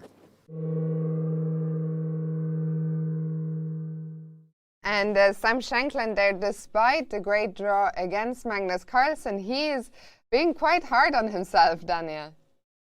Yeah, he always has been, and that's an ingredient, necessary ingredient for greatness. And we saw that he admitted he hadn't checked that line in a while, and Magnus's opening choice had the desired effect. But yeah, I have to agree with Sam. I think it was back and forth. I don't think Sam definitely wasn't better the entire game. If anything, he was concerningly slightly worse toward the end, and a great job just holding everything together against Magnus. Never an easy task. For sure, and I think he had the right feeling that Magnus could have put on more pressure. There was this one moment, maybe later on we'll have a chance to briefly go back there, where Magnus maybe could have put more problems than he did. But for now, we have only this one game remaining here in our Masters group, and Andrei Yasipenko, as you predicted, he is still pondering his next move after b6. Yeah, they're clearly at an inflection point at a critical moment. I mean, I don't envy Andrei. I'm just going to sip my coffee and watch him make this decision, because, man, I mean, between b takes a5, rook b8, rook a8, knight d2, king h2, there's 5 or 6 candidate moves, and all of them you could see a case being made for all of them. And those are the hardest decisions to make, the ones where you really have 3 or 4 options, and it's hard to calculate anything in this position. It's kind of a weird position where black has a bunch of improving moves. So Andrei's going to have to trust his intuition, and I think the worst thing he could do is really go under 10 minutes. I mean, I don't see him defending it for the next 18 moves if that happens. Yeah, for sure. I mean, we always feel we are so far away from the next time control when we hit move 40, but it's going to happen way faster, especially if you're Andrei's shoes. The minutes here tick down so fast, and 18 moves to make is a lot of moves. 27 minutes already isn't very much time for all the moves he has to make when every move is a crucial decision. Exactly. And I remember a game from the, I think, 2015 US Championship against Ray Robson. We got into a crazy time scramble, and then we barely made sudden death on move 40. We both got 30 minutes, and he thought for 29 of them on his next move, and then I thought for 28 of them, and then the time scramble literally continued. So we got up, went to the bathroom, refilled our coffees, back to work, put the hell button back on, start working on it again. It was a crazy incident, and I ended up losing the game. That is crazy. But here, I mean, something very similar is happening right now. The players had gotten 50 minutes, and half of that allocated extra time is already gone for Andrei Esipenko. Yeah, I mean, the time just evaporates so quickly. When you're thinking about these super complex positions, you can take 5 minutes on something and then realize there's an easy refutation because things are so hard to calculate. And it's funny that the move King H2 is a viable candidate move. That's a ridiculous looking move. I mean, who would walk right into a fork? And yet that, under some circumstances, might actually be the best move. But for Anish, the thing that makes his task easier is that he does have a pretty clear pathway toward improving his position. He wants to play Rook G6 and free up the other rook. And he always has the possibility of going G3 whenever he wants to, and essentially forcing knight takes G3. Yeah, and frustration there for Andrei. He just seems irked. You gotta feel sorry in a way for Andrei, who's gotten himself into quite a bit of trouble. You also gotta have respect for him making the decision early on to play on. But now he's gonna have to dig very deep. Dania, we're going to take a quick break, and we'll be back with the conclusion of this game in a few minutes.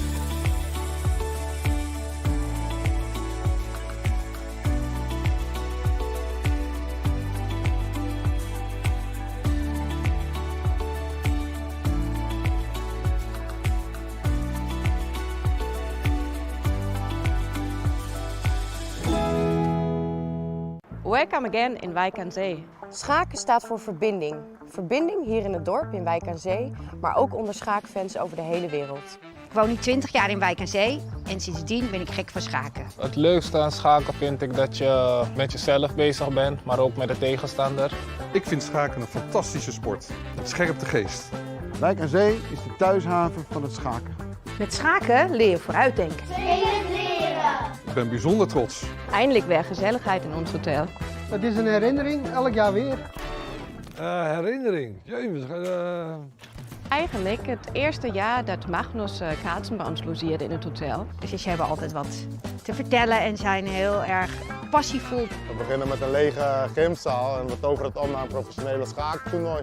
Deze klus tijdens corona, hoe vet. Ik kan me geen januari voorstellen zonder schaaktoernooi. Daar leeft Wijk aan Zee en daar leef ik zelf ook. Het is gewoon heerlijk. Echt een onwijs mooie tijd is het voor. Verbinding. Tactiek. Thuishaven. Wijk aan Zee leeft.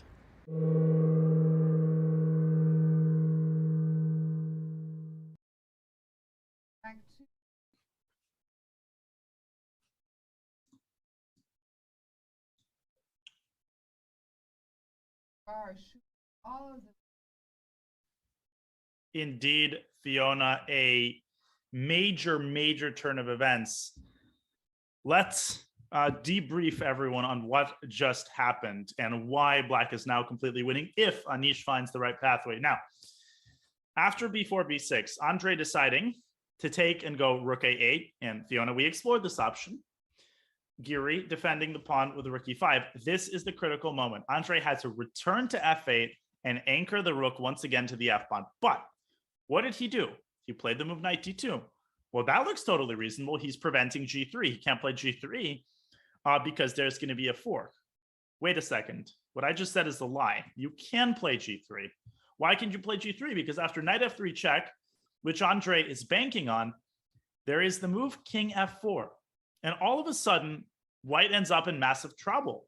If he takes on e5, then black takes the rook with check. After king takes e5, f2, f takes e5, this is, of course, winning because of black's passed pawns. Okay, well, what are the other options available to white? If the rook moves aside, then h3 check wins the knight. The rook has to go to f1, and this is what Andre was relying on.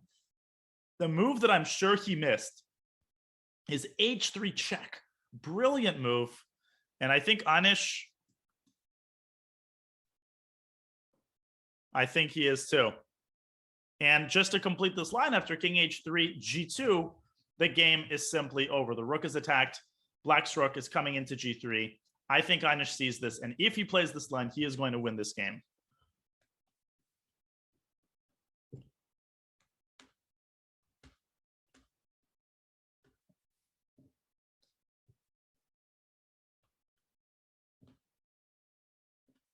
Probably.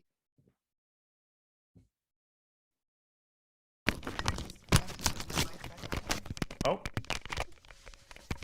Sorry, my apologies. I'm not muted. I just left the mic lying in my bag after dinner. Yeah, now you're good. Oh man, this is like, I was blind, but now I see. Okay, I'm back in the game. Cool. Okay, so Anish is... Yeah, no, I think we can hear you now. I think so, yeah. Although they should. I can hear you. I'm just looking at the chat. I'm not. They're still saying that. No, I am back, I think. I think they're Hey, trolling. welcome back, everyone. Welcome. Okay, so again, g3 wins the game on the spot. Can Anish calculate this line out accurately? And he's got oodles and oodles of time. And you see, this is where his time management comes in so handy. 29 minutes And to he's work out the reaching out. ramifications. And he does not need any of them. There it goes. And wow, look, what a win that is going to be. I've already sold it as a win. Of course, the game isn't over, but now that Anish has found g3, and of course, we're curious to see what is the reaction going to be of Andrei Yasipenko. and yeah, he's going to play knight f3 check, of course. That move is absolutely forced. But did you see there the slight shake of the head, a bit like we saw with Niels earlier. Maybe some shock as he now realizes that he might have missed just what you were showing there, that line with h3. And there's several possibilities for what it is exactly that he missed. It might have been king f4. Maybe he thought that he hallucinated knight takes c5 with check. And what I think one shouldn't do is say, oh, well, the computer was giving it a draw to high depth. How could he have blundered like this? Let's not forget that they've been playing for 5 hours. Andre has been suffering in this endgame for well over 2 hours. And these players are only human. You know, these are the kinds of positions where the gap between computer play and human play is perhaps the widest. These positions where there's a million options, they all look tempting. And no matter how sharp you are, for the human brain to work through the complications is well nigh impossible. And it's also possible that he missed h3. Just one more thing, Fiona. If the king drops back to g1, the win is even more straightforward, but also very pretty. g2, rook f2, and now we want to sneak this king right into that gap there with king g3. If knight takes c5, that is very, very pretty pawn mate. Indeed. And if white starts with rook takes g2 check in order to get this pawn off of h3, then it is all very easy. Knight e5, fe5, and the game is over. Black just pushes the e-pawn. And in the event of rook takes a5, there's checkmate in 2 moves. Anish can calculate this in his sleep. He's seen it. And you can see Andre looking off to the distance. Really? Did I just blunder that? Yeah, tough to see him. He's going to be in a real hard spot tonight. We talked about this many, many hours ago at the start of the show. And maybe we can very briefly, once again, for the people who might have joined us later, Daniel, just put that one moment on the analysis board where Andre had an option. He could have gone for a perpetual check or forced a perpetual check anyway. And we were both saying we wouldn't, be shocked if he went for the draw. It makes sense, especially before rest day. You were saying, especially with the white pieces, you don't want to go into the rest day on the loss. This was the moment here after Anish's move, knight e5. Yeah, and I was sure that he would do it also because of the speed of Anish's play. Andre knew that Anish was still in this preparation, and clearly Andre wasn't. So as gutsy as it was to go for that endgame, it might not have been the wisest decision given how carefully Anish studied this line. So knight takes e5. And black is forced to deliver perpetual check. King g1, queen g3. And there's nothing black can do other than that. If black tries bishop takes f2, white is always going to have a move like this. And black has simply sacrificed too many pieces. And of course, if bishop takes e1, then there is queen takes f7. And there's smothered mate with queen g8. I don't think this would have been in Giri's plans. But no, Andre definitely not. He went knight h2, sheltering his king. And after queen g6, bishop c2, knight d3, Andre was essentially forced to give up the f2 pawn. But in return, he got a queen trade. And this is how it all began. These 3 pawns, in my experience, almost any position like this where you have these 3 pawns against a piece, these positions are so, so difficult to play, even though the computer initially even shows a tiny little something for white. I don't believe it. Yeah, and Andre probably now he is remembering that moment. Hopefully he's not going to walk away thinking, why didn't I? I mean, we were all, of course, very happy to see him play on. It didn't pay off this time, but that's not to say that it never pays off. And there's knight f3 check. And we are going to see Anish very quickly play king f4. The move is absolutely forced. And there he goes. King f4 is on the board. Yeah, no, it's provided that he finds h3. What you don't want to do if you're Anish, after rook f1, the move rook e2 check does not win because of king g1. And white threatens a discovery with knight d4. Anish has seen it. So yeah, this is how it's going to transpire. And yeah, just you gotta feel for Stepanko. Maybe the position was difficult anyway when the blunder happened with knight d2. You were saying the engine could probably hold it with best play, but here into the 6th hour of play with limited time on the clock, I think he was already in a dire situation, but now the game is really coming to a brutal conclusion here. Without question, yeah. It's White's defense has come to a screeching halt after Rook F1 H3 check. Just to show that key line again. What is the purpose of H3? What happens if White takes it? Well, this is just a deflection sacrifice. You go G2. White can never take the Rook because Black takes on F1 with mate. And if Rook G1, then you lose the knight. And if Rook F2, there's multiple things that Black can do. So Rook G3 check is winning, but not as clear as the move King E3 with a beautiful detail. Now, this attacks the Rook. White's knight still can't move from F3. And if Rook takes G2, King takes F3, sacrificing the Rook. But of course, there is checkmate awaiting on H5. Some really stunning lines here that Andre must have just missed. We don't know what exactly. Was it H3 he missed? Was it just sort of a slip, a blind spot like it happened to Fabiano a couple of days ago against Anish? But all I know, Anish, he is going to get a third consecutive win to move back to +2. Very impressive. And Anish, he's had a topsy-turvy event quality-wise. Even Fabi mentioned that Anish really didn't play well against him at the first part of the game. And I guess, wait, Anish has 3 wins in a row now, right? 3 wins in a row, yeah. He lost 1 game earlier in the tournament against Magnus, which was, of course, his first loss here in Wijk aan Zee to Magnus. And I said moving back to +2, but that is incorrect because he wasn't there. So he's moving to +2 and putting himself in contention here with 5 rounds to go. Yeah, and this really might be Anish's best game so far this tournament, excluding the game against Dubov, which was so perfect that, you know, there's just nothing to talk about. It was flawless. But excluding that game, I'm kidding, of course, he won by walkover after simply playing 1d4. But this was a very smooth game. He prepared extremely well, and the way that he handled this endgame, textbook fashion, the way he carefully pushed his pawns, and then the moment Andre, and particularly, what I'm very impressed by is the move A5. This idea to induce Zugzwang, how many people would just automatically play G3? How can you not play G3? And yet Anish, realizing that the Rook endgame was likely to be a draw, and finding this idea of inducing Zugzwang from a practical standpoint, an incredibly nasty idea that ends up winning the game for him. And Andre is going to make a couple more moves here, but the game is hurtling towards its conclusion. There comes Rook F1, and Anish H3 check. That's the key move.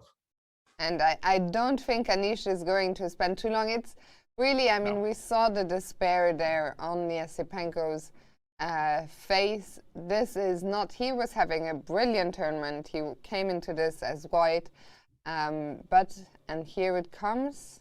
Here it goes. And Anish holding himself back. Yep, double checking.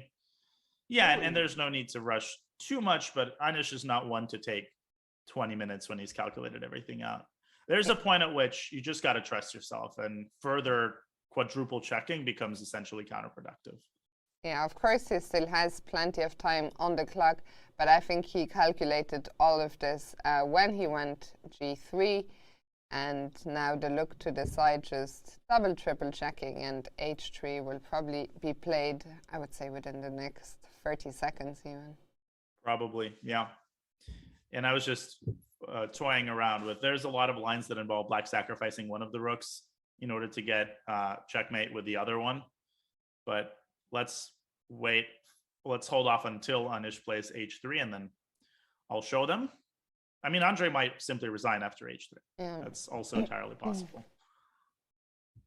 The final moments, it's funny to see Anish with the mask under the chin, of course. Reminder, the players don't have to wear a mask when they're sitting at the board unless there has been a close contact. So I think we've all heard plenty of that.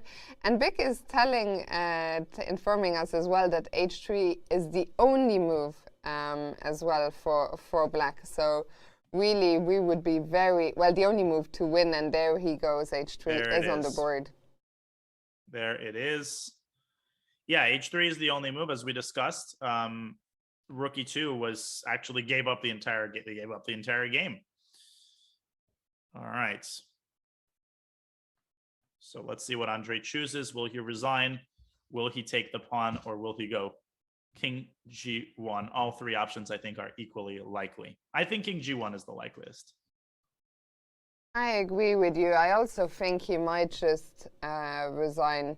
We saw from his face, sometimes we don't even need to see the position. Sometimes having the camera is enough. And he understood, I think, as soon as g3 appeared on the board, what he had done.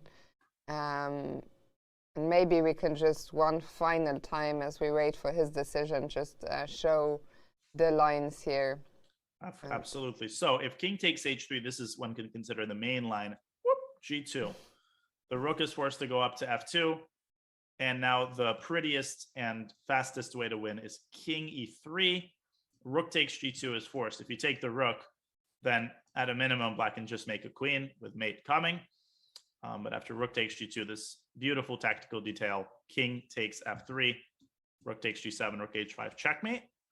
And if White's king goes to h1, then it's very easy. Black goes g2 with a fork. And if the king goes to g1, then still g2. If you take the rook here, then takes, and f takes e5 with a completely winning rook endgame, just up 2 passed pawns. And that forces rook f2. And really the only thing that Anish has to see here is king g3, but that's a really easy move. If knight takes e5, there is mate. White is forced to give up the rook for the pawn. Oh, and by the way, if White does nothing, then there's a beautiful idea, rook e1 with the same motif, and h2 checkmate.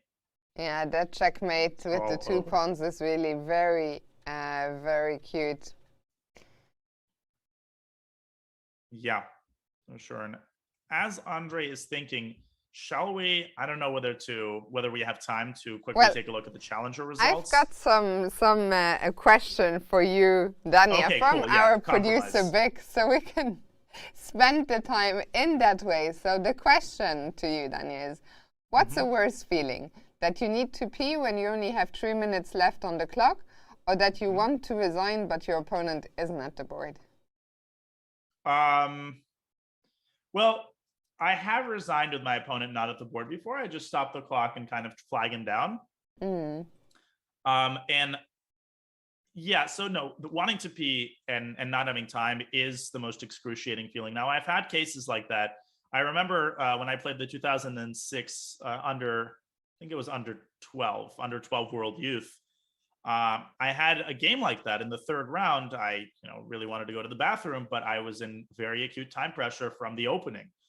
And I just could not afford to get up. I also didn't know where the bathroom was. So I had to spend time finding it. The arbiters didn't always speak English.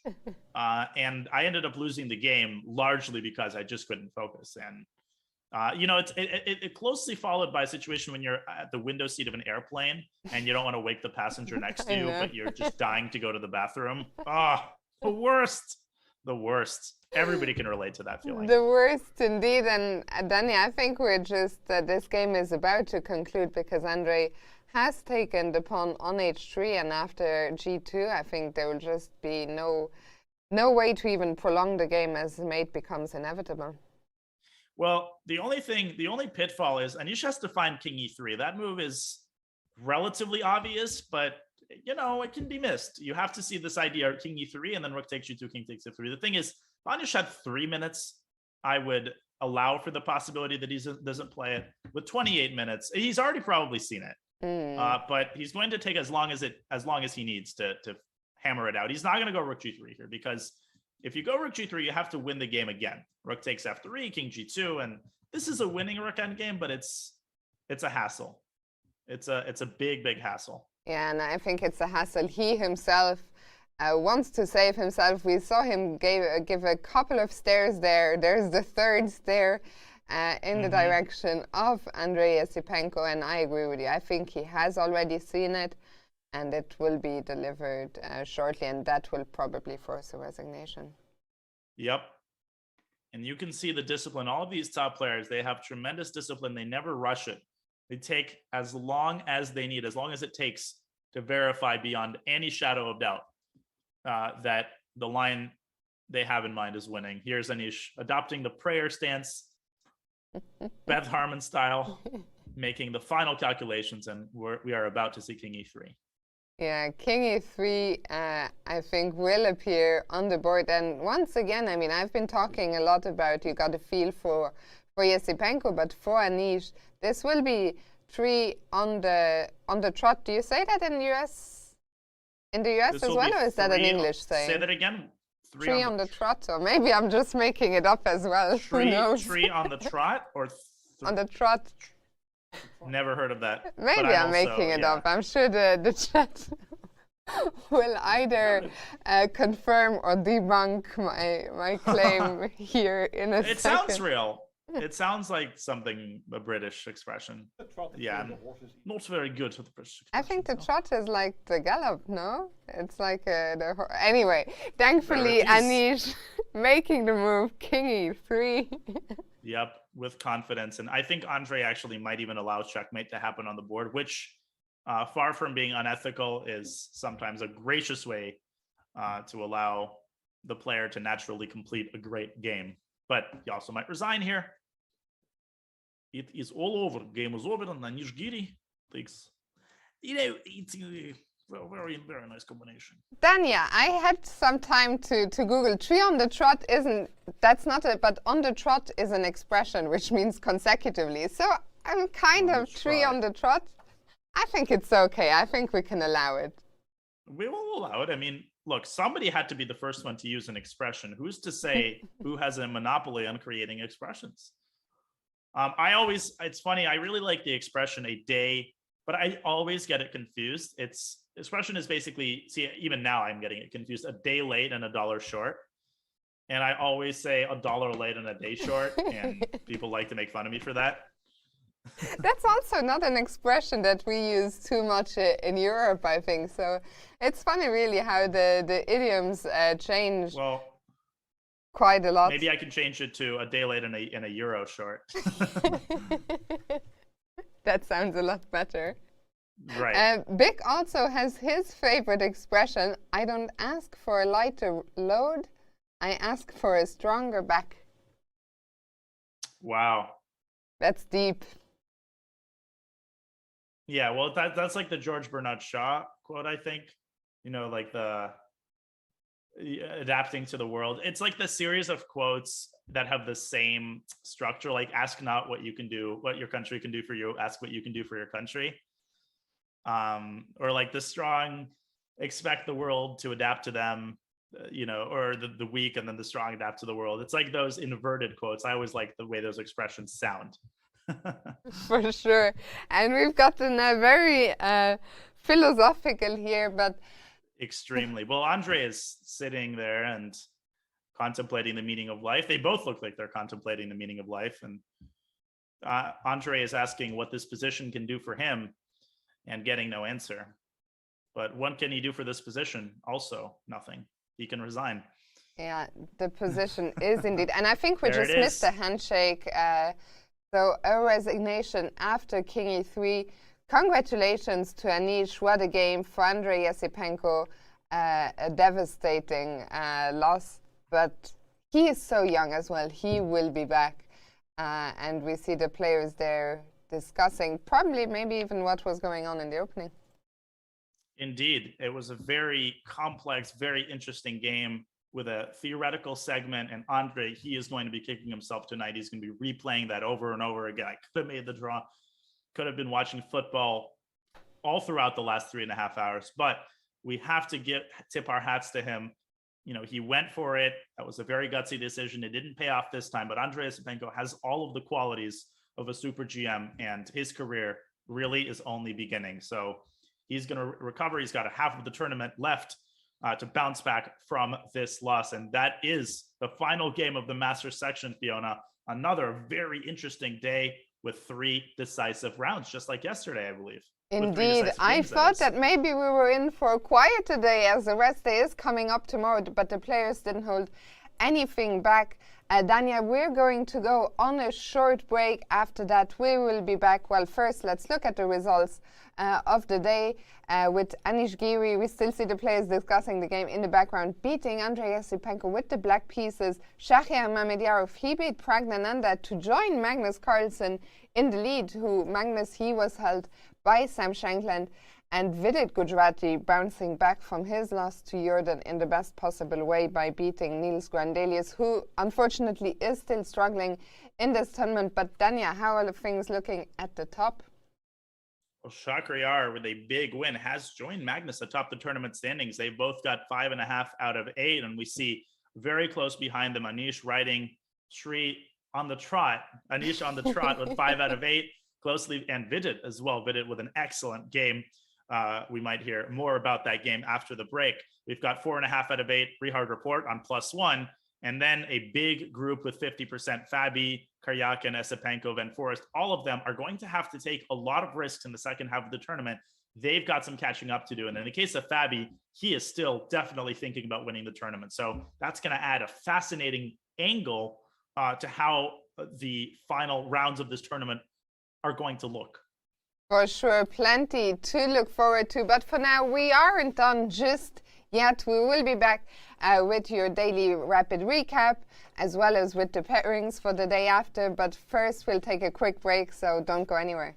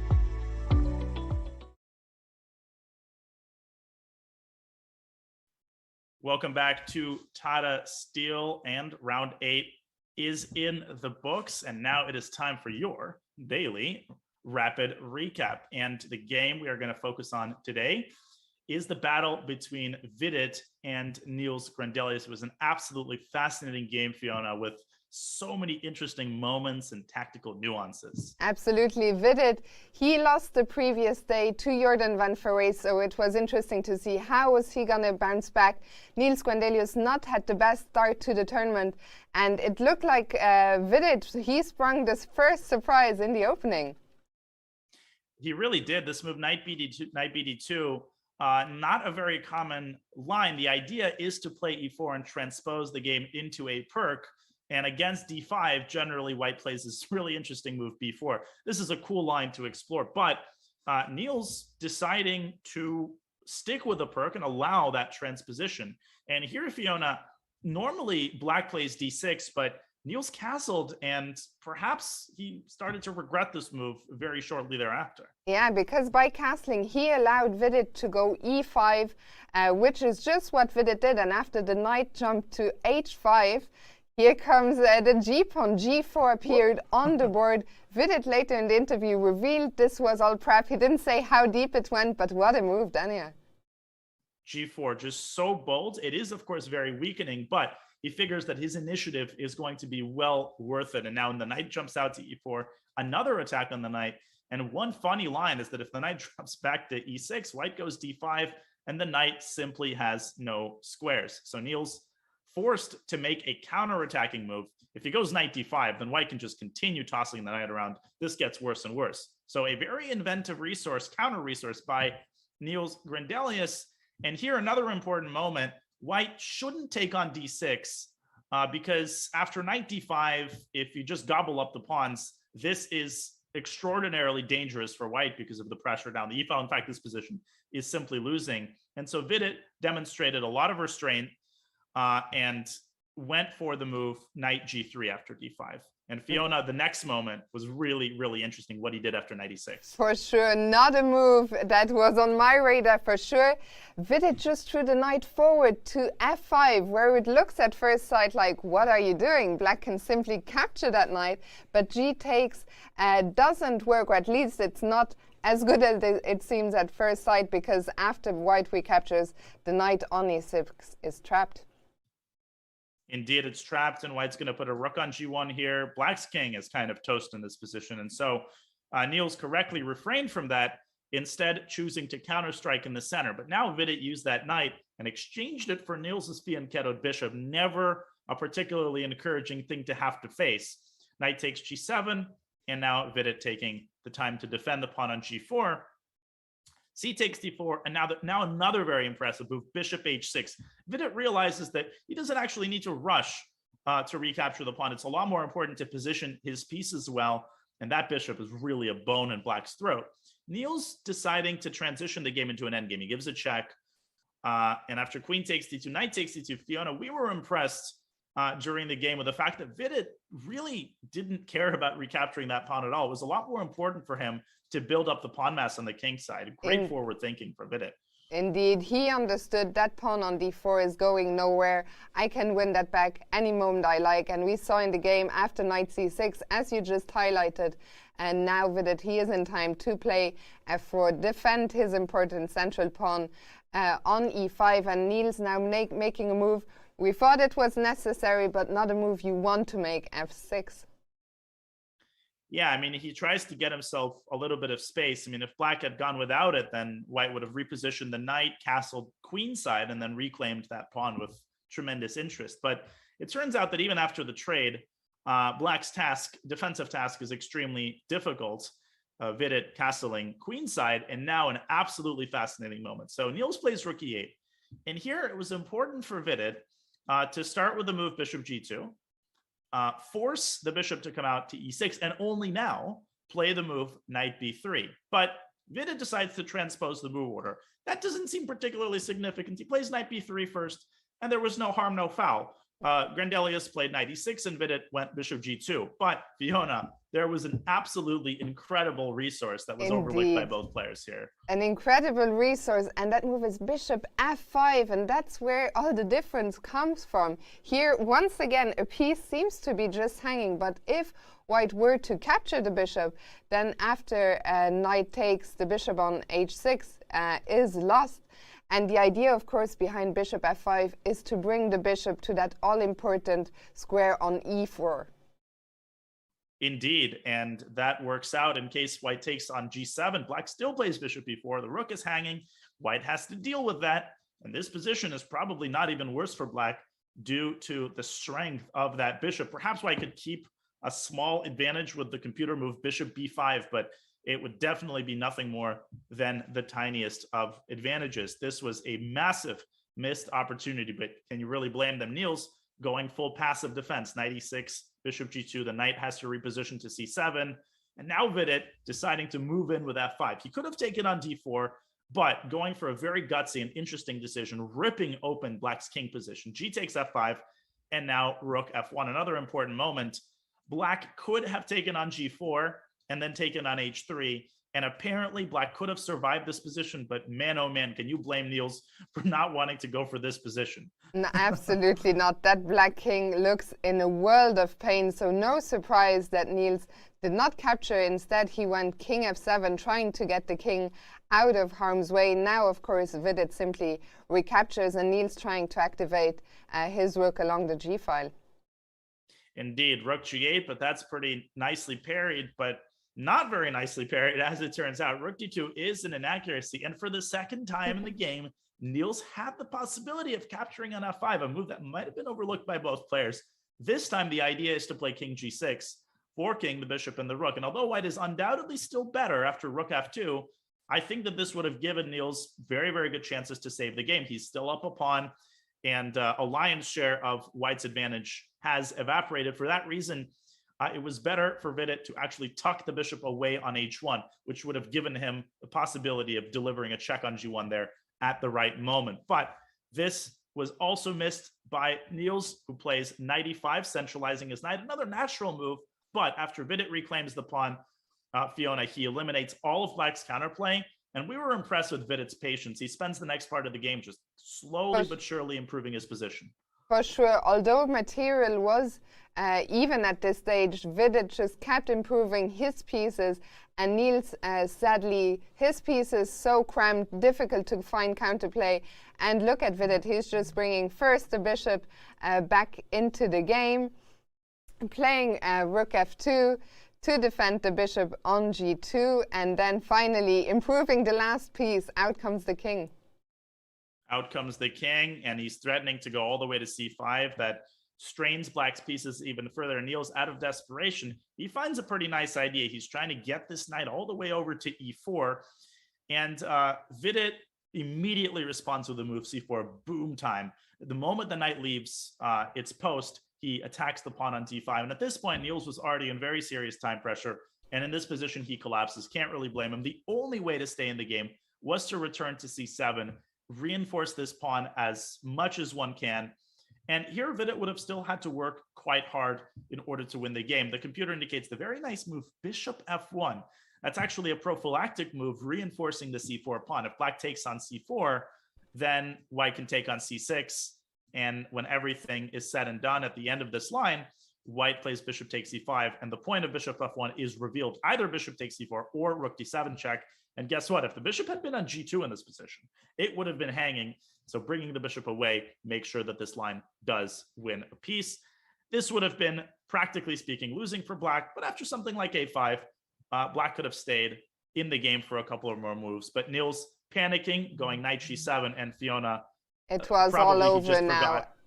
Indeed, after Vidit captured the bishop on c6, the Black position just falls apart.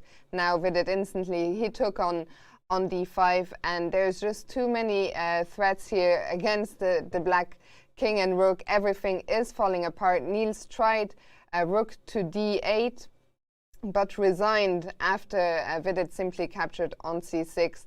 If the trade on d2 happens, Vidit can choose whichever piece he wants to recapture with, but White now has 2 extra pawns, and the c-pawn is only 2 squares away from queening. So, Dania, what a game by Vidit.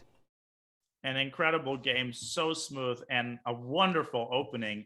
You know, all of those ideas with g4, it might have been preparation, but still so creative. And then the way that he transitioned into the endgame, it wasn't flawless, but by and large, he demonstrated patience when he needed to be patient, decisive play when he needed to be decisive, and both at the very end as he improved his position slowly and then pouncing at the right moment with c4. Vidit bouncing back from a painful loss to Jorden van Foreest yesterday, scoring a win and getting back to the top quadrant of the field. A great game by Vidit today.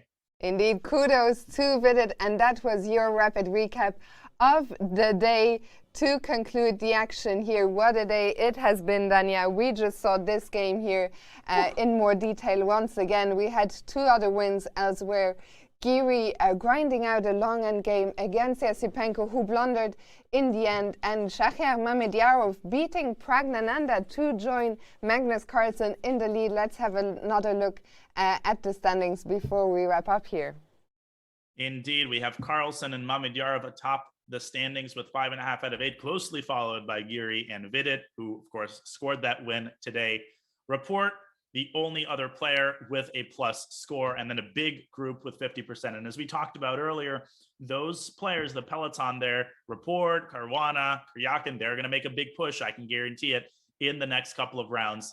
Speaking of which, let's have a look at round 9 pairings, which will happen after the rest day tomorrow. Fiona, some really interesting matchups once and again. I think there's only one place we can start here. That is at the very bottom, where Magnus Carlsen, we see, he will be taking on Shahriar. They tried to hide the pairing from us. I know, it's ridiculous. This is Bix doing. But the 2 leaders are playing. What are the odds? The 2 leaders are playing exactly when we need them to play. Fiona, Magnus of the white pieces, he is playing all guns blazing. He wants to win this game. For sure. We heard from Shahriar Mamedyarov. Magnus has a good plus score against Shah. He wasn't sure how much is it. Is it +5? Is it +6? Now the pairing is gone. That is definitely Bix doing. What else do we have to look forward to? Anish Giri, he won 3 on the trot. He will be playing Sam Shankland next. And with the white pieces, he will be looking to make it 4. We have Jorden van Foreest against Dubov. 2 members of Team Carlsen. Will be very interesting to see them facing off. And what else, Dania? Yeah, and Grandelius Caruana is a big game for Fabi, who sits on 50%, and he is playing a struggling Niels Grandelius. He has to play for a win. Today was a pretty disappointing game for him, as he never really got off the ground against Jorden van Foreest. Excellent preparation. So keep an eye out as Fabi tries perhaps to play in a more risky fashion than usual. Report and Vidit, oh, that is going to be an explosive matchup. Both of them in great form. Vidit on 5 out of 8. He's going to try to keep his positive momentum going. And of course, Prague, always fun to watch as he faces off against Sergei Karyakin, who also sits at 50% and also will be playing for a win with the black pieces. But don't tune in tomorrow, Fiona, right? Yeah, so much to look forward to, but not tomorrow. Us two, our producer, the players, you guys out there, everyone gets a rest day to take a deep breath, and then so many exciting matchups to look forward when we return on January 25th with round 9. It will be the usual starting time, 2 p.m. Central European time, 5 a.m. On the Pacific coast. And Dania, it's been an absolutely tremendous day of chess. A big thank you to you. Big thanks to everyone watching us today. And I'll leave you the closing words. Absolutely, Fiona. Well, this was an absolute pleasure as usual. So fun to commentate with you in these games. They were explosive. We had all sorts of openings today. We had every single player playing for a win, whether or not the game ended decisively or in a draw. End games, middle games, attacks, and everything in between. This is why we watch, and this is why classical chess is awesome. What a round it was. This went by in a flash, and we want to thank, of course, everybody in the chat and Twitch and YouTube, the thousands of you who are cheering on your favorite player. And I have to begrudgingly thank the producer, Vic, Yep, he does do a fantastic job. I just realized, let's also give one thanks to our moderators who are working so hard every day to keep the chat nice and in order. So big shout out to you guys and of course everyone working behind the scenes. Dania, it's been a pleasure. I'll see you 2 days from now. Have a good one, everyone. We'll see you then. Goodbye.